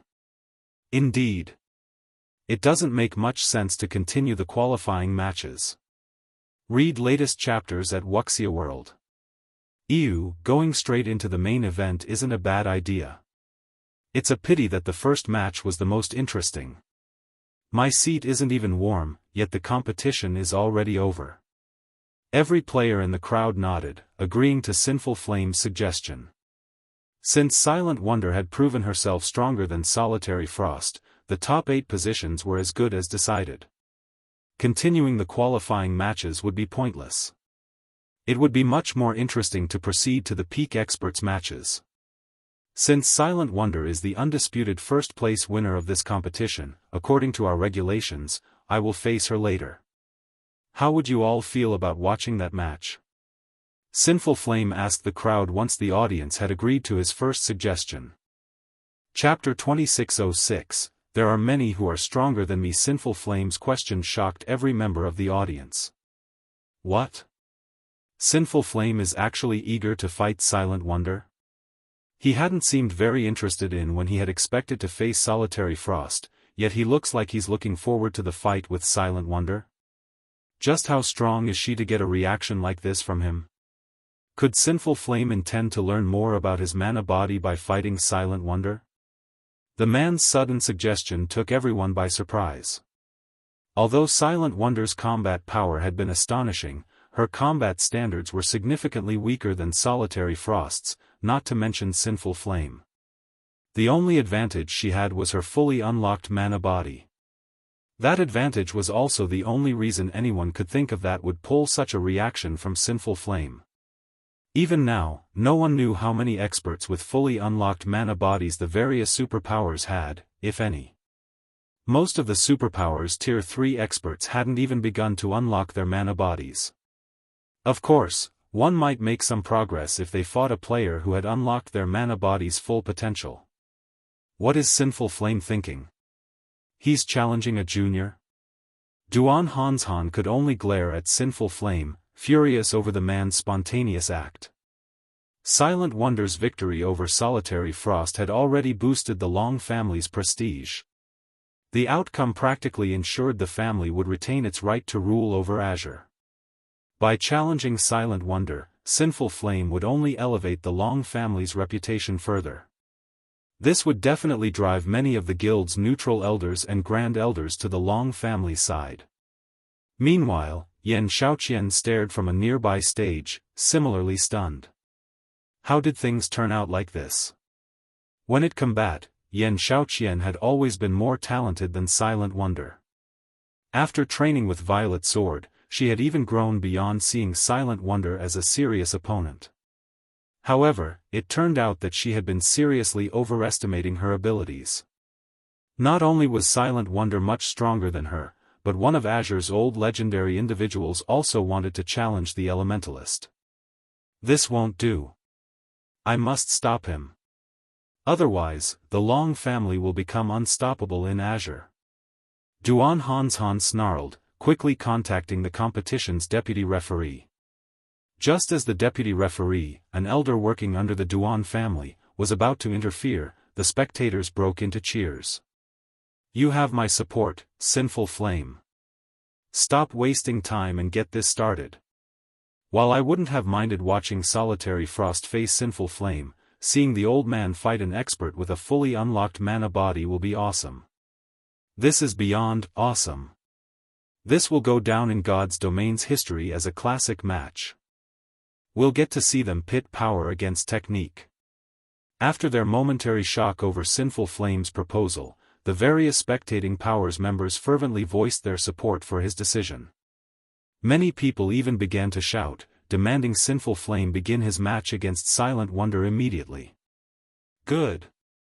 Since the audience approves, what of our various elders? Sinful Flame asked, turning to address the various shareholder families' elders and grand elders, who were in the midst of trying to stop him. The audience followed his gaze, staring at the elders and grand elders, silencing them into complacency. If they dared to refuse Sinful Flame, they'd have to answer to everyone in the arena. Damn it! Sinful Flame is insane. Duan Hanshan turned ashen when he heard Sinful Flame's nonchalant question. Forget it. Let them fight, a white-haired old man in black robes said as he approached Duan Hanshan. This isn't necessarily a bad thing, in any case. Sinful Flame might have raised that little girl standing, but if he kills her instantly, all of the glory the Long family just gained will be forgotten. Realizing the old man was right, Duan Hanshan and the various families' grand elders stopped trying to object. Since Elder Flame and the audience are so eager, this will be simple, Duan Hanshan said after calming down. He then looked at Sinful Flame and said, however, we need Wonder's agreement first. She just finished a match, and I'm afraid fighting a senior such as yourself so soon after. Sinful Flame nodded in response. His goal was very simple, he wanted to fight Silent Wonder. Some things could only be experienced firsthand, after all. He wanted to face the girl at her peak. However, before Sinful Flame could speak up, a crisp voice interrupted him. I'm fine. Besides, I'd actually enjoy a proper fight against Elder Flame to test the extent of my development, Silent Wonder said. Long Wuxiang, who watched from the stands, began to grow nervous. Why is this girl so foolish? That old ice demon is clearly provoking her. Anxiously, Long Wuxiang said, this won't do. I need to warn her. Even if the elders gave Silent Wonder some time to recuperate, it wouldn't be long, and even if she recovered all of the stamina and mana she had used during the prior match, her concentration couldn't recover that quickly. In a battle between high-caliber experts, concentration was more important than anything. Without her full concentration, this match might end as quickly as it began. If that happened, the glory Silent Wonder had earned for her family with her last victory would vanish. Long Wuxiang didn't have enough time to contact Silent Wonder before Sinful Flame returned his attention to the young woman, however. Girl, while your fight with Solitary Frost was short, you expended a considerable amount of your concentration. I wish to fight you at your peak. I don't want to fight just for the sake of winning. I won't fight you in such a state. You best take some time to rest, Sinful Flame calmly said. Please, rest assured, Elder Flame. My match with Solitary Frost hadn't cost much effort. I don't need to rest, Silent Wonder definitively replied. Meanwhile, Solitary Frost, who had just resurrected below the stage, nearly fainted from rage. How arrogant. Silent Wonder was far too cocky. Even the spectating crowd seemed displeased with Silent Wonder's comment. While her match with Solitary Frost hadn't lasted long, it had been a soul-stirring battle, yet Silent Wonder spoke as if she hadn't given it her all. While it's good to be confident, Wonder, I don't want to hear any excuses when you lose too quickly, Duan Hanshan warned her softly. You worry too much, Elder Hanshan. A loss is a loss. I won't offer any excuses. Moreover, I haven't had enough training.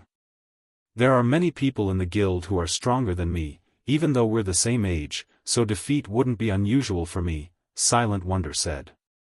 With her statement hanging in the air, the entire arena fell silent. Read latest chapters at Wuxia World. Ew, Silent Wonder is so already strong, yet she's saying that Zero Wing has members that are even stronger and around the same age? A boast. She must be boasting. The various super guilds don't even have many players that can rival Solitary Frost, much less Silent Wonder. That's right. Zero Wing might be quite famous in the East, but it shouldn't be able to nurture talents as well as super guilds. Azure's various shareholder families refused to believe Silent Wonder's claim, glaring contemptuously at her. Since that is the case, I have a suggestion. Seeing as Wonder's concentration hasn't fully recovered, why don't we send one of Zero Wing's young talents in her place? I'm sure Elder Flame will still benefit, and didn't she just say that her guild has plenty of youngsters that are even stronger than her? Duan Hanshan suggested, sneering at Silent Wonder. Chapter 2607, Zero Wing's Young Talent. When Duan Hanshan finished speaking, the arena fell silent again. None of them had ever dreamed that he'd suggest such a thing. Vicious. Truly vicious. It'll be very hard for Silent Wonder to take back her claim now. It's her own fault for boasting. She actually gave old Ice Demon a chance to strike. I wonder if she'll stick by what she said. Zero Wing must be freaking out right about now. Azure's various shareholder families snickered at the young woman on the first stage. They acknowledged that she had become much stronger than they were, but excessive bragging was annoying. The family's younger members found it particularly obnoxious. These younger members hadn't had anything against Silent Wonder, but now that she had insulted them, they were eager to watch her make a fool of herself. Meanwhile, excitement shot through the audience like lightning. They couldn't wait to see how Silent Wonder would get herself out of this predicament. This is interesting. Zero Wing is the guild that arrived aboard a flying ship, right? I wonder if Zero Wing is as strong as Silent Wonder claims? If it is, this upcoming match will be quite a spectacle. It's definitely just an empty boast. Silent Wonder will likely fumble as she tries to take back her words. I doubt we'll see a match between Zero Wing and Sinful Flame. Sinful Flame is a legend in the Azure Chamber of Commerce. The fact that he's willing to face one of Azure's up-and-coming talents is already a miracle. He'll likely refuse to fight an outsider. Curious, the audience turned to Sinful Flame. Sinful Flame was quite famous in the virtual gaming world, but he rarely fought other players. The challenge he had issued Silent Wonder was already an incredibly rare opportunity. Trying to convince him to fight an unknown outsider would likely be a major challenge.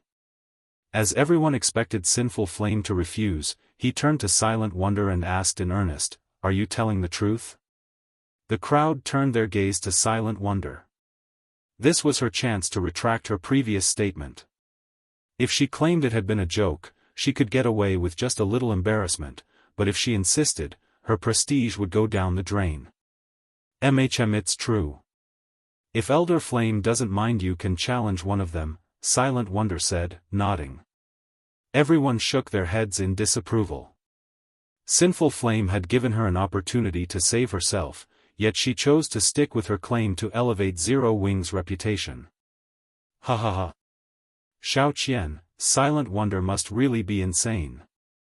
Does she think Zero Wing is God? Does she think that just any random young talent can fight Elder Flame, the female, Tier 3 assassin said, laughing. However, Yan Xiaoqian, who stood on the stage next to the female assassins, did not respond. She knew that Zero Wing indeed possessed a monster capable of fighting Sinful Flame. That person was Zero Wing's guild leader, Black Flame. Black Flame was an individual that even Adolf, the light saint of Divine Tribe, had to treat prudently. If Black Flame wished to salvage Zero Wing's reputation, he might actually face Sinful Flame. While Silent Wonder's reply surprised the crowd, Sinful Flame's eyes glowed with excitement. He then turned his gaze toward Zero Wing's members and asked, "May I know if anyone from Zero Wing is willing to take Wonder's place?" Sinful Flame's question hadn't been loud, but every word was laced with determination and power.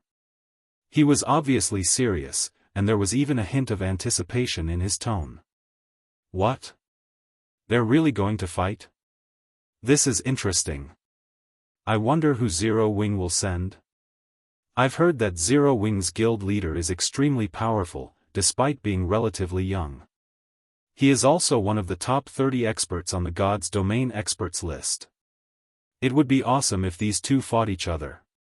The audience was beside itself, all too eager to watch the upcoming match. Everyone looked up to the top 30 experts on the God's Domain experts list. However, most players didn't get the chance to meet these experts, let alone watch a match between two of them. God's Domain was incredibly large, and barring special circumstances, the top 30 experts rarely crossed paths. The various major powers in the spectator stands weren't the only ones curious to see who Zero Wing would send to face Sinful Flame. Duan Hanshan was just as interested. In Duan Hanshan's opinion, the only person Zero Wing could send was Black Flame. During the alchemy competition, Black Flame had shocked everyone with his identity as a Tier 3 Sword King. Even the Long family's Long Xianglong had been forced to admit defeat. Since he had reached Tier 3 far sooner than anyone else, he was incredibly powerful. Based on appearances, Black Flame shouldn't be much older than Silent Wonder. Normally, as Zero Wing's guild leader, Black Flame wouldn't casually take action, but he might accept Sinful Flame's challenge to protect his guild's reputation. He was, after all, the only member of Zero Wing who could put up a fight. During the time the Long family and Duan family wondered if Black Flame would make a move, Shifeng turned to the lithe figure beside him. "Violet, go fight him." "Understood." After a brief conversation, the woman beside Shifeng bounced down from the spectator stands and onto the stage. She radiated the sacred aura unique to clerics.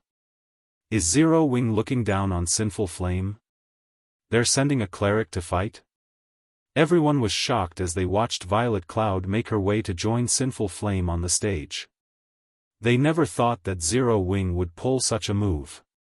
Even Azure's various shareholder families were astonished. Zero Wing was insane. While the cleric class played a role in combat, battle wasn't the class's priority. Sending a cleric against Sinful Flame, Azure's publicly acknowledged strongest member, was a mockery. Although Violet Cloud hid her statistics with a black cloak, she didn't bother to conceal her appearance. Everyone could clearly see that she was much younger than Silent Wonder, still a teenager. Not only had Zero Wing sent a cleric to face Sinful Flame, but she was also just a young girl.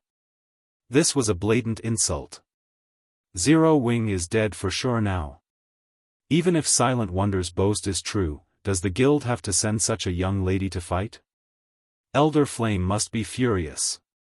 The female, Tier 3 assassin covered her eyes with a hand. She could bear to watch what would happen next.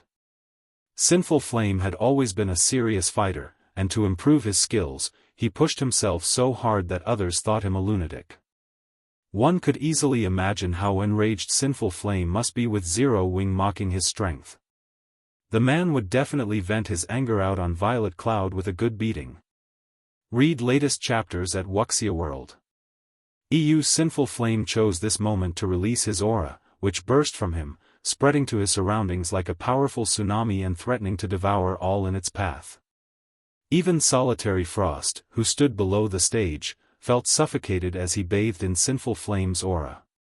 So, this is our guild's strongest expert. Solitary Frost could not help his grin when he sensed the elder man's killing intent.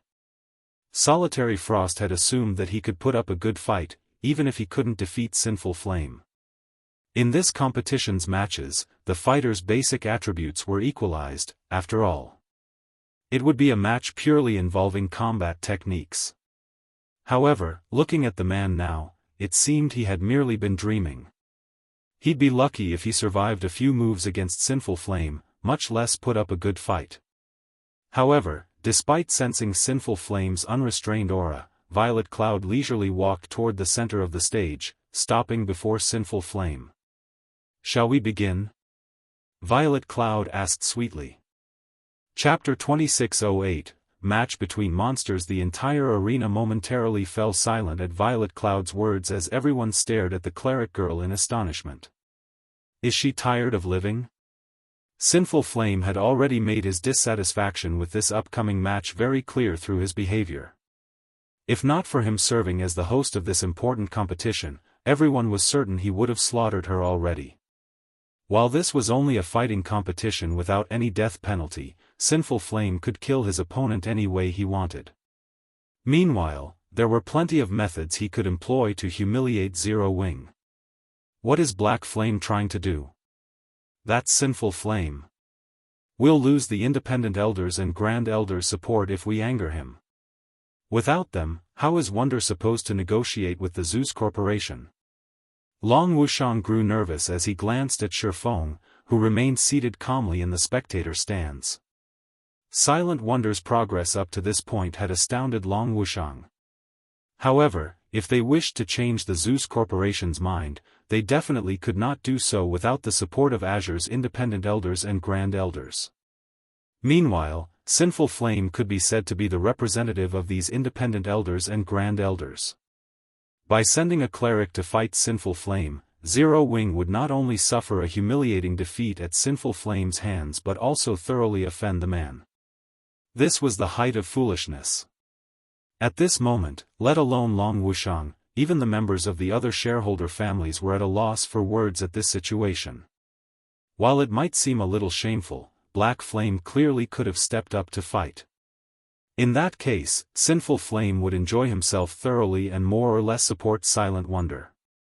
However, as if thinking that it hadn't been arrogant enough, Zero Wing had actually sent a young cleric out. The guild had to be tired of living. Meanwhile, as everyone was saying a silent prayer for Violet Cloud, Sinful Flame put some distance between himself and the young cleric. "You attack first. I'll give you only one chance. Let me see whether you are as strong as Wonder said. If you turn out to be a sham, I'll let you have a taste of hell." Sinful Flame said coldly as he looked at Violet Cloud. "I can attack first?" Violet Cloud asked strangely. "That's right. If your performance doesn't meet my expectations, I'll make you regret ever standing on this stage."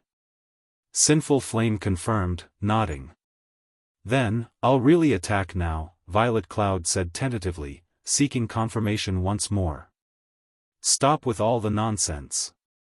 I already said I'll let you attack first, so do it. This is your only opportunity." After Violet Cloud repeatedly sought confirmation, Sinful Flame very nearly lost what little patience he had left. However, before Sinful Flame could finish his words, Violet Cloud suddenly took out her staff and started chanting an incantation.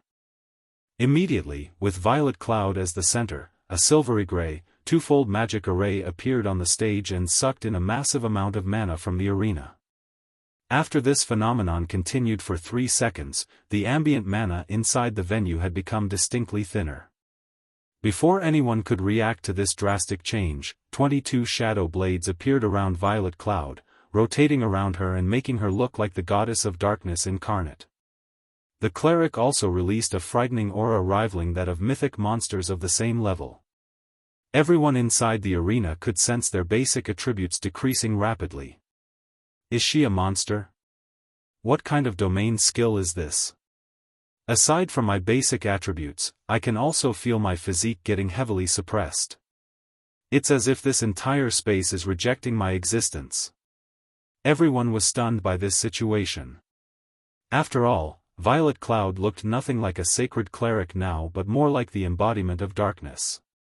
Moreover, everyone could clearly sense that the space within the entire arena currently centered around her. It was as if she could decide the life and death of everything inside the venue with just a thought. Before everyone could properly react to this situation, Violet Cloud looked at Sinful Flame, 40 yards away from her, and said, "I'll start now." After saying so, she lightly waved her staff. The 22 shadow blades immediately transformed into a black hole that shot toward Sinful Flame. Bronze Combat Technique, Spatial Smash.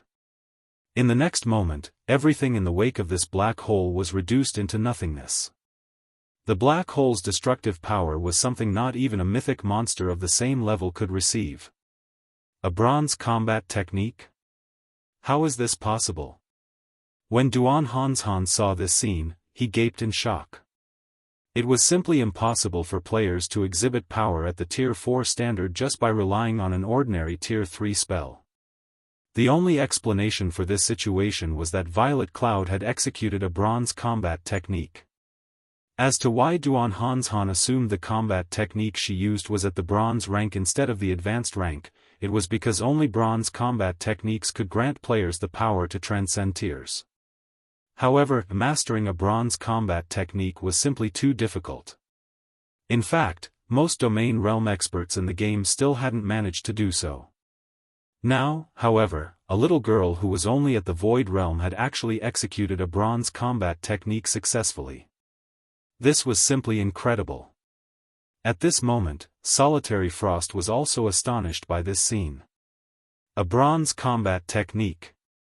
Even until now, he still hadn't managed to master a single bronze combat technique, yet a little girl much younger than himself had. Moreover, Violet Cloud had even executed her bronze combat technique so perfectly. Now, Sinful Flame's only option was to receive her attack directly. There was simply no way he could dodge that attack of hers. Splendid. When Sinful Flame first saw the approaching black hole, surprise flashed in his eyes. In the next moment, though, excitement replaced that surprise. He swiftly unsheathed the 2 longswords he carried on his back and merged them into a great sword. He then swung the great sword at the empty space before him. Tier 3 Taboo Skill, Space-Tearing Blade. Advanced Combat Technique, Quadruple Phantoms. In the next moment, a frightening amount of mana burst out of the great sword. As Sinful Flame swung the great sword, the weapon split into 4 copies of itself before merging once more, the merged weapon cutting apart even space itself. Boom! When sword and black hole collided, a powerful explosion shook the entire arena. For a moment, a violent quake rocked the venue, the intense shockwave sending the players standing below the stage, stumbling several steps back. A 30-yard wide crater also appeared on the mana or stage. To everyone's surprise, though, both Sinful Flame and Violet Cloud emerged unscathed from the clash. Crap! Who is she? She actually stopped a full-powered attack from Elder Flame. Wonder was telling the truth. The members of Azure's various shareholder families goggled in shock when they saw Violet Cloud unharmed. The battle no longer looked like a contest between players, it was practically a battle between 2 giant monsters. Every one of their actions could shatter space and transform the terrain around them. Impossible. What kind of guild is this Zero Wing? When Duan Hanshan saw Violet Cloud continuously using her shadow blades against Sinful Flame, preventing the latter from approaching her, immense shock filled his heart. Previously, Duan Hanshan viewed Zero Wing merely as a guild seeking to gain the Azure Chamber of Commerce's support. However, Silent Wonder and Violet Cloud were now monstrously strong, despite neither of them having very high combat standards. One wouldn't be able to find such powerful youngsters even in super guilds.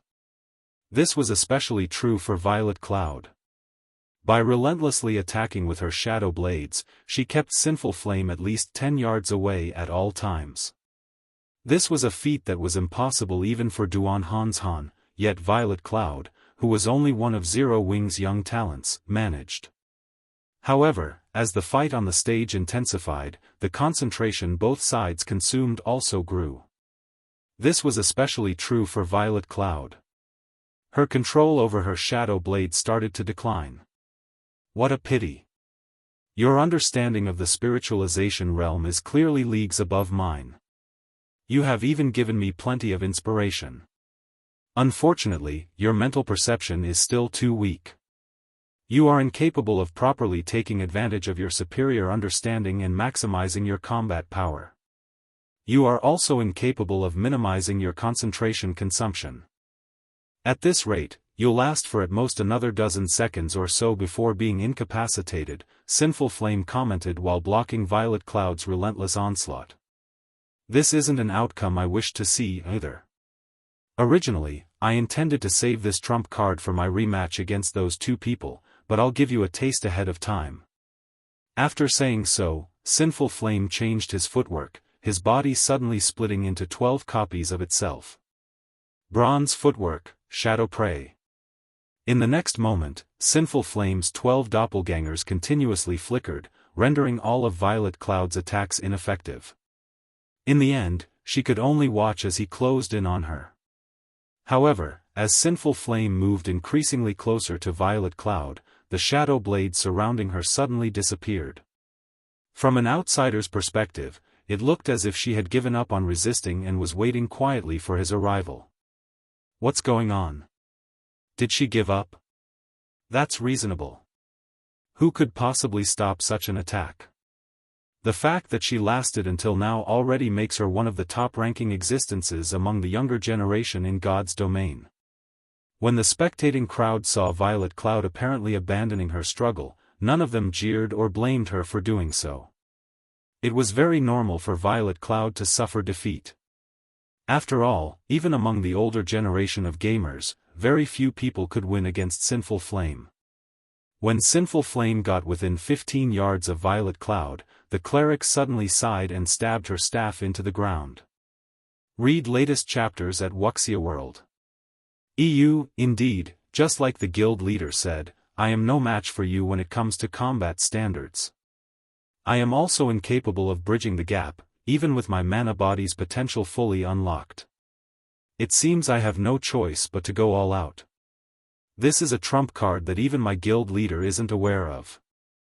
Violet Cloud's body started radiating much denser mana than before, her mana now many times stronger than Silent Wonder's. At the same time, the suppression effect of the cleric's domain became even more frightening, so powerful that the phantom Sinful Heart had summoned had decreased from 12 to 8. This sudden turn of events flabbergasted everyone inside the arena. Didn't she fully unlock her mana body already? Why is the density of her mana still increasing? Wasn't she using her mana body to fight before?